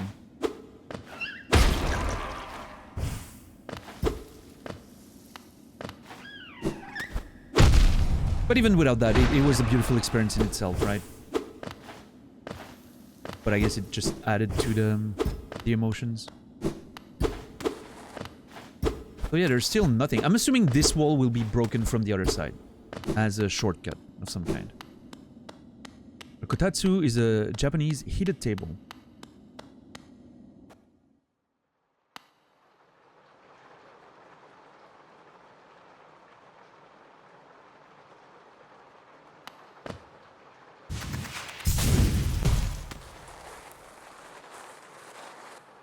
Why is it heated?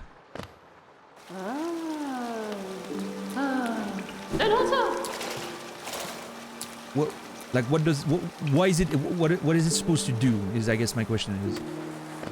I'm sorry, I'm very ignorant about that thing. Yep, stab, I did. It was part of the experience as the whole thing. I didn't even realize it was a DLC at first. I kind of figured after some time because of the design of it, the way it was designed and everything, but I didn't know it was a DLC. I just played the whole thing, right?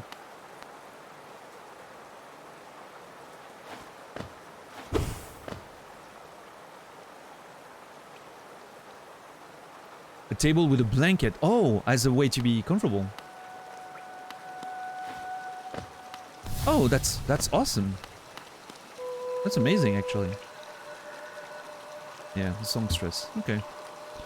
She told us all of that already. Okay, I'm gonna leave her alive for now, but I need to decide if I want to nail at some point, see if it does anything.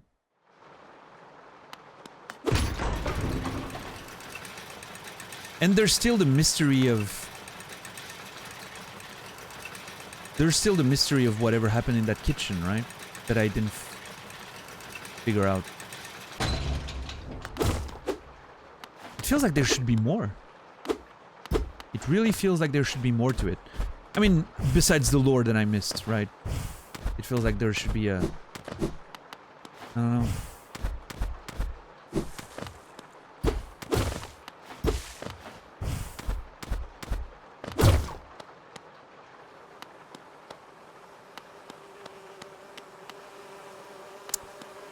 Really feels like I should be learning more about this place outside of the lore. God damn it. Maybe it will forever stay speculation.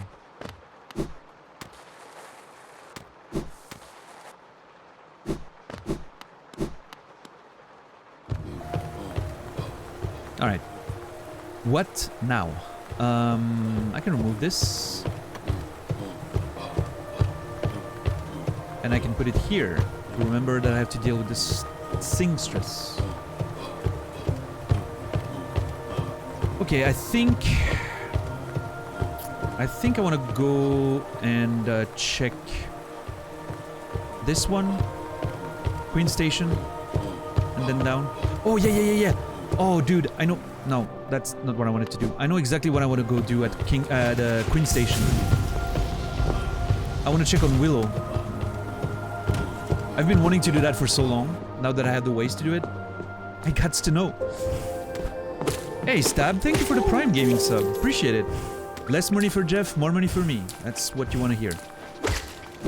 Thank you, dude. I appreciate the love.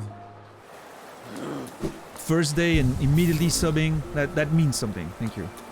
And you only have one Prime sub, right? So it means even more. A true gentleman.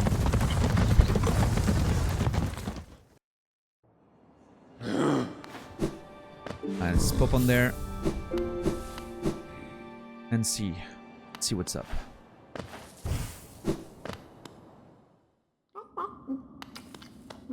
Oh, please be something. Please be something. Oh my god, it is. This game is amazing.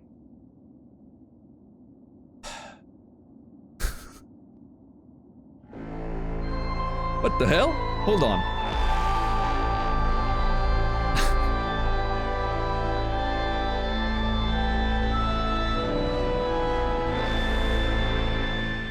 Nibiru, thank you for the 5-pack to the community, paying forward the gift you got from $10. Amanda, Eris, Lomir, Kaga, and Merlinor. Congrats, everyone. And thank you so much, Nibiru. 5 first collected memories. That's the start of a collection right there, if I've ever seen one. Beautiful. Thank you, man. Truly appreciate the support. You guys are way too generous. Thank you. But yeah, this is insane. I did not expect the game to actually have something up there. But I'm so glad it does. How great is this? Seriously. Everything is a secret in this game. I love that he comes up with you. Delicious. Just splendid.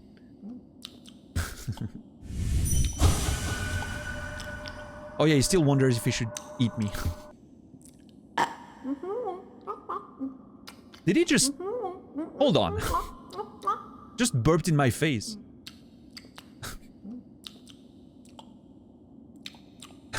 Hey, Merlinor. Welcome in. Yeah, thank you, Nibiru, again, for bringing people in. Beautiful. No more ads for all of these people. Isn't that great? God, I love the thought of people not getting ads. Please, not food. Oh no. The poor guy was... Either he got scared, and so he wasn't, you know, he was afraid of leaving because he got scared. I mean, clearly he didn't get eaten, right? But... really got scared. That's unfortunate.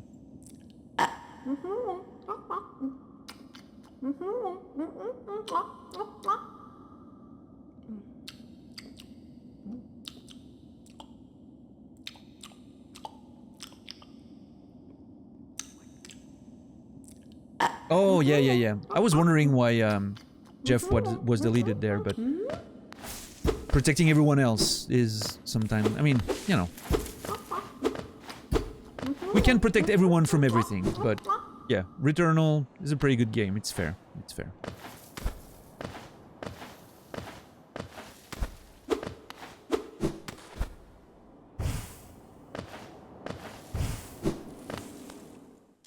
Yeah, I do dumb sometimes. That's true. Okay, I want to check if... Is there anything back here now that we've... No. I was wondering if she came... Like, how amazing would that have been? If she came back here with the thing again, just to try to make up for the loss, you know?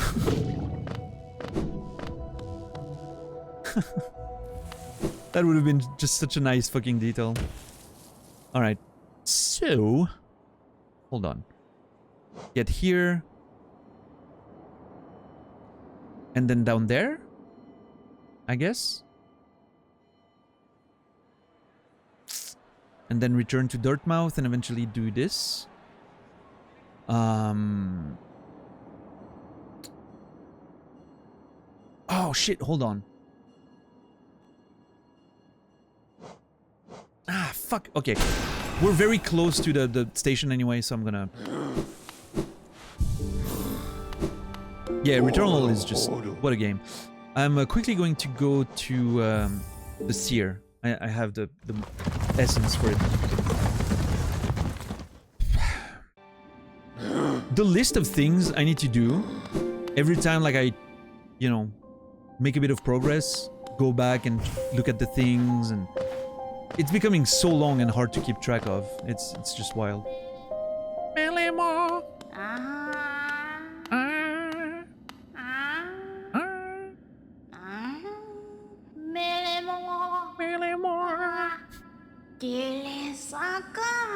Gilisakan. Ah, Wilder. You've returned. Let me have a look at the dream nail. You should take a nap, thank you. I wish I could, but I have a nerd to do work for after the stream.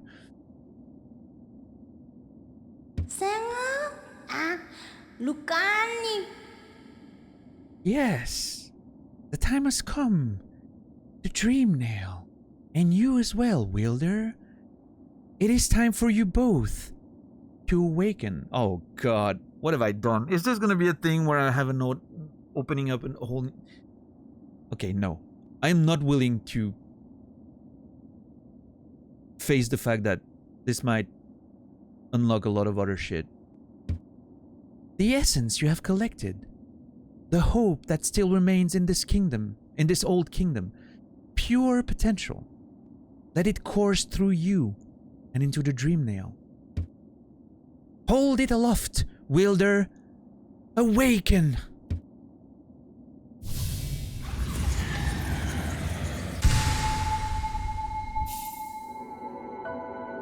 Collected the awoken dream nail. Hold triangle to charge and slash with the nail. The dream nail is upgraded. It can break into even the most protected mind. Aha!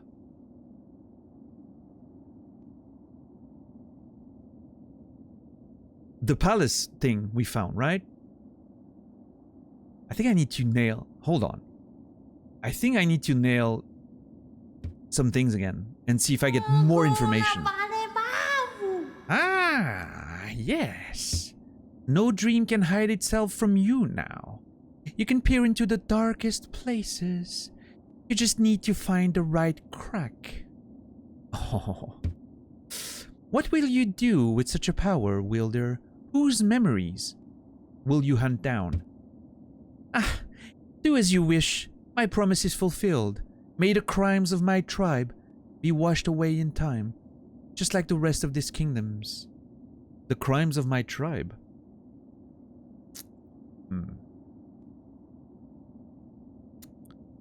I wanna save this one.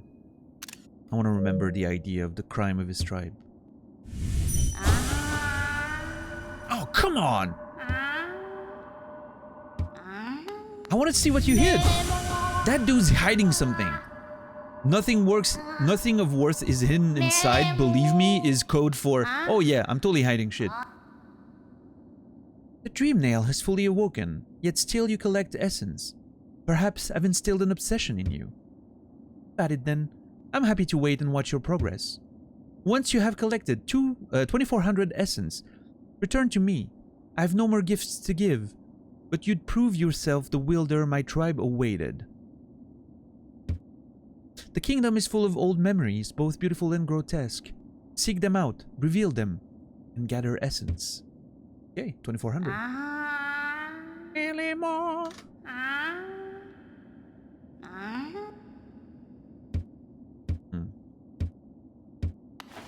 Okay. I wonder if nailing shit's gonna give me new information now. Dead remembered, penitent moth, dreams revered. Oh, same. Okay. This at least is the same, but at least I know how to break into the dream of that armored, white armored guy at the hidden station near the king. I won't go there now though. Patience. Patience, people. Queen Station again.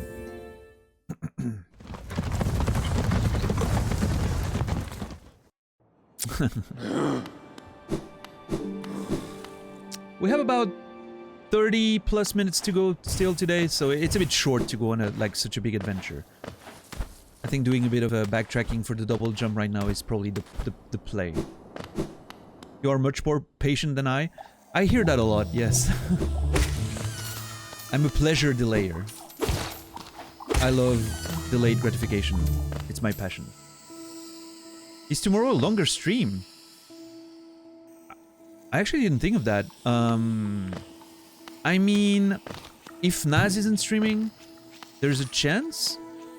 But then if Casey is doing Boshi, maybe it depends on how Boshi goes tonight. Maybe it will be a bit longer, right?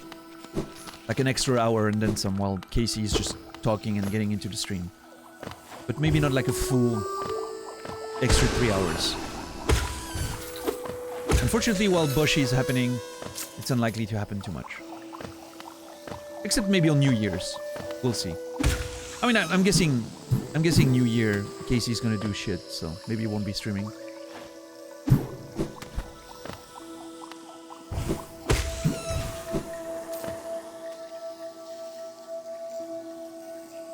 Where did the week go? I know, right, Naz? You know what? I think it's because Christmas things, I didn't stream one. For me, it's that. I didn't stream one of the days, so of course it makes me like holy shit, where did the fucking week go? But for you, I think it's Because you changed games in the middle of the week. So it kind of gives you that feeling of, you know, new game, new week, right?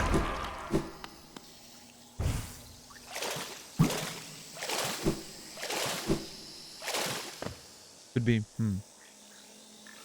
Hold on, I need to go right here.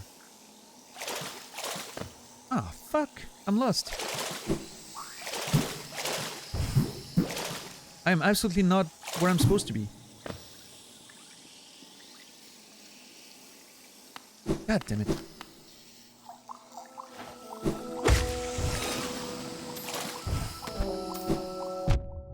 Yeah, no worries, Dom. No worries. You gotta do what you gotta do. Nobody's forced to be here, right? It's not a mandatory attendance thing.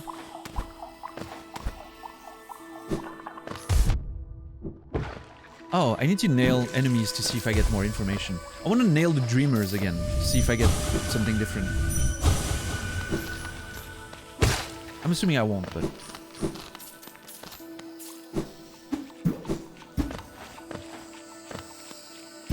As far as you know, yeah.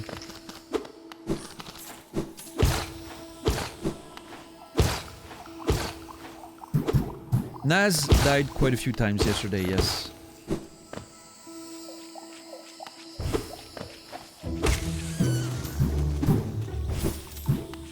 Yeah, JC.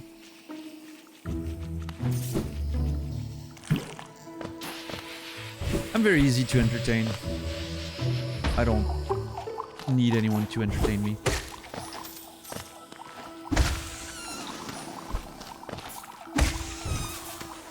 I don't know what's inaccessible anymore. Where was I stuck? Wasn't there... There's a plant here, yeah? Hold on. Yeah, there.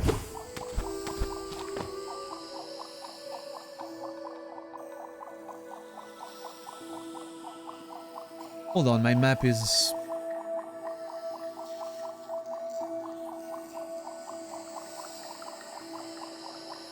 Yeah. Huge vertical jump was above.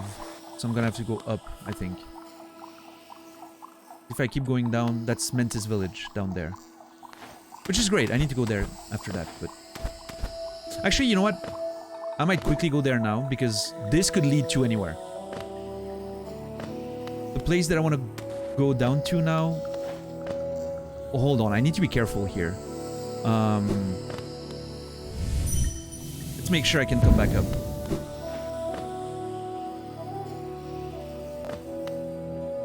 Oh, I actually can. I forgot that this was on the way.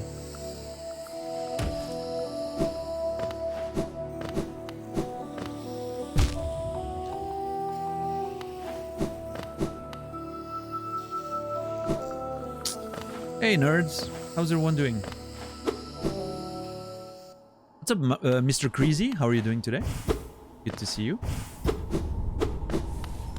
Alright, so what I'm trying to get to is up there.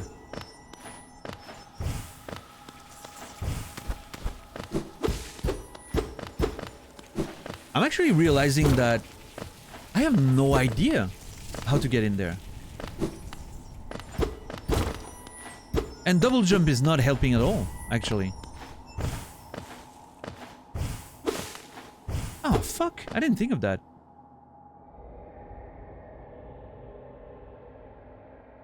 Greg, what the fuck are you doing? That's the second time today. Oh, Nibiru, he misclicked. Greg has been misclicking today. Do I need to remove your mod status, Greg? Have you disappointed me so fast? Oh, I actually think this is gonna lead there. Oh my god, I'm a fool. Just wasting time.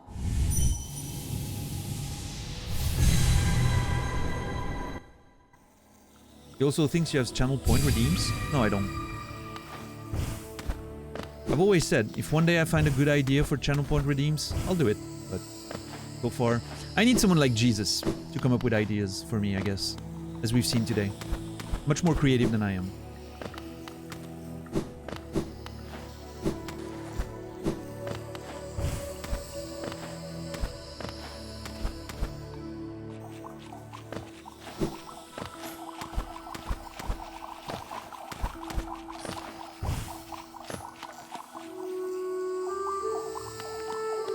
Ah, that was the one. Yeah. Hell yeah. Here we are. The fungal core? Oh. It's a sub-area. Interesting.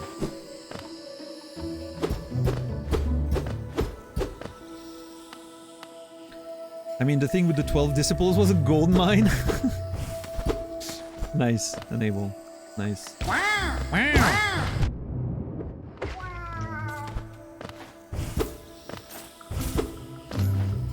Yeah, well, everything good, Nibiru? Are you able to talk as normal? I think Naz and banned you, but yeah. Just a mistake. I'm sorry. I have to apologize for Dom. He's unable to control his clicks today, apparently.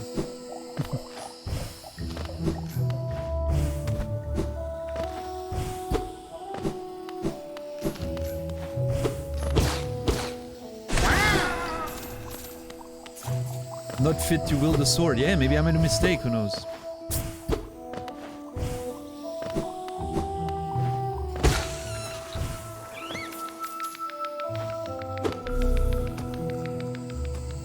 Wait, hold on. What was that?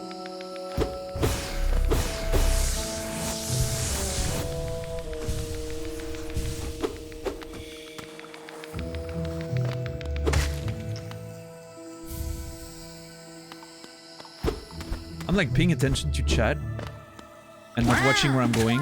This is a great way to be lost in a place where I don't have a map for.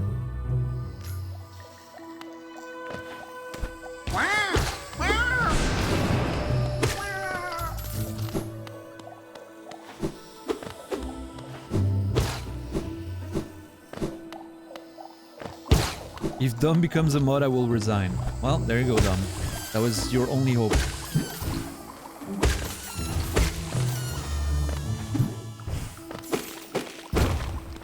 Cool.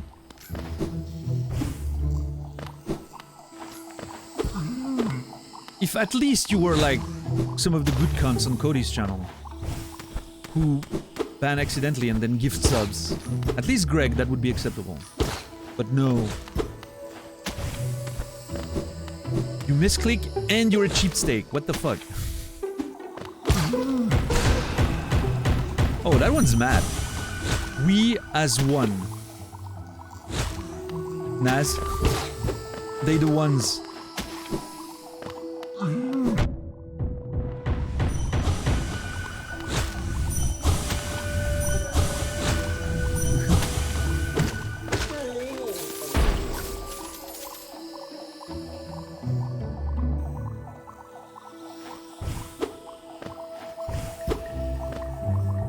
I'm about to kill the one YouTube viewer, yeah.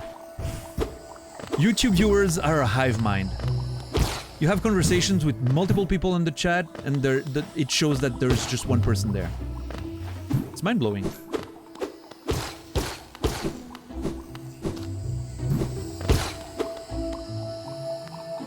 I'm not kidding, by the way. This is happening on Naz's YouTube channel. Literally 5 people talking, having a conversation, and the chat numbers show one person viewing.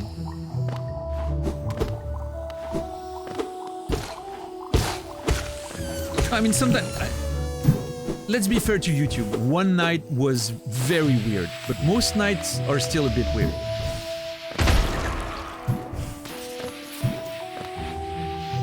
It's like it can't really track of how many viewers there is.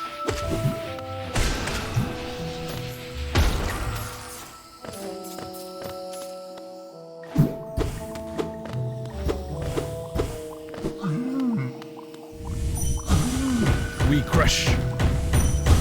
We as one. We crush. Not a lot of conversation, that guy, but... Okay, that's it. I've been around the whole thing, I guess.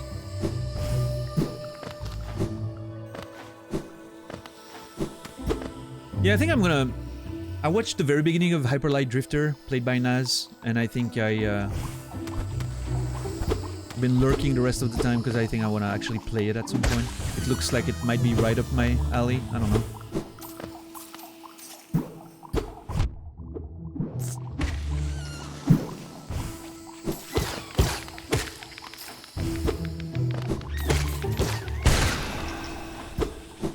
Pretty vibey game.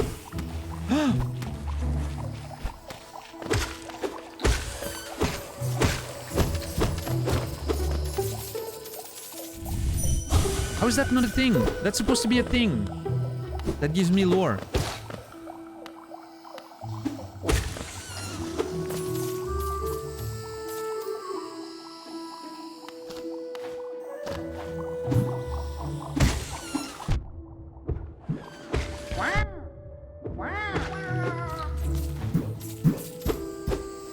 Oh my god, dude. Can I stop falling everywhere? This place is just full of holes.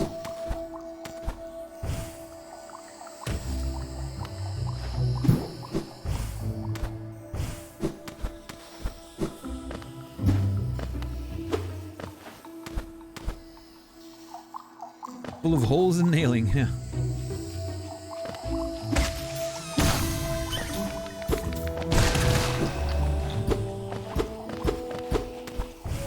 Hold on. Feels like...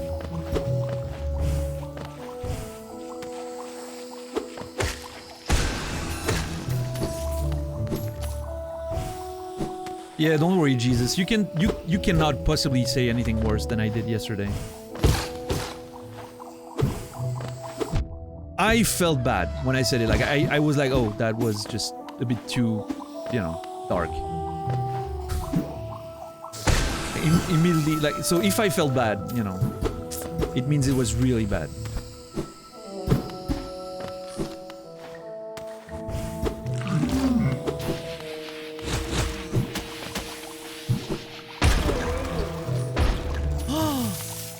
Oh, that's a cool strat. Nice.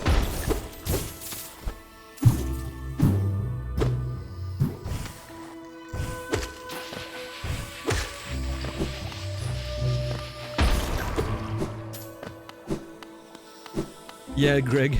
I mean, most of it is still, you know, friendly ribbing, right?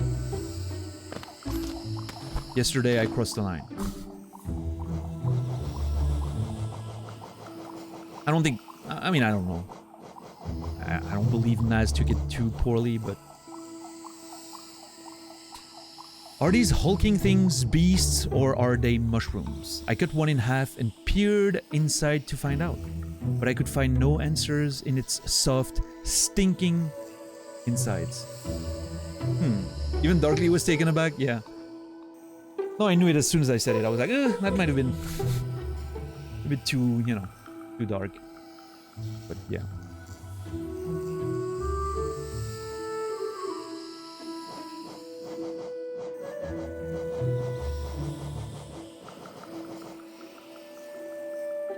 So the hunter cuts them in half to see what's inside them.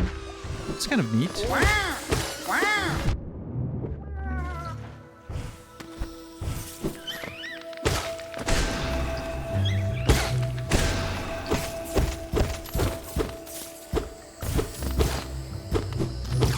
It'll make you stronger, Nibiru. Now you have that first-hand experience of what some random chatters are going through, right? You can see the other side. And you came back. It's like a near-ban experience.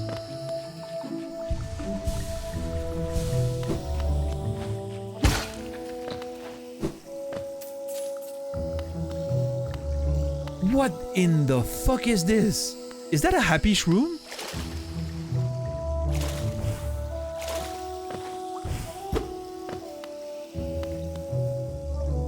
Hold on.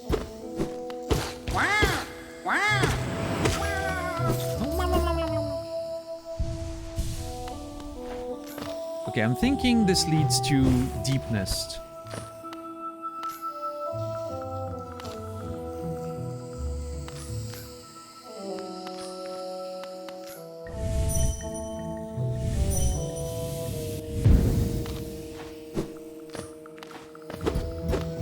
Just want to make sure I'm not falling in Deep Nest right there. That probably leads to the thing I was saying, like the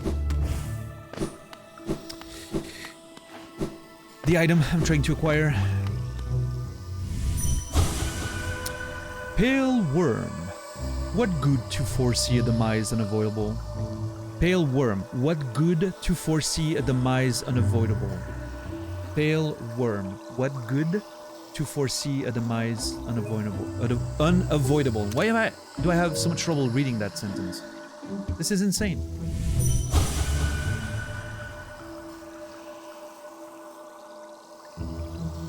Looks like he's having a bath, a green bath. Give me that timeout. Can we throw a 10-second PD timeout for Marie, please?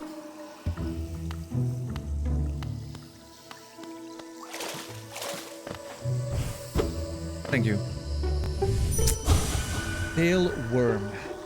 What good to foresee a demise unavoidable? So, Worm, I remember hearing of Worm a few times, the mention of a worm that could see the future and predict stuff. I remember that, I think.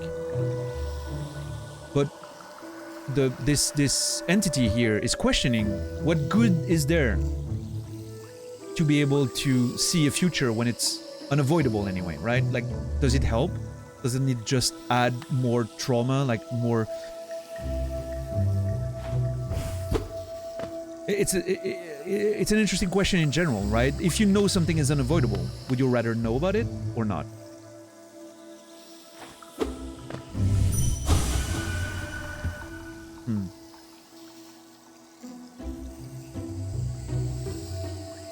Oh, you can see the reason? That's pretty good.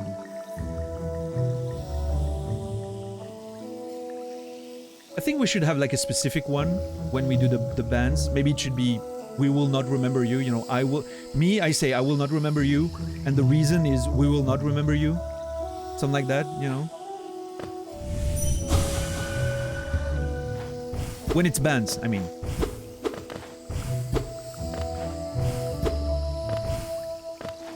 Or you are forgotten. Dot.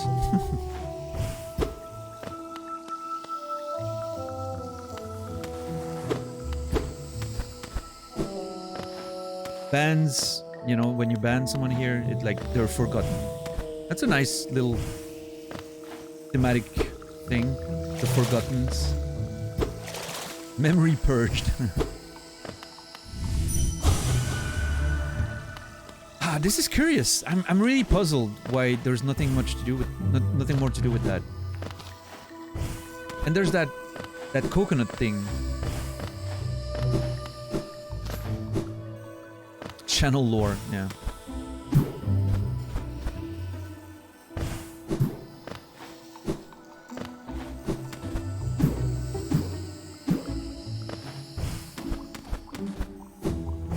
I mean, I like the whole theme of having like a theme around the channel. The memories thing, I think is pretty good. Fits my playstyle and the way I approach life and stuff, but it's not... I don't need it to be like something that's too present, right? It can be subtle and just right there in the background. Alright, this is it, yep. I was expecting that. Hey, one more health. Nice.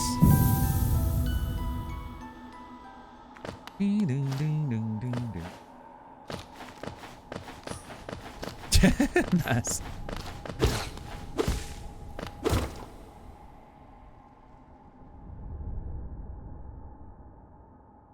All right. Oh, interesting. I never thought of that. I can use my Dreamgate to locate myself on the map. I didn't think of that. It's almost cheating, but...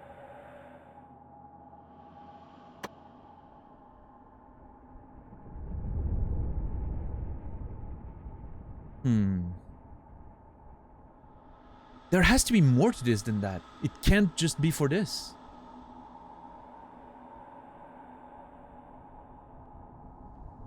Counterposition to the sub-message. A memory has been lost.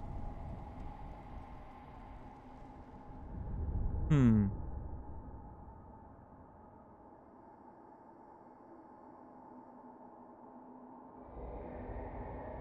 I don't know. I have to think about some of those things.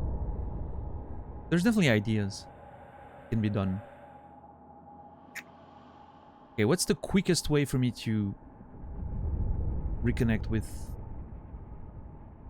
a...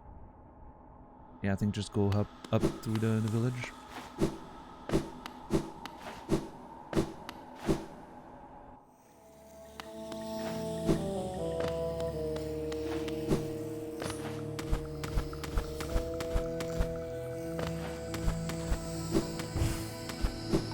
Alright, I think I want to go back to the...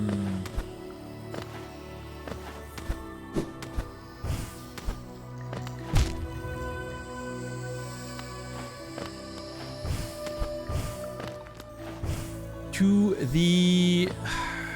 I'm losing my words. Station. Queen Station. Yep. This is where I want to go now. Still not sure, you know.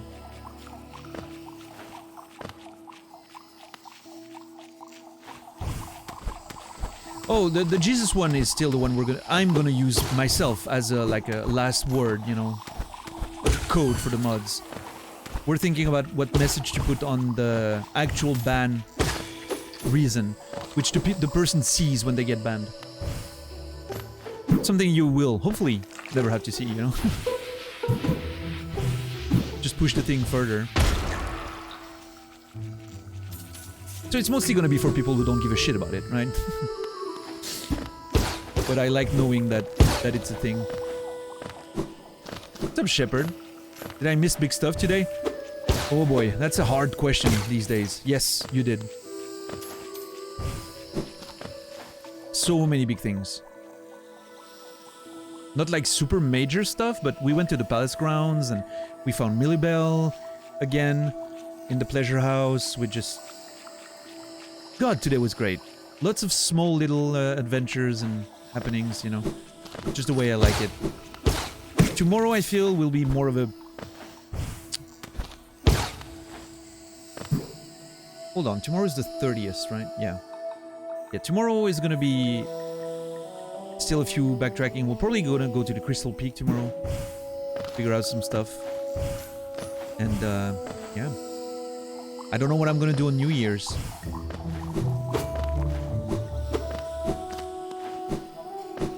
I think I'm gonna do, potentially...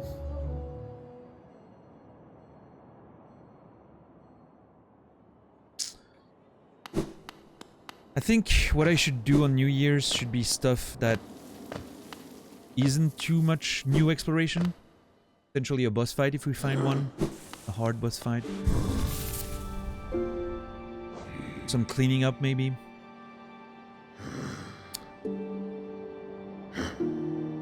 Something that can easily be caught up on, right? I feel like I'm gonna have to go back to the fungal core and figure out some stuff with that giant thing. I feel like there's more to it than what I'm picking up on. Maybe it's the origin of the whole fungus thing.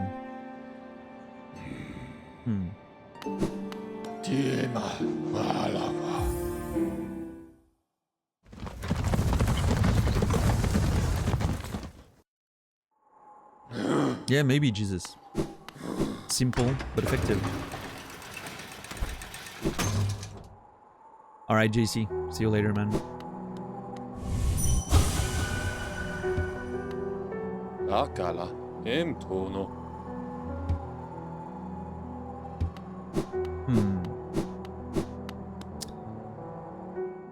Bum, bum.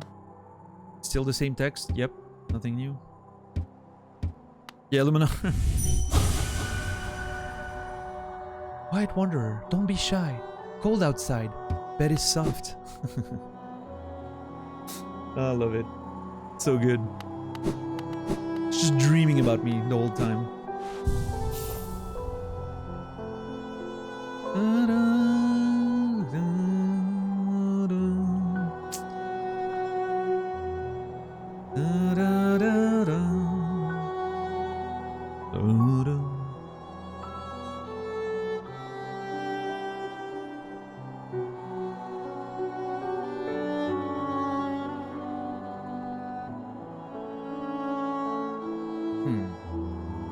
Hey Valk, what's up, man? How are you doing?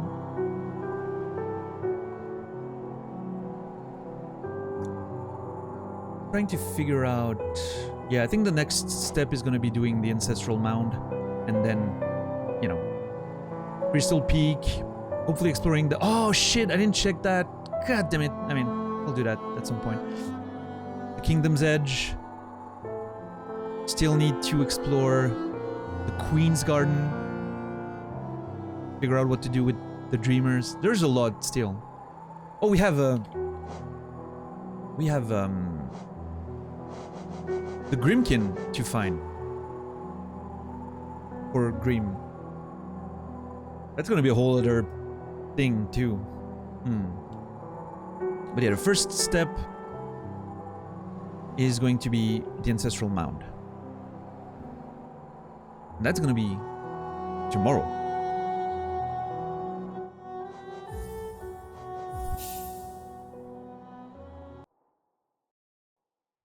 All right, everybody.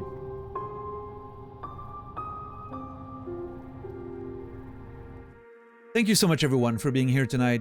I truly appreciate the support. We have so many more things to do in this game. It's wild. I don't know how I'm gonna work out New Year's. Tomorrow I'll be there. Same time as usual, same stream as usual. 19 hours from now. 7 p.m. Central European Time, 1 p.m. Eastern, 10 a.m. Pacific, 5 a.m. Australian Eastern Time. Please stick around if you don't mind for a few minutes. We're gonna raid someone I don't have the opportunity to raid very often. Because he's live right now. And he's helped me so much, I need to return the favor even if I'm a blip on his radar. You know. It still means a lot to me, so... Yeah. I will be doing that in a few minutes. And it's someone you need to watch. It's probably one of the best streams on Twitch, so... Yeah. Yeah, no spam of emotes and whatnot during raids over there. Otherwise, you're, you know... No spam. You can just say hi from me, but...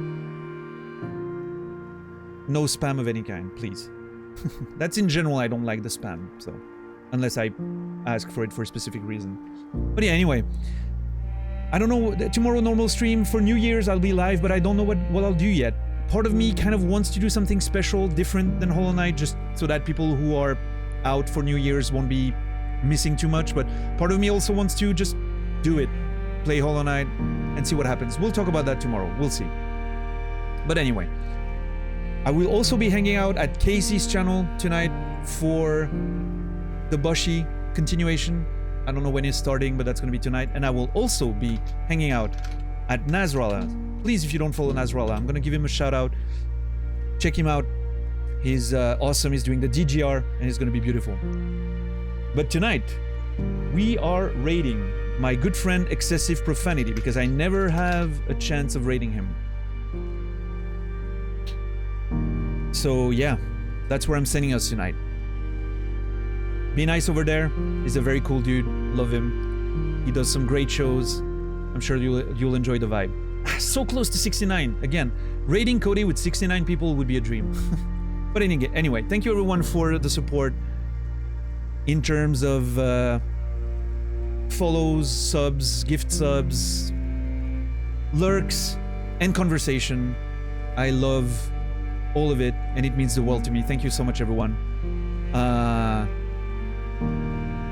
What can I say?